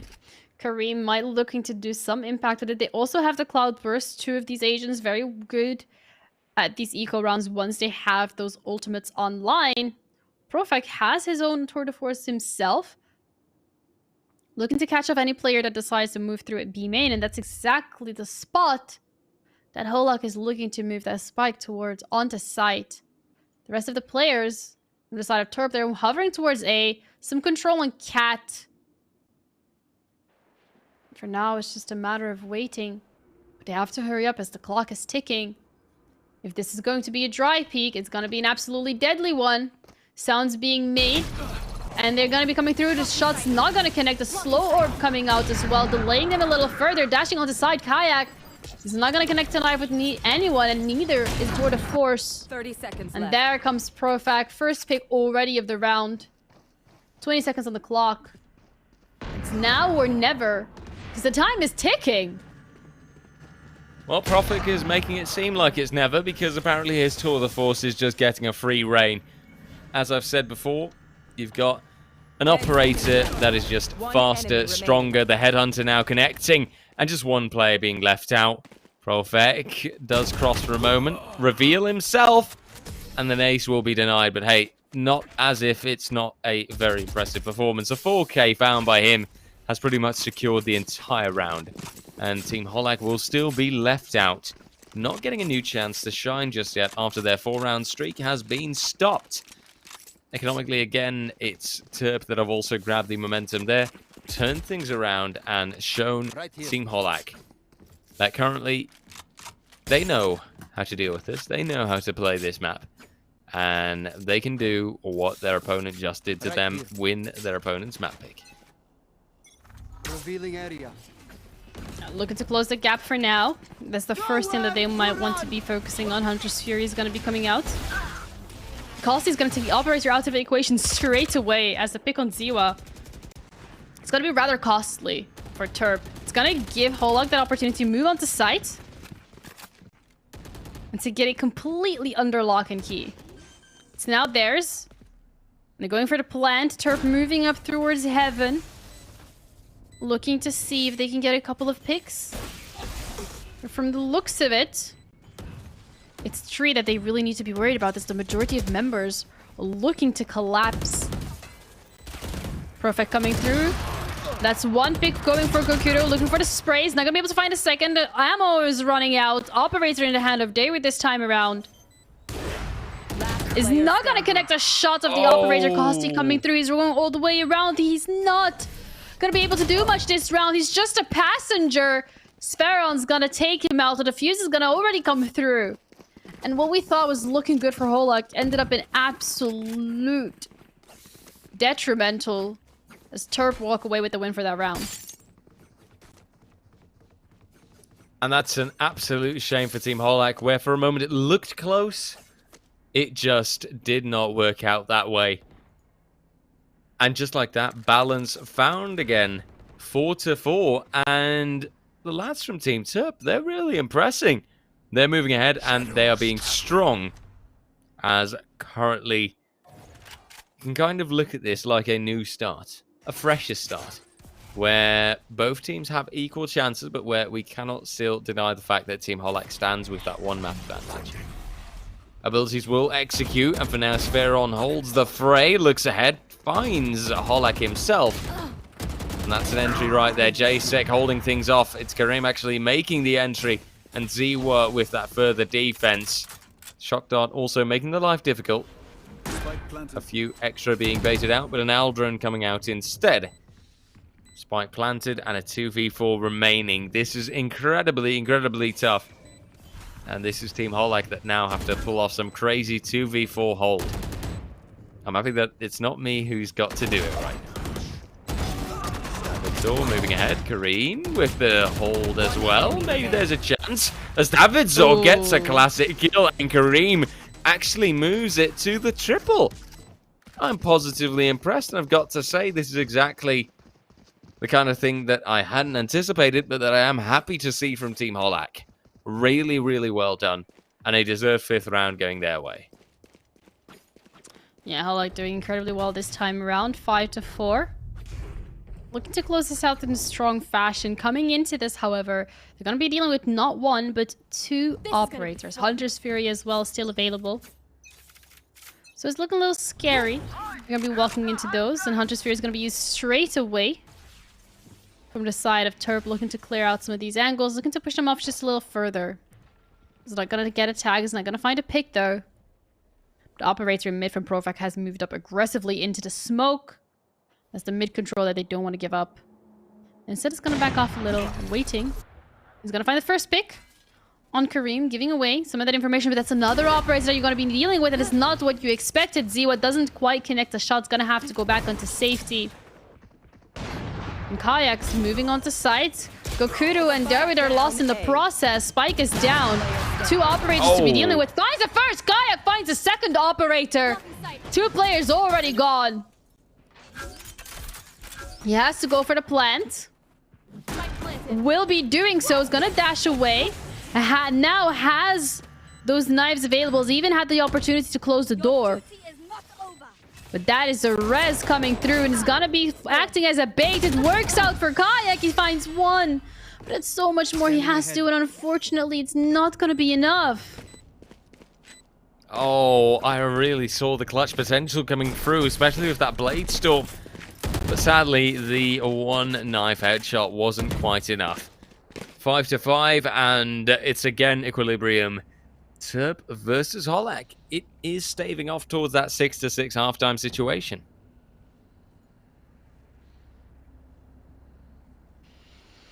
Well, 5-5, tied up 1 apiece, and we've seen this last time around. It's just a matter of one of these teams finding their footing. This time, on the attacking side of things, Holak seemed to be doing okay. And it was the defensive side that they really shined on last map. So this could be Let's what we've seen last time around. Tour de Force is going to be put online, and the operator coming through from Provac is going to find 1. Gets back right away. On a scouting mission for some info. Is going to give that a couple of players looking to push out from B main. Barrier Orb's going to be put up. It's going to delay their push even further. And with a less than optimal buy, it's going to be a bit difficult for them to break these defenses of Terp. That's the main issue right now that Team Holak is facing. And in that sense, I'm also really curious, seeing as we've got that halftime switch coming on up, how that's going to change the dynamic here. Could really shift the favor, shift the balance one way. And if that does go the ways of Team Holak, well, we all know what that means. That sets them up for that second map win after all. At the same time, though, it could be Terp saying, look, we love this attacker side, and we can absolutely destroy our opponents. Let's not get ahead of ourselves, though. Let's take a look at this round. Slowly but surely commences. An A-side execute to come through. And Sveron that has found or seen his first few targets. But he will get some vision taken away from him. And you will have the doors closing, making life a lot more difficult for Team Terp on this retake. As they're all forced down that narrow little choke point, or they're forced to destroy that door. Revealing area. Recombo's gonna get destroyed straight away. Shock Dart coming out. It's not gonna find a tag. Gonna do just a bit more damage, but not enough. And it's because he wants to destroy the arrow. He actually gets tagged just a little. It's gonna be all you can do, as 1 player is now left. And just like that, in the blink of an eye, every single member from Holak has been dealt with. And Terp, they get the defuse through. Yeah, it's great to see the way Team Terp does that. Just working away the enemies one by one by one. A really, really clean retake. And in that sense, a play in which you see Team Terp definitely leading ahead, finding the comfort in that defender side. And showing themselves being just a lot stronger, and at least being deserving of maybe just taking that advantage on the defending side after all. Currently, though, we enter the last round before the swap, before the switch. And we will see both teams having committed fully to the buy, even though 2 Bulldogs will come out from the Team Holak side. Sphere on the first line of defense, and oh, look at this. It's quite a quick play to come through, but it's good vision denied. Assist from KO, great flash from him. And Holak immediately committing as well. Keeping the enemies at bay. Spike being planted, and all the time they can play out is going to be beneficial. All the time they can waste is really, really well added. That's a good wallbang. Still a couple more players to be dealing with, and that's only 1 left. From the side of Terp, it's gonna find Kosti though. It has a lot more to do if he wants to make this work. The barrier orb is gonna be coming through, looking to give himself some safety, but Kayak was already expecting that. That's a 6-6 half. Dead equal. Yeah, this is something that I think we could have anticipated, right? The way that it was going, the way that they kept throwing those rounds out back and forth. It shouldn't be too big of a surprise that this goes that way. I mean, it seems like they're really evenly matched on this map. So now all we can do is wait things out and see how that dynamic actually switches on the side switch as well. We've now got Team Turp heading to the attacking side, Team Holak on the defense side. Obviously, that completely changes the dynamic of your game. It's going to be interesting to see how either team will deal with that, how they will cope, because now you have to open up a different part of your strat. That's exactly it. 3 hostiles are going to be the detected by Recruiter, so they have information what site most likely this might be a push on. They know it's looking towards that A, but still, Caribs is not moving from their position. They have expected this, and they've seen this before from Terp. The fact that they're sending multiple members to go and deal with one site, and then they have a couple left onto a different site. They like to spread out. They like to check the resources. So now, if Kareem moves up aggressively, he heard one footstep at least. Still has to deal with Ziwa. This is a standoff battle. Who's going to be peeking first? Who's going to be making the first mistake?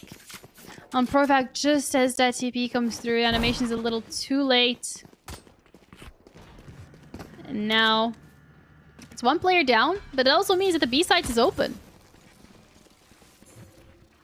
Absolutely. There's a chance there. And there's no resistance, really.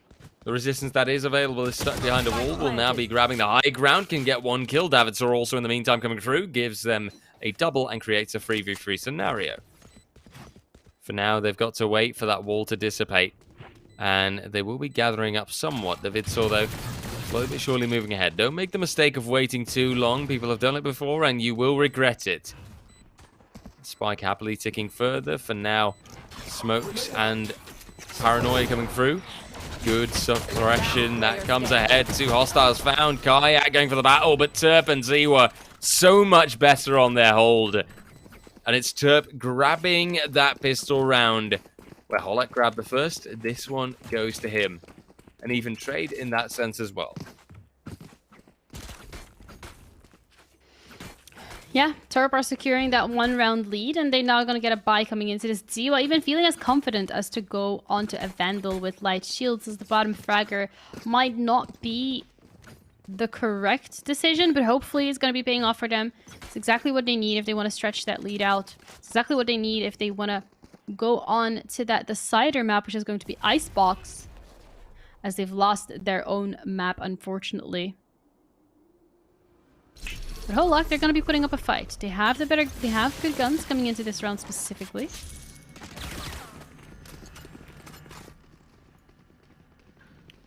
And we've seen what they can do with these sheriffs.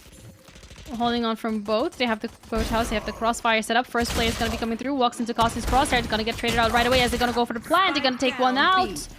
But that's all that they're going to be good for. Ziwa is going to be able to make sure that 2 players drop themselves. And now it's going to be a 3v3. Spike has been planted. They're going to be spotting out one. Yasek finds the first, finds the second. Profa closing it out. And that's 9-6 for Terp. They're moving so close to those double digits. Absolutely. I mean, in that sense, it is Team Terp 8-6 and just undeniably strong. I think that Team Holak might actually be losing their grips on this one now. It's going to be a critical component to win this round where they've gotten an almost full buy in their hands, right? Just the 2 pieces of light armor that are slightly problematic. But for the rest, pistols and the likes on the sides of Team Terp means that this is a round Team Holak should be able to win. Team Holak for now. They want to get this win. They want to get the ball rolling. They only have to close out 2 rounds if they want to make sure that they're standing equally in regards to their opponent. And if they want to ensure that maybe that 3rd map isn't where everyone's going to be going.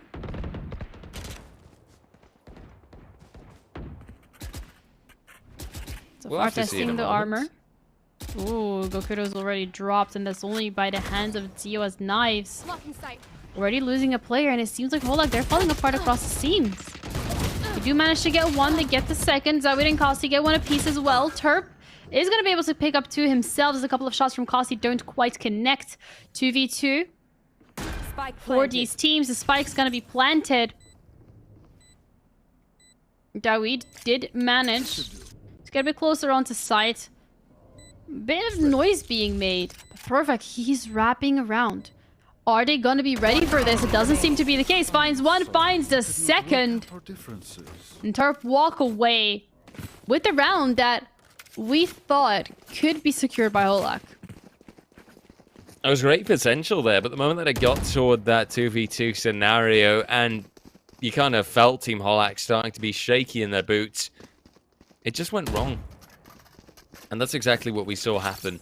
Team Holak, in that sense, really playing it sloppily on this defender side. Not having found a single round yet so far. Just shows how hard that they're getting caught out. That's not what you want to be doing, Holak. Again, forced on this eco round. They don't have the resources to invest into their economy. They don't have the resources to invest in any weapons of themselves. It's going to be waiting it out a little longer. They don't have any ults available either, which makes it just that much more difficult for them to actually be able to close out these rounds. They have to play this more passively. A bit too aggressive a couple of times around, and it seems like Terp have adapted to that aggression. They've been doing exactly what Holak has been doing, and that's going for multiple individuals for one peak, rather than trying to win these solo 1v1s. Unlucky timing for Sferon. Gets shot in the back. One Vandal down already. He's gonna be picked up by Terp, as they were the ones who were playing a Spectre. Kareem knows that there's one player coming. Looks away at the very unfortunate timing. It's not what you want to be doing when your trap gets activated, but unfortunately that's the case. Flashbang coming through from Gokudo is not gonna blind anyone. Does manage to get the spike down. Still has a couple more players to be dealing with. Dawid does find one, but it's all it's gonna be, and now 30 seconds left. Kosti left in both houses with a shock dart, 28 HP, looking to do some damage. Is not gonna be enough. Kayak is gonna manage to pick up nothing but a sheriff. And Terp, they secure those double digits, 10-6 on Ascent. Holak's map pick. Very impressive indeed, the way that this is going. Team Terp still nowhere to be found on this defending side. It feels as if the moment this has been switched around, things are just going terribly for them. And that you've got Team, well, Holak really nowhere to be found. And that you've really just got Team Terp showing that dominance, just overcoming them time and time again. And even when the battles get closed, you do notice that Team Terp still tends to carry that one-man advantage, which saves them time and time again. For now, a new round will show up. There's weaponry. Look at Holak, for example. Has that Phantom in his hands. We'll find the first kill with it. And currently, that might just be the saving grace, but really, there aren't that many chances left at this point for Team Holak. If they can't win it out soon enough, then it's a lost cause.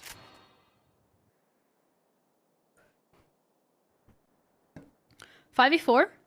Holak currently having that advantage. Kayak is going to be able to dodge that shot coming through from Profex Tour de Force. Cloud bursts out, but he's not expecting another player to be so close. He's not expecting Jacek. He's not even looking. He's going to miss a shot. That's an operator down for Holak. Bit of a pickle to be in. Dawid using their own smoke.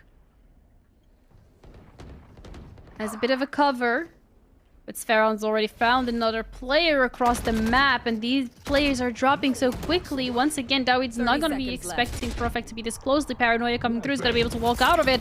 Gokudo coming through with the flash is not going to connect, gets taken out instead. Null command.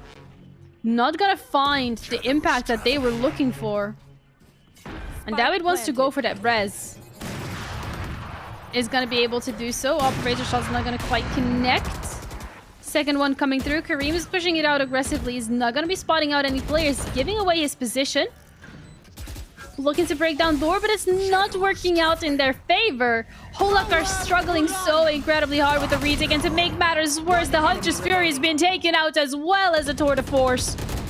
And now it's only Gokudo left by himself, dealing with so much. 11-6 for Turb. They've cranked up the heat and they're rolling. Absolutely. So every time they take away a critical moment, a critical round from Team Holak. At this rate, we're just 2 out for seeing Team Turb win this map. And it's feeling possible. It's feeling doable. You've got the lads from Team Holak that are just all around still, I feel, not present for this defending side. A really, really exciting prospect that Team Turb can, in an amazing fashion, work this away, work around this. Now you've got Sveron committing to not really the teleport. There's currently David, so holds things off. The team kill comes through. Kosti, no!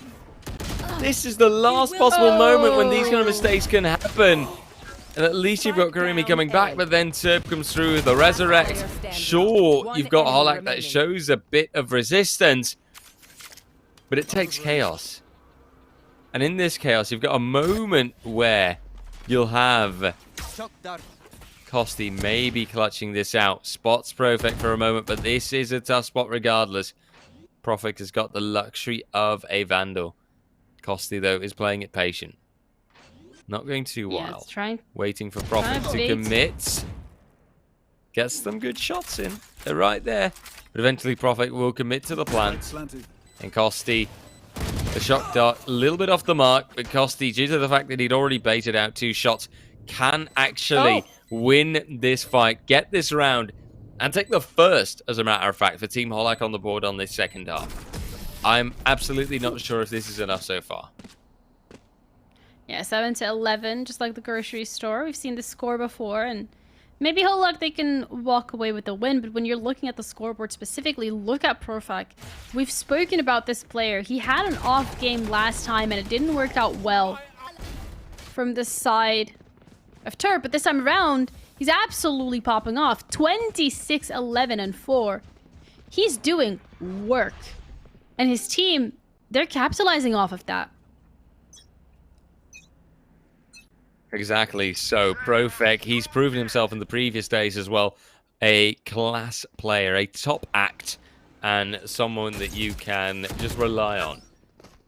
Still, though, there's a lot left to be done. And Team Turb isn't quite there yet. There's still 2 rounds that they need to get. And as sour as it would be, there have been situations where people at the very end of it kind of lose things out. For now, though, Kayak comes through. What a triple! Jasek is able to return on that, but that might be too little too late. As currently Gakudo, aka Holak, will find the frag on Jasek. And you've only got Sveron left. Will this really be the way it goes? That at the very end, the bitter end, Team Turb might just lose things out. Holak, they've switched up the pace. They've been playing very passively. They've been waiting for Turb to get onto their sides. They've waiting to play that retake. The retakes are just not working out for them. They haven't won a single retake round as of yet. But when Holak pushes out aggressively, when Turb make those mistakes of going a bit too quickly, too fast, they have incredible players. Holak, they can counter it. It's so easy. Kaya coming through with a beautiful spray. And when you have that numbers advantage secured already, it's not that much more difficult to close out the round. And for now, Kayak showing that aggressiveness again. Can only get away with 1 kill, though. Ziwa on the return, and Kayak playing it close. But that's exactly the type of risk that he might just have to take to actually get these rounds to work. Currently, though, Jasek moves ahead. Kosti goes for a peek. That's daring. And a shock dart will chase, but it won't directly connect. For now, Jasek will eventually find Kayak, and that might have just been a severe error. So currently, you've got Holak, Kosti, and Kareem left. 3v4. Is that doable? Most certainly so, but is it tough? Oh, yes, that as well. Got to be wary of that catwalk area still. Got the read on that. And they've got Holak that can find the frag, but the time is ticking. It's now or never, and it's Profek finding out Holak. It's a 2v3, lads. Are you going to even use that spike at this rate? It doesn't look like it. Kosti fails his engagement. Ziwa goes for a trip at the end. And Team Turb They grab the map point. Match point. Yeah, they're looking to take this all the way to the third map. They want to get us onto Icebox. They want to keep us here for a long time and a good time. But it looks like, hold on, they're struggling. At least they're going to have some form of weaponry coming into the next round. It's not looking too good. You have that Marshall coming through. You don't have an ult besides David's Omen ult. And other than that, there's not much for them to work with. They need to play this smartly. And they need to make sure that they can capitalize off of early picks, because so far that hasn't really been working out. Kareem's going to be able to go back to safety straight away. Grenade coming through from Kokudo. He's not going to find a tag, but it's going to delay them for as long as humanly possible. And delaying is the best tactic that Team Holak can apply, right? That is your defender side advantage. As currently, with that advantage, you will have Team Holak just waiting, playing it patient. Any angle that they can play is the best possible option. As for now, 50 seconds on the clock to the force is not quite there, sadly. It is just a headhunter. But hey, anything that can help. Ooh, that's not gonna help. It will help Terp. No chance. That might help Holak a little. Perfect taking out that top left. fragger time and time again. Kayak's gonna be able to get through with the trade. 20 seconds left on the clock, and they still have to go for that plant. They have to deal with Kayak, though, has those knives available. Is gonna miss a couple of them. Looking to go for the repeat. Kosti's gonna find one himself, though. Paranoia is gonna force Kayak in a bit of an awkward situation. He's up 2 players and need to go for the plant. Kayak gets one, there the other. That means that it's 9-12 for Holak. They're looking to hold on for a little while longer. Extending. But honestly, holding on by a thin branch, or call it what you like. Grasping at straws, it is Team Holak that make for a very tough situation. And I will honestly be really impressed if they can force this down to overtime, but I don't see it happen. Well, You want to you play? gotta Let's believe. play. You gotta believe in these teams. You gotta believe in their capabilities. Cannot make any sentences that might... What can I make? Cannot make any assumptions. Because the teams, You can't make we've seen sentences some anymore, Genie. No, you can't make sentences anymore. It's getting a bit late, but you can't make any assumptions. Considering the fact that these teams, both of them, they've been so good at clutching out and really thriving under that pressure. It looks like it's just a bit of a standstill at the moment. Who's going to be taking the bait? Who's going to be pushing out aggressively first? No team wants to take the initiative.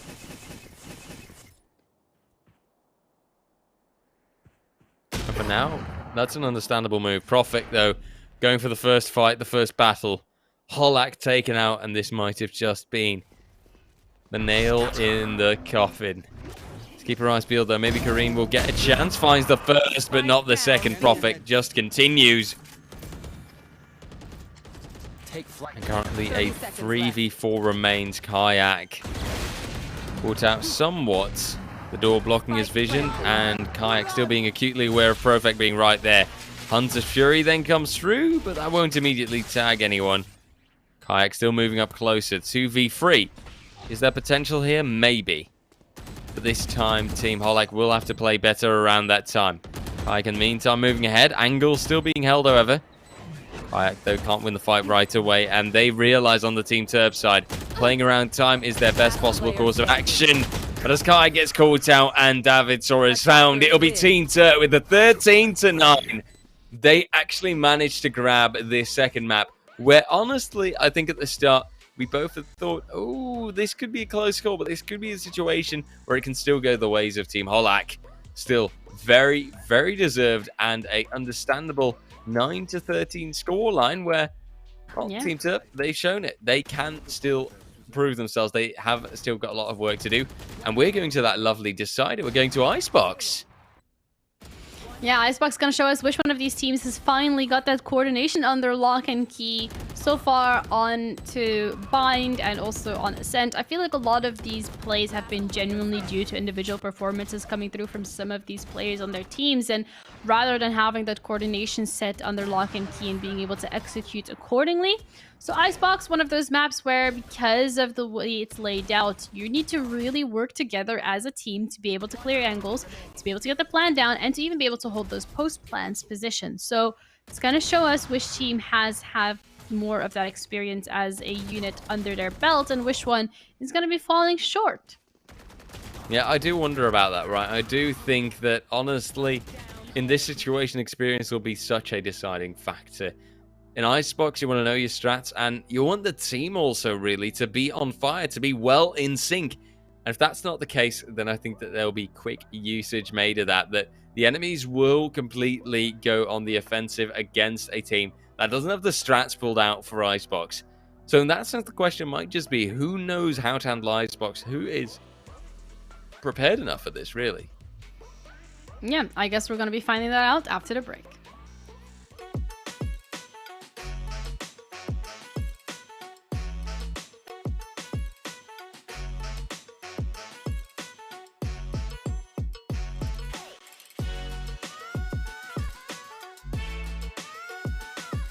Hey, chat.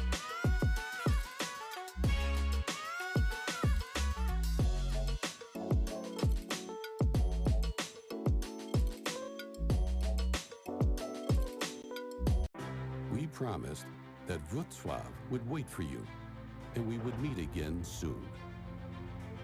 We always keep our promises. The time has just come.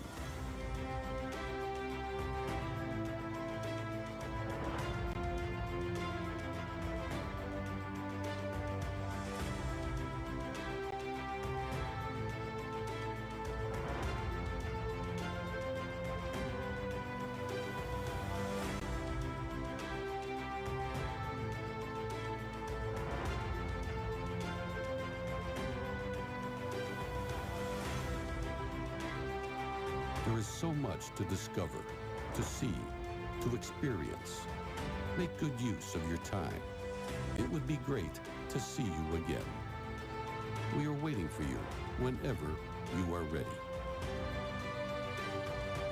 Let's meet in Wrocław.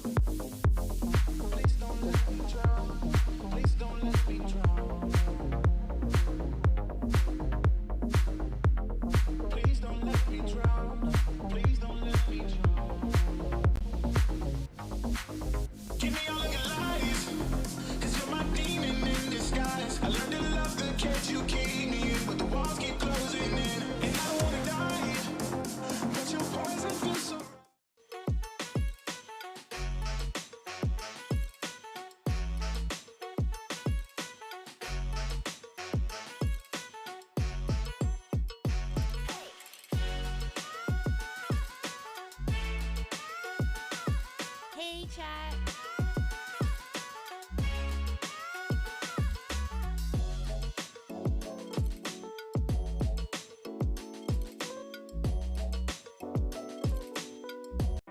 We promised that Wrocław would wait for you, and we would meet again soon.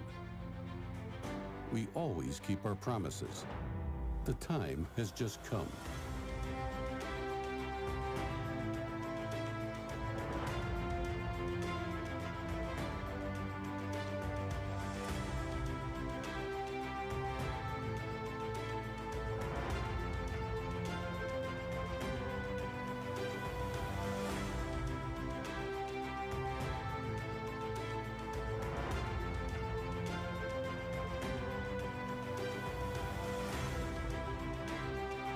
There is so much to discover, to see, to experience. Make good use of your time. It would be great to see you again. We are waiting for you whenever you are ready. Let's meet in Wrocław.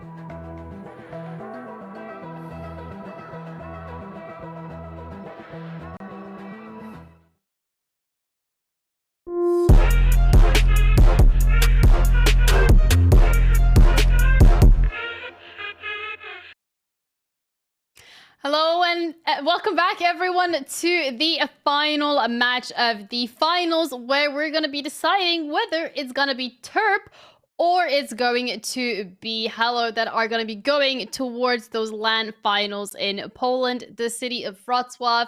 But if your favorite streamer hasn't unfortunately made it towards this final stage here, if it's not Holak, if it's not Terp, make sure that you vote for them for the HyperX wildcard. All you have to do is an exclamation mark wildcard in the chat and you'll be able to vote for your favorite content creator to see at least one more streamer battle it out on that HyperX wildcard event, and they're then going to be able to qualify and go to the LAN themselves.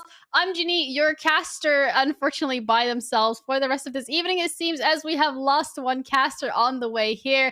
We're going to be heading into the final map. That's going to be Icebox. So, Ginny, how are you feeling about this one specifically? Well, thank you so much for asking, Ginny. I'm actually feeling pretty good, but also a little worried about the fact that I'm going to be covering this by myself. I'm not sure how long I'm going to be able to keep talking on this one-woman show going on around here. But Icebox specifically, one of those maps that, as we mentioned earlier, before RJ disappeared off of the face of the earth, that is going to be highlighting and showcasing which one of these teams has genuinely worked on their strategy and is fitting it together a little bit better.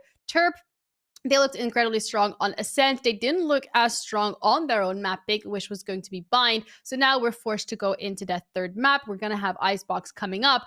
The thing is, with Terp specifically, they were playing quite aggressively onto Bind, and that was the only way that they were playing out their attacking, but also the defensive rounds. It kind of came back to bite them, and unfortunately, they weren't able to secure that win. But once we move on to Ascend, Terp switch it up a little bit. They really were able to go attacking side, defensive, but they were also able to go more towards that laid back side where they just waited for the opposing team to walk into their crosshairs and actually were able to capitalize off of it. Now, whether or not these teams are going to be performing onto Icebox, I guess we're going to be having to see as we're heading into agent selects coming through.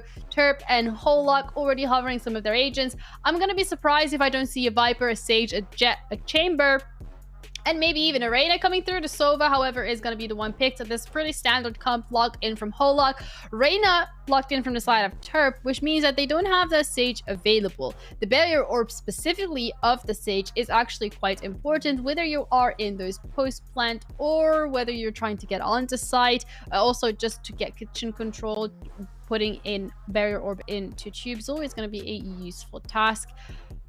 Actually going to be locking it in on Terp. We've seen Terp on the Sage earlier today, so I think much more expecting. However, the thing that I am a little concerned about is the fact that there's no Jet going to be run in their composition. They have the Viper, the Sova, the Chamber, and the Reyna, as well as the Sage, so they don't have that designated entry duelist. But again, we've seen a lot of teams recently play without the Jet. It's been very common in VCT this weekend. We've even seen an entire 3-game series yesterday where not a single Jet was being picked, and that was a TL series. So looking forward to see how that's going to be playing out here amongst these streamers as we're heading into Icebox, and that's the map that's going to identify whether or not these teams got what it takes to be heading into LAN.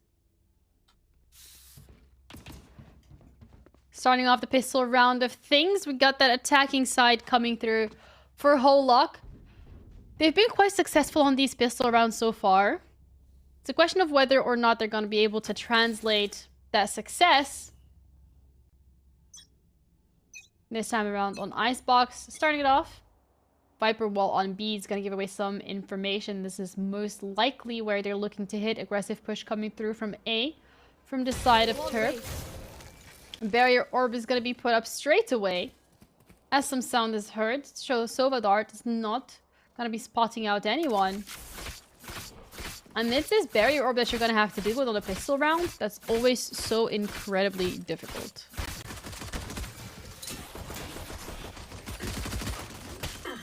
A couple of shots going to be coming through the plant.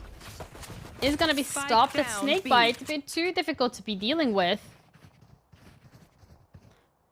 Now they lose the spike in the laps of Terp. And Holak might want to have to go for a rotation because this is not working out the way that they might or expecting it to work out. More of a slower paced attacking side. Kareem did push up towards mid side, looking to catch up anyone that's coming through in rotation. Tossi's not going to connect the shot. It's going to have to 30 go back seconds right left. away. Viper wall is going to be put up, but there's only 30 seconds left. Ziwa is going to be able to take that lurker out of mid. And it's looking like an impossible feat for Holak. Eventually, looking to get that plan down. And Kaya finds a 3K coming through. Ziwa only finds one. He's the last player standing, looking to close it out. Is not going to be enough. Turp finds a couple of picks of his own. He's going to be coming through with that defuse. That's a strong pistol round from Turp. And so far, this is the first one they've won. They won the second pistol round on the last map, but they haven't won the first pistol round on any map as of yet.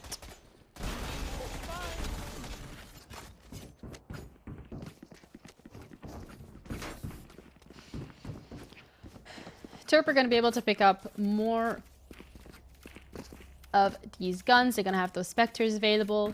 Whereas Holak, they need to reconsider where they want to be dedicating some of their firepower, but also their strategies. B-side didn't really work out for them. They were stuck for a bit too long. It allowed Turp to wrap around, gave them that opportunity to come through with those rotations. Inspector, available in some of these players. As Holak is looking for a bit of that surprise element. Turp most likely will not be expecting them to have some of these picks. Kosti is going to take him out. Ziwa finds a pick himself. And Holak are starting off incredibly strong. Only 2 members left from the side of Turp.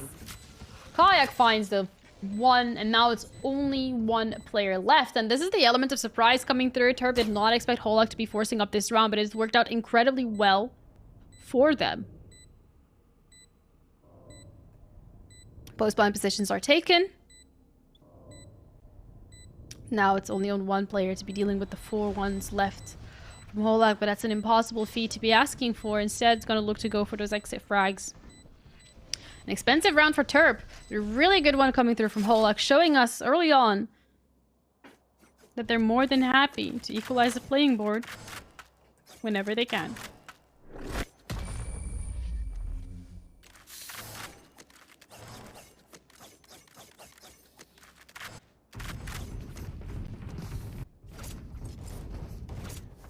Right here. Right here. This time around, Holak already going for the pings, looking to push up through Tube towards Kitchen, get onto that B site. Spike still hovering towards the mid side of things, whereas Turp, they're going for a pretty standard defensive side. Looking to potentially play a bit more aggro onto B, pushing up B main. Looking to catch off players as they come in. Headhunter available. Shock Dart's gonna come out. It's not gonna do much. That is a recon dart coming through.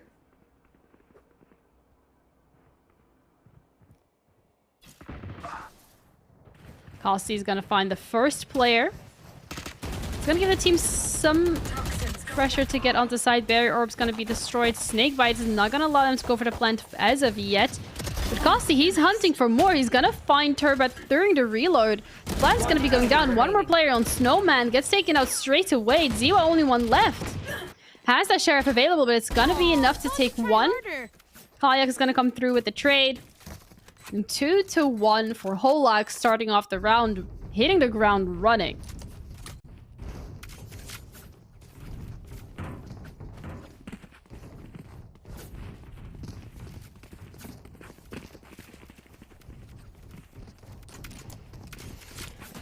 Ziwa on the top of the leaderboard. And so is Kayak. Kayak, one of those players that has been doing quite a lot for their team. So has Profak in terms of helping out Turp. The games that he did incredibly well on, the maps that he did incredibly well on, were those maps that came out on top. Knives from Kayak aren't going to quite connect. He's going to have to back off. Shock Dart sent his way. Gonna force him a bit back forward, but it's not gonna be enough to force him into their crosshairs. Gokudo, however, slowly sneaking up on the mid side of things. Give me those back. And Kayak finally finds that first pick onto mid.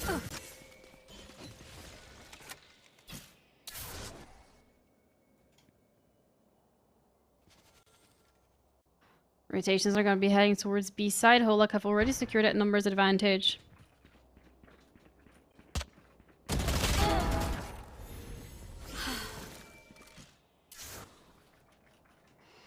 Turb finds that one pick. And now the numbers are equalized in terms. Both of these players doing equally well. Updraft's going to come through from Kayak's, not going to spot out a player. Viper Spit's now online, is going to be coming out as well. Making it that much more difficult from the side of Turb to actually play this retake. They're not going to be able to get any of these diffuses to come through. Kareem finds one. Empress is going to be coming out online as well. Shot dart's not going to quite connect. David finds a pick. Now it's only on Ziwa to make it work out in their favor. He's the last one, but he's not checking behind him. He's going to find the pick on Kossi. The Viper Pit is going to be put offline. Still has 3 more members to deal with, but Kareem has come all the way in the back. Ziwa's been dealt with. 3-1 for Holak. They're smashing it.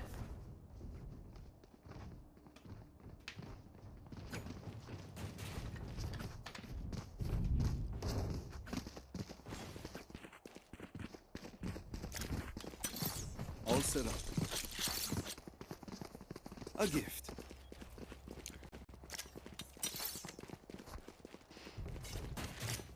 The setups are looking pretty strong.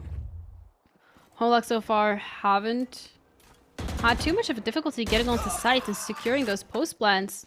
They're gonna be losing Kareem quite early on. Sferon making that Guardian work out in their favor.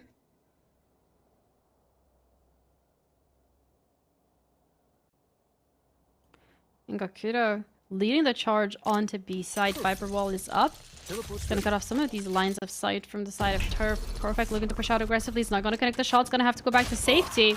Looking to go for the second, but Kossi punishes him right away. The re-aggression doesn't work out in their favor. Kayak finds a player himself. Turf has been shut down. Spike has been planted.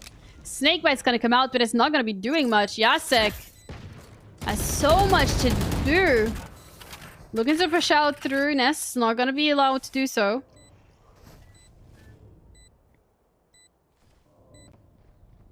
And that is the lair coming out already. One's already been invested. David's not gonna be able to pick through. It's Jacek that falls, and so do the remaining members of Terp. 4-1 for Holak. They're off to an incredibly strong start. But we've seen this before. We've seen Holak getting that 5-round lead, getting that 4-round lead. But they've never really been able to keep that momentum. Even on the first map on Bind, they lose that momentum eventually. They were able to pick it back up, but last time around on Ascent, Torb didn't give them an opportunity to do so. Never lose sight. Now it's a matter You want to play? getting back into the game. Tour de Force is going to be used and put online. Sovadar's going to be scanning out Kayak individually. Doesn't have any backup, so he has to be really careful because no trades are going to be available. Perfect destroying that dart straight away is going to give them some information that it's most likely a player behind yellow. Trap destroyed.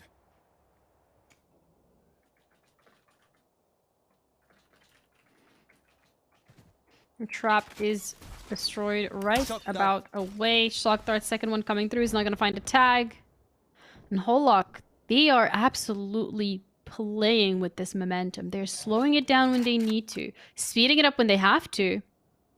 They don't feel the need to do so.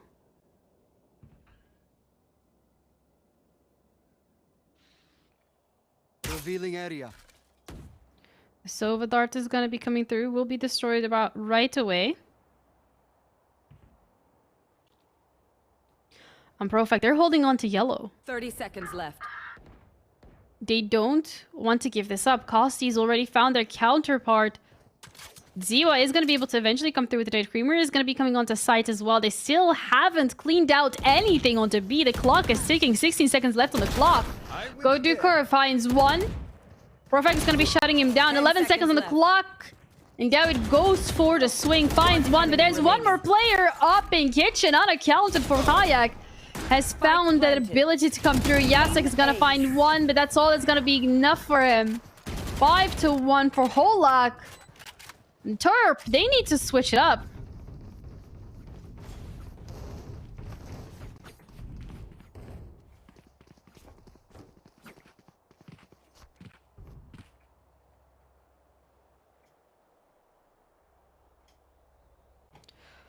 Timeout is going to be coming through, and that's something that I'm pretty much expecting from the side of Terp. They seem to be struggling a little bit, and Haza has joined the cast. Welcome. Lovely to meet you.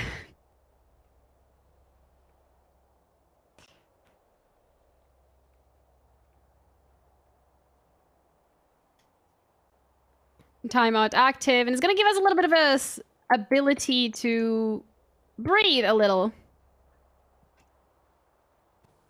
It is a bug. It is back. It is a bug. Not entirely sure what's going on. We have a couple of issues coming through. But as of now, this timeout is going to give both of these teams an opportunity to really get back into that mental space. Really get back in terms of figuring out which strategies do you want to be going for. Speaking of figuring things out, And it let's looks see how like that the pans strategy so far seems to be working out. They really have these sites under control time and time again. They've been able to get onto them. They've been able to play those post plans, and it's something that we were a little worried about. Tour de Force is going to be put online. This time is mid. And Holak's looking to be contesting. Ziwa reading Kayak like a book. He's done this every single round so far. Gokudo is gonna find Yasek. And Ziwa is gonna be put down as well. Not allowed to be coming behind enemy lines. You will not kill my allies. The res is gonna be coming through as well. 3 to 5 members. And Terp, they're on this economy round. They haven't really been doing much. All they've been able to do is force that res to be coming out. And Terp, he wants to punish anyone that's looking to push out of tube. Could be a close cut corner here. This is not working out though. David coming through. That's Terp to fall. This 2v5 seems undoable. Holak coming right through, and that is a 2v5. That feels nigh undoable in total. I think that this is Terp coming and losing this one out, but the tour de force, it can work its charm. Planted. Last player standing. And let's go Kudo coming through with the last 1v4. And you've got Team Holak that are looking to gain the 6th round right away.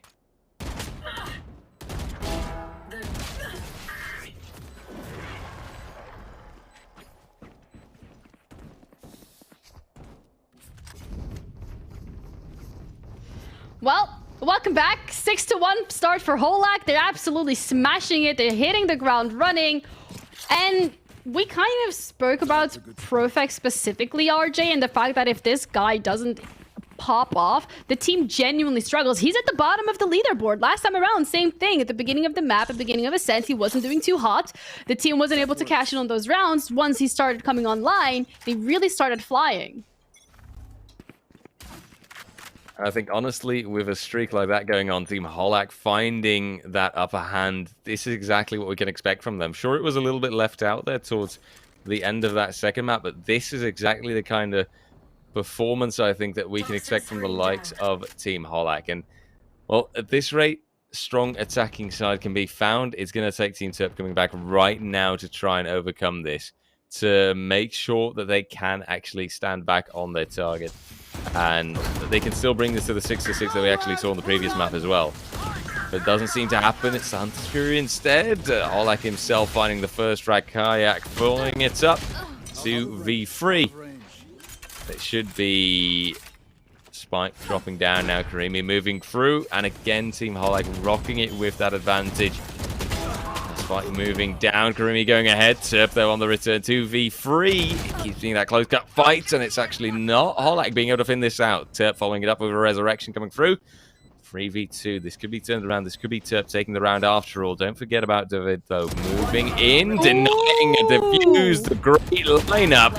And a 1v2 remaining. Profect though can steal that 1 kill away, but in the end it'll be the teammates to come through. Kosti to take out Profect. And the 1-7 on the board. 1-7 on the board for Holak. They're hitting the ground, absolutely running. We said that, you know, well, I said that, you know, so far they have been good at finding that momentum, but they've never been quite good at closing it out as much as we'd expect them to. But this time around, it seems like Holak, they're the team that have that synergy on lock. I mean, honestly, synergy does so much for them, but the fact that they can clutch this out at the bitter end of it is even all the more impressive. And I honestly think 7-1. This is starting with them setting themselves up to now move ahead. And to actually start to move towards 8-1, 9-1. And with a score like that, it should really just knock it out of the park. It should make it crystal clear that you've only got one left on this.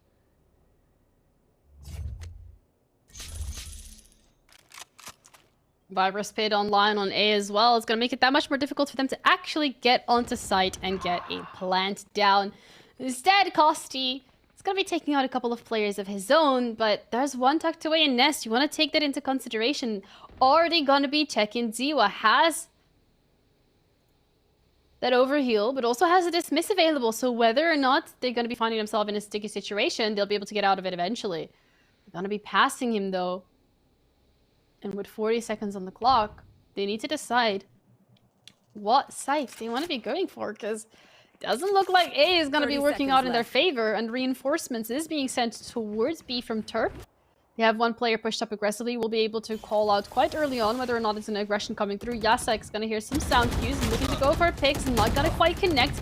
Behind Yellow is going to get punished for it by Kayak. Bear's going to come up. Viper's Pit's going to be put online as well. Plant is going to be going down. Now it's 3 players versus 4. For Terp, it's looking shaky for them on the defensive side of things.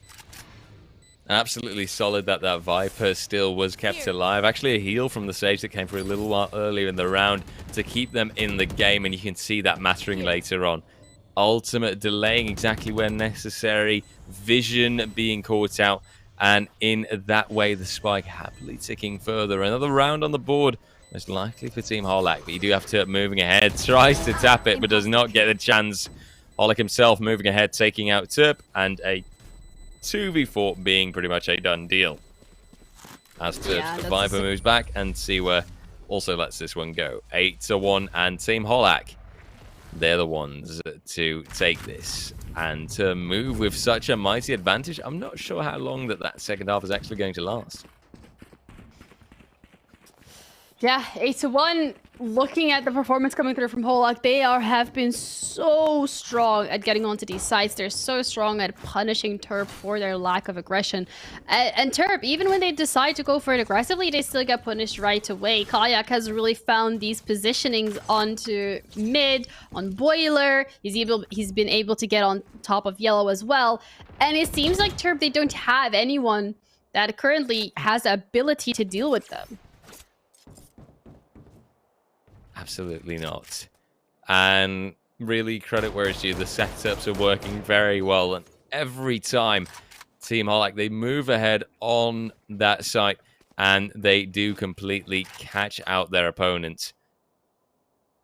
With every situation forcing Team Terp to try and retake it, and Team Terp just not in the slightest succeeding in their retakes. It does feel like the moment Team Holak can get that spike down, it is a done deal. And it is them just moving completely ahead. Taking the point and leaving out Team Terp. As currently they'll be setting themselves up. Moving closer. Now an A execute coming into play. Plenty of players in the fray, though, to hold that off. But no one being caught out on the zip line right away. Recon Dart is really good there. That's a complete element of surprise. But there's Profect, there's JSEC. They move out, they move ahead, they take the point. You do have that spike coming through. Currently, Profect moving ahead further, but the spike still being planted. Important little detail to come in. But Terp also still having 2 ults into play if they would like. However, the Empress nor the Tour de Force, they seem necessary as Profect moves for a triple. And Kareem is the last player to be caught out by Terp himself. Defuse to come through and the 2-8 to become a reality. But that 2-8 not being the one where I think Turp will still be feeling all too happy about it. You failed. I feel like we've seen this before, RJ, where Holak get that lead and then eventually Turp come in and kind of like trample all the way over it. They just need a little bit of a longer time to kickstart their rounds. That looked like a good round coming through from Turp. A bit shaky, losing a couple of their members. Their economy not really under wraps as of yet, but at the end of the day, it's going to be the last two rounds. The last round? Last two rounds? Can I do maths today? Like, what's going on? I'm really sorry. It's gonna be the last two rounds. Like, what? Like, okay, 8 plus 2 is 10. It's the Plus last 2 is two rounds of the 12. first. Play. Yeah, like, of the the last first two rounds half, of the first, of the first half. half. That's what I'm You're trying good. You're to right. say. You're but my... good. Oh, okay, thank you. Thank you. Oh my goodness, my Same. maths teacher would be Same. absolutely horrified if they were to hear me now on broadcast. What's going on today? But anyway, 2 more rounds for Turp to try and close in on that gap, and then they have to think about that pistol round. The pistol round went so incredibly well for Holak, so it's looking a little scary for Turp specifically, whether or not they'll be able to make this work. Oh, absolutely so. Preventing the double digits. That's a really good milestone that Team Turp can follow on. Still, Kayak will be making that a lot tougher, as it currently Sveron and JSEC might be the next ones to be caught out. It's just the one teammate that they've lost so far, though. Kayak, Kosti holding their angle, and the spike happily ticking further. But this is that kind of control that you can expect from Team Holak, right? They hold their angles as they should, and with that, you've got team member after team member from the Team Turp side walking right into a crosshair. Kayak and Kosti move further ahead, take out both Sveron and Diwa. It leaves only JSEC. And he can try as he may, but this is undoable. A flawless round to tail out near the end of that first half. We enter the last round, the last chance for Team Turp to stave off the double digits, to still have a fighting chance for this 10-2 to be prevented. Yeah, it's looking a little shaky from the side of Turp. They haven't really found their footing as of yet. Yes, they're able to get 2 rounds, but that would maybe be more due to the mistakes that Holak committed rather than Turp playing it out perfectly. Holak, they're only 1 round away from those double digits, and they're all ready. And it's only the first half. So it's looking a little scary. Sveron's going to have to back off eventually. He's not going to be able to hold on to this for much longer. Turp leaving a little bit of a gap in the wall is going to give away his position. Going to be forced out. But that's that mid control this time around. But Kayak has been putting quite a big emphasis on so far. He's really comfortable. Going for mid, getting a pick, dashing back to safety, regrouping with the team. And when he does that, the team doesn't actually overstep. This time around, it was Kayak that overstepped right into Profek's crosshair. That's a great way to phrase it. And I would dare say that more of those mistakes are needed. Profek also still really good on holding the angle. Finds himself a triple, actually. But then Holak and Kosti both chase it down. 3v3 at the end. Res, though, has been wasted. That's somewhat unfortunate for Team Turp to come through. And in that sense, it now ends up being that balanced scenario. Holak, aka Gokudo, to commit to the plan for now. Ziwa, though, comes ahead. Kosti found, plus that overhealing coming through.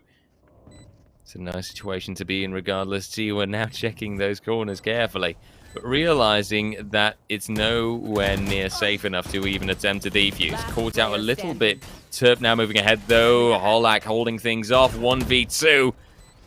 Will this be the 10-2? Most certainly will be so. Holak, aka Gokudo, moving through 10-2. And just 3 more rounds being needed for Team Holak to actually switch and finish this one out. Absolutely stellar performance so far. A banger of a first half coming through from them with an impressive 8-round streak at the start of it. But this is so incredibly scary because the pistol round, if Turp lose it, it's gotta be wonky. Turp actually won the pistol round on the first half of things. They did, however, not expect Holak to be forcing. Holak forced, caught them off by surprise completely. Were able to secure that round.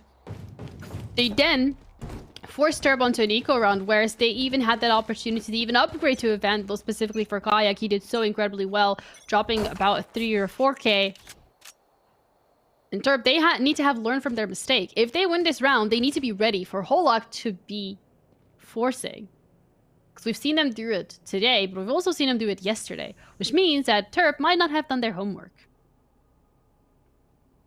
Oh dear. That's a harsh suggestion right there, but you might be on I said top might. of it, you know, you might be right. Okay. You're absolutely on top of it there. I'll give you that one. Because it does look like it, right? It's Team Holak that can just catch them out time and time again and that have found the weaknesses in their defense. Now the question is, how will it be the other way around? Can there be that Team Holak knowledge to come through now and that solid defense to be into play? Definitely seems to be some traps triggered here and there. We do have the Viper smokes trying to delay. Kaya coming in with the first kill. Ziwa going down. It will be a dart to chase. That was actually right on the mark. The shock dart. Kayak committing, dropping down. Holak holding it off. A 1v4 being left out. Even though Turp is an excellent player, there's no way he can do this. Gets closed out by Holak himself. 11-2 is a fact. And the pistol round is given away. Pistol round is going to be secured by Holak, and that means that they're going to be able to buy into the next round, securing that 12-2 most likely, unless something miraculous happens for Terp. And this time around, Profag, he is once again towards the top of that leaderboard. He's found his footing a little bit more onto the map, but it has taken them a little too long to be able to carry this on. Holak, they're sitting very, very comfortably. Now, they should not be making the mistake that they did last game, where they got a little too comfortable and threw away some of the leads that they had secured. This time around, they need to stay calm and collected. They have that land vision. They can see it, they can smell it, they can feel it. And all they have to do is play it smart enough to not lose it. He's already off to a great start. That's sort of the only man left standing. Gets taken down to 12-2. A little bit of a BM thrown into that round as well, you know. As you do. Match point secured for Holak. 12-2 so far. And I am worried for Terp. Absolutely problematic. You've got that 12-2, and even though I like the idea there, you were probably wondering how we got here. Record scratch. No, just kidding. That was a wonderful moment there with the freeze frame that we saw. But Team Holak, I don't think going to be giving this one away. It feels as if they found their mojo, they found their juice. And currently all they need is just one more round to claim not just the map, but the actual match, the grand final, and that fated spot for the LAN in Wrocław. There's something beautiful at stake here. Something beautiful for them up for grabs. And honestly, let's see if they can get it right now. Kareem with the start, Turb going down. A great moment, a great showing. And currently the recon bolt at least giving a position away. But the poison cloud making Ziwa's life very difficult. There's a return on it, however. Karimi following it back up. And it keeps being a trade type of scenario, but Karimi's on a roll right now. And Davidso, he clutches it out. He finds the double kill. And Team Holak, the 13-2. A fantastic performance, a fantastic showing. And the lads from Team Holak, they're completely sharp. They completely destroy. And that final map, the 13-2. Credit where it's due. That was a really, really good showing. And that was Team Holak just going on a speed train for that last map. Yeah, they absolutely went on that speed train, just running it down, getting onto site so incredibly quickly that the Holak, they were already on site, they already have that plan down, and then Terp, they didn't even have any of the reinforcements coming through. They're destroying everyone who's standing in their way. They've picked up players along the way. They even had ensured that there was always going to be one player on flank wash, which is something that we said last game specifically was something that they were genuinely lacking. And Kayak, man, he popped off. He did so incredibly well. He did insane on the jet. Definitely one of those maps that you can tell he's a bit more comfortable with. So this decider works out in Holak's favor. They did so well, but it also means that the brackets have now completely changed. We filled them out. When we started off this morning, it was nothing but mere imagination, but we got 2-1 for Holak. They're going to be going to those grand finals in Poland.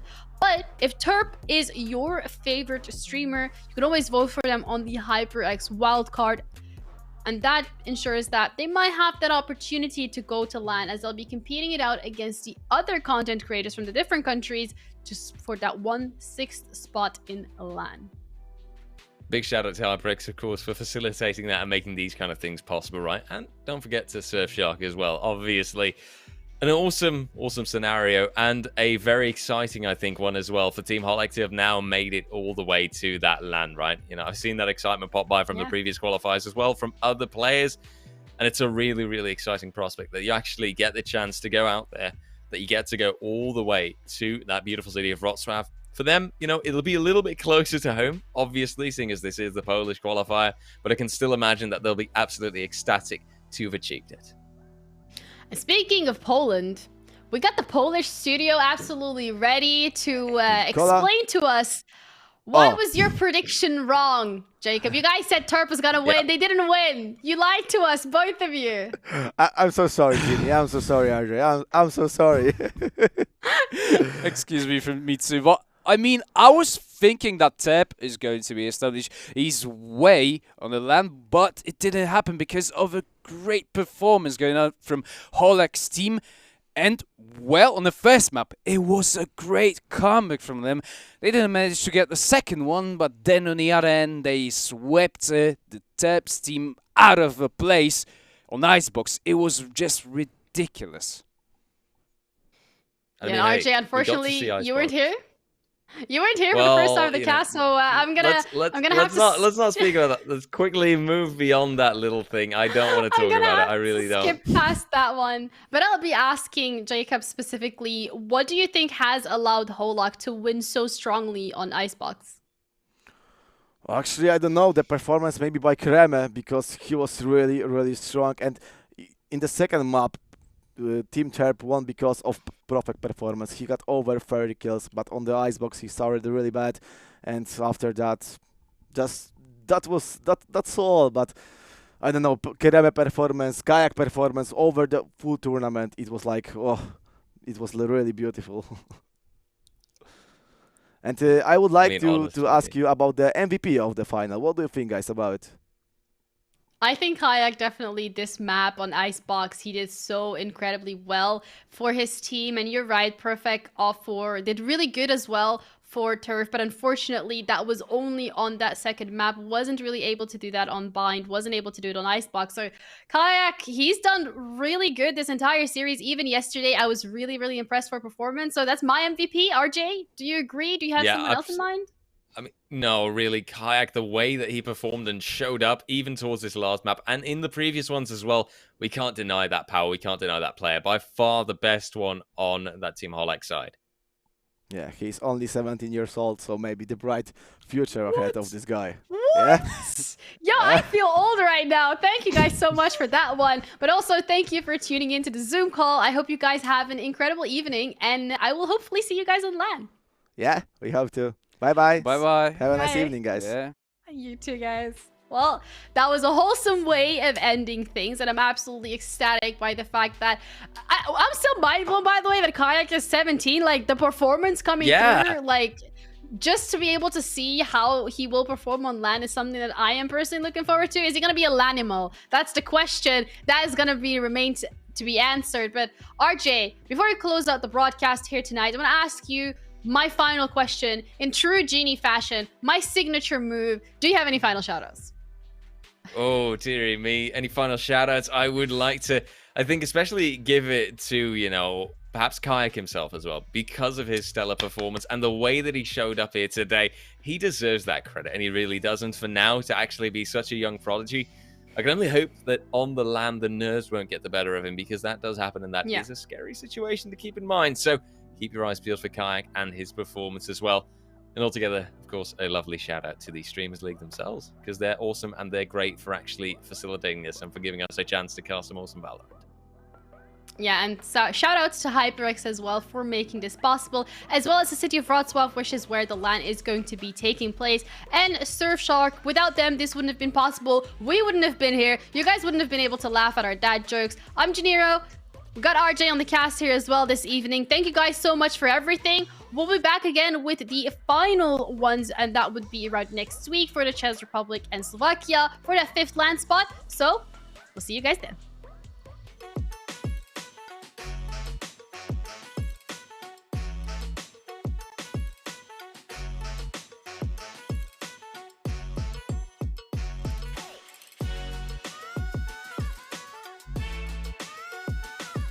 Hey, chat.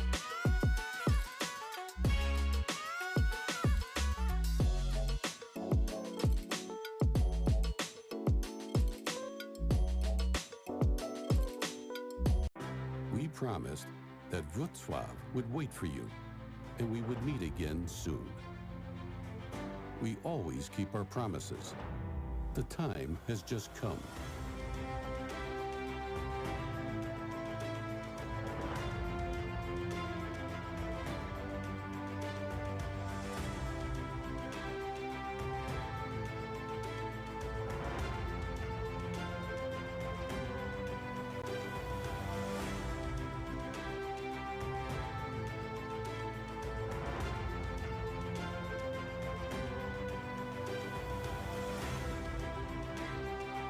There is so much to discover, to see, to experience.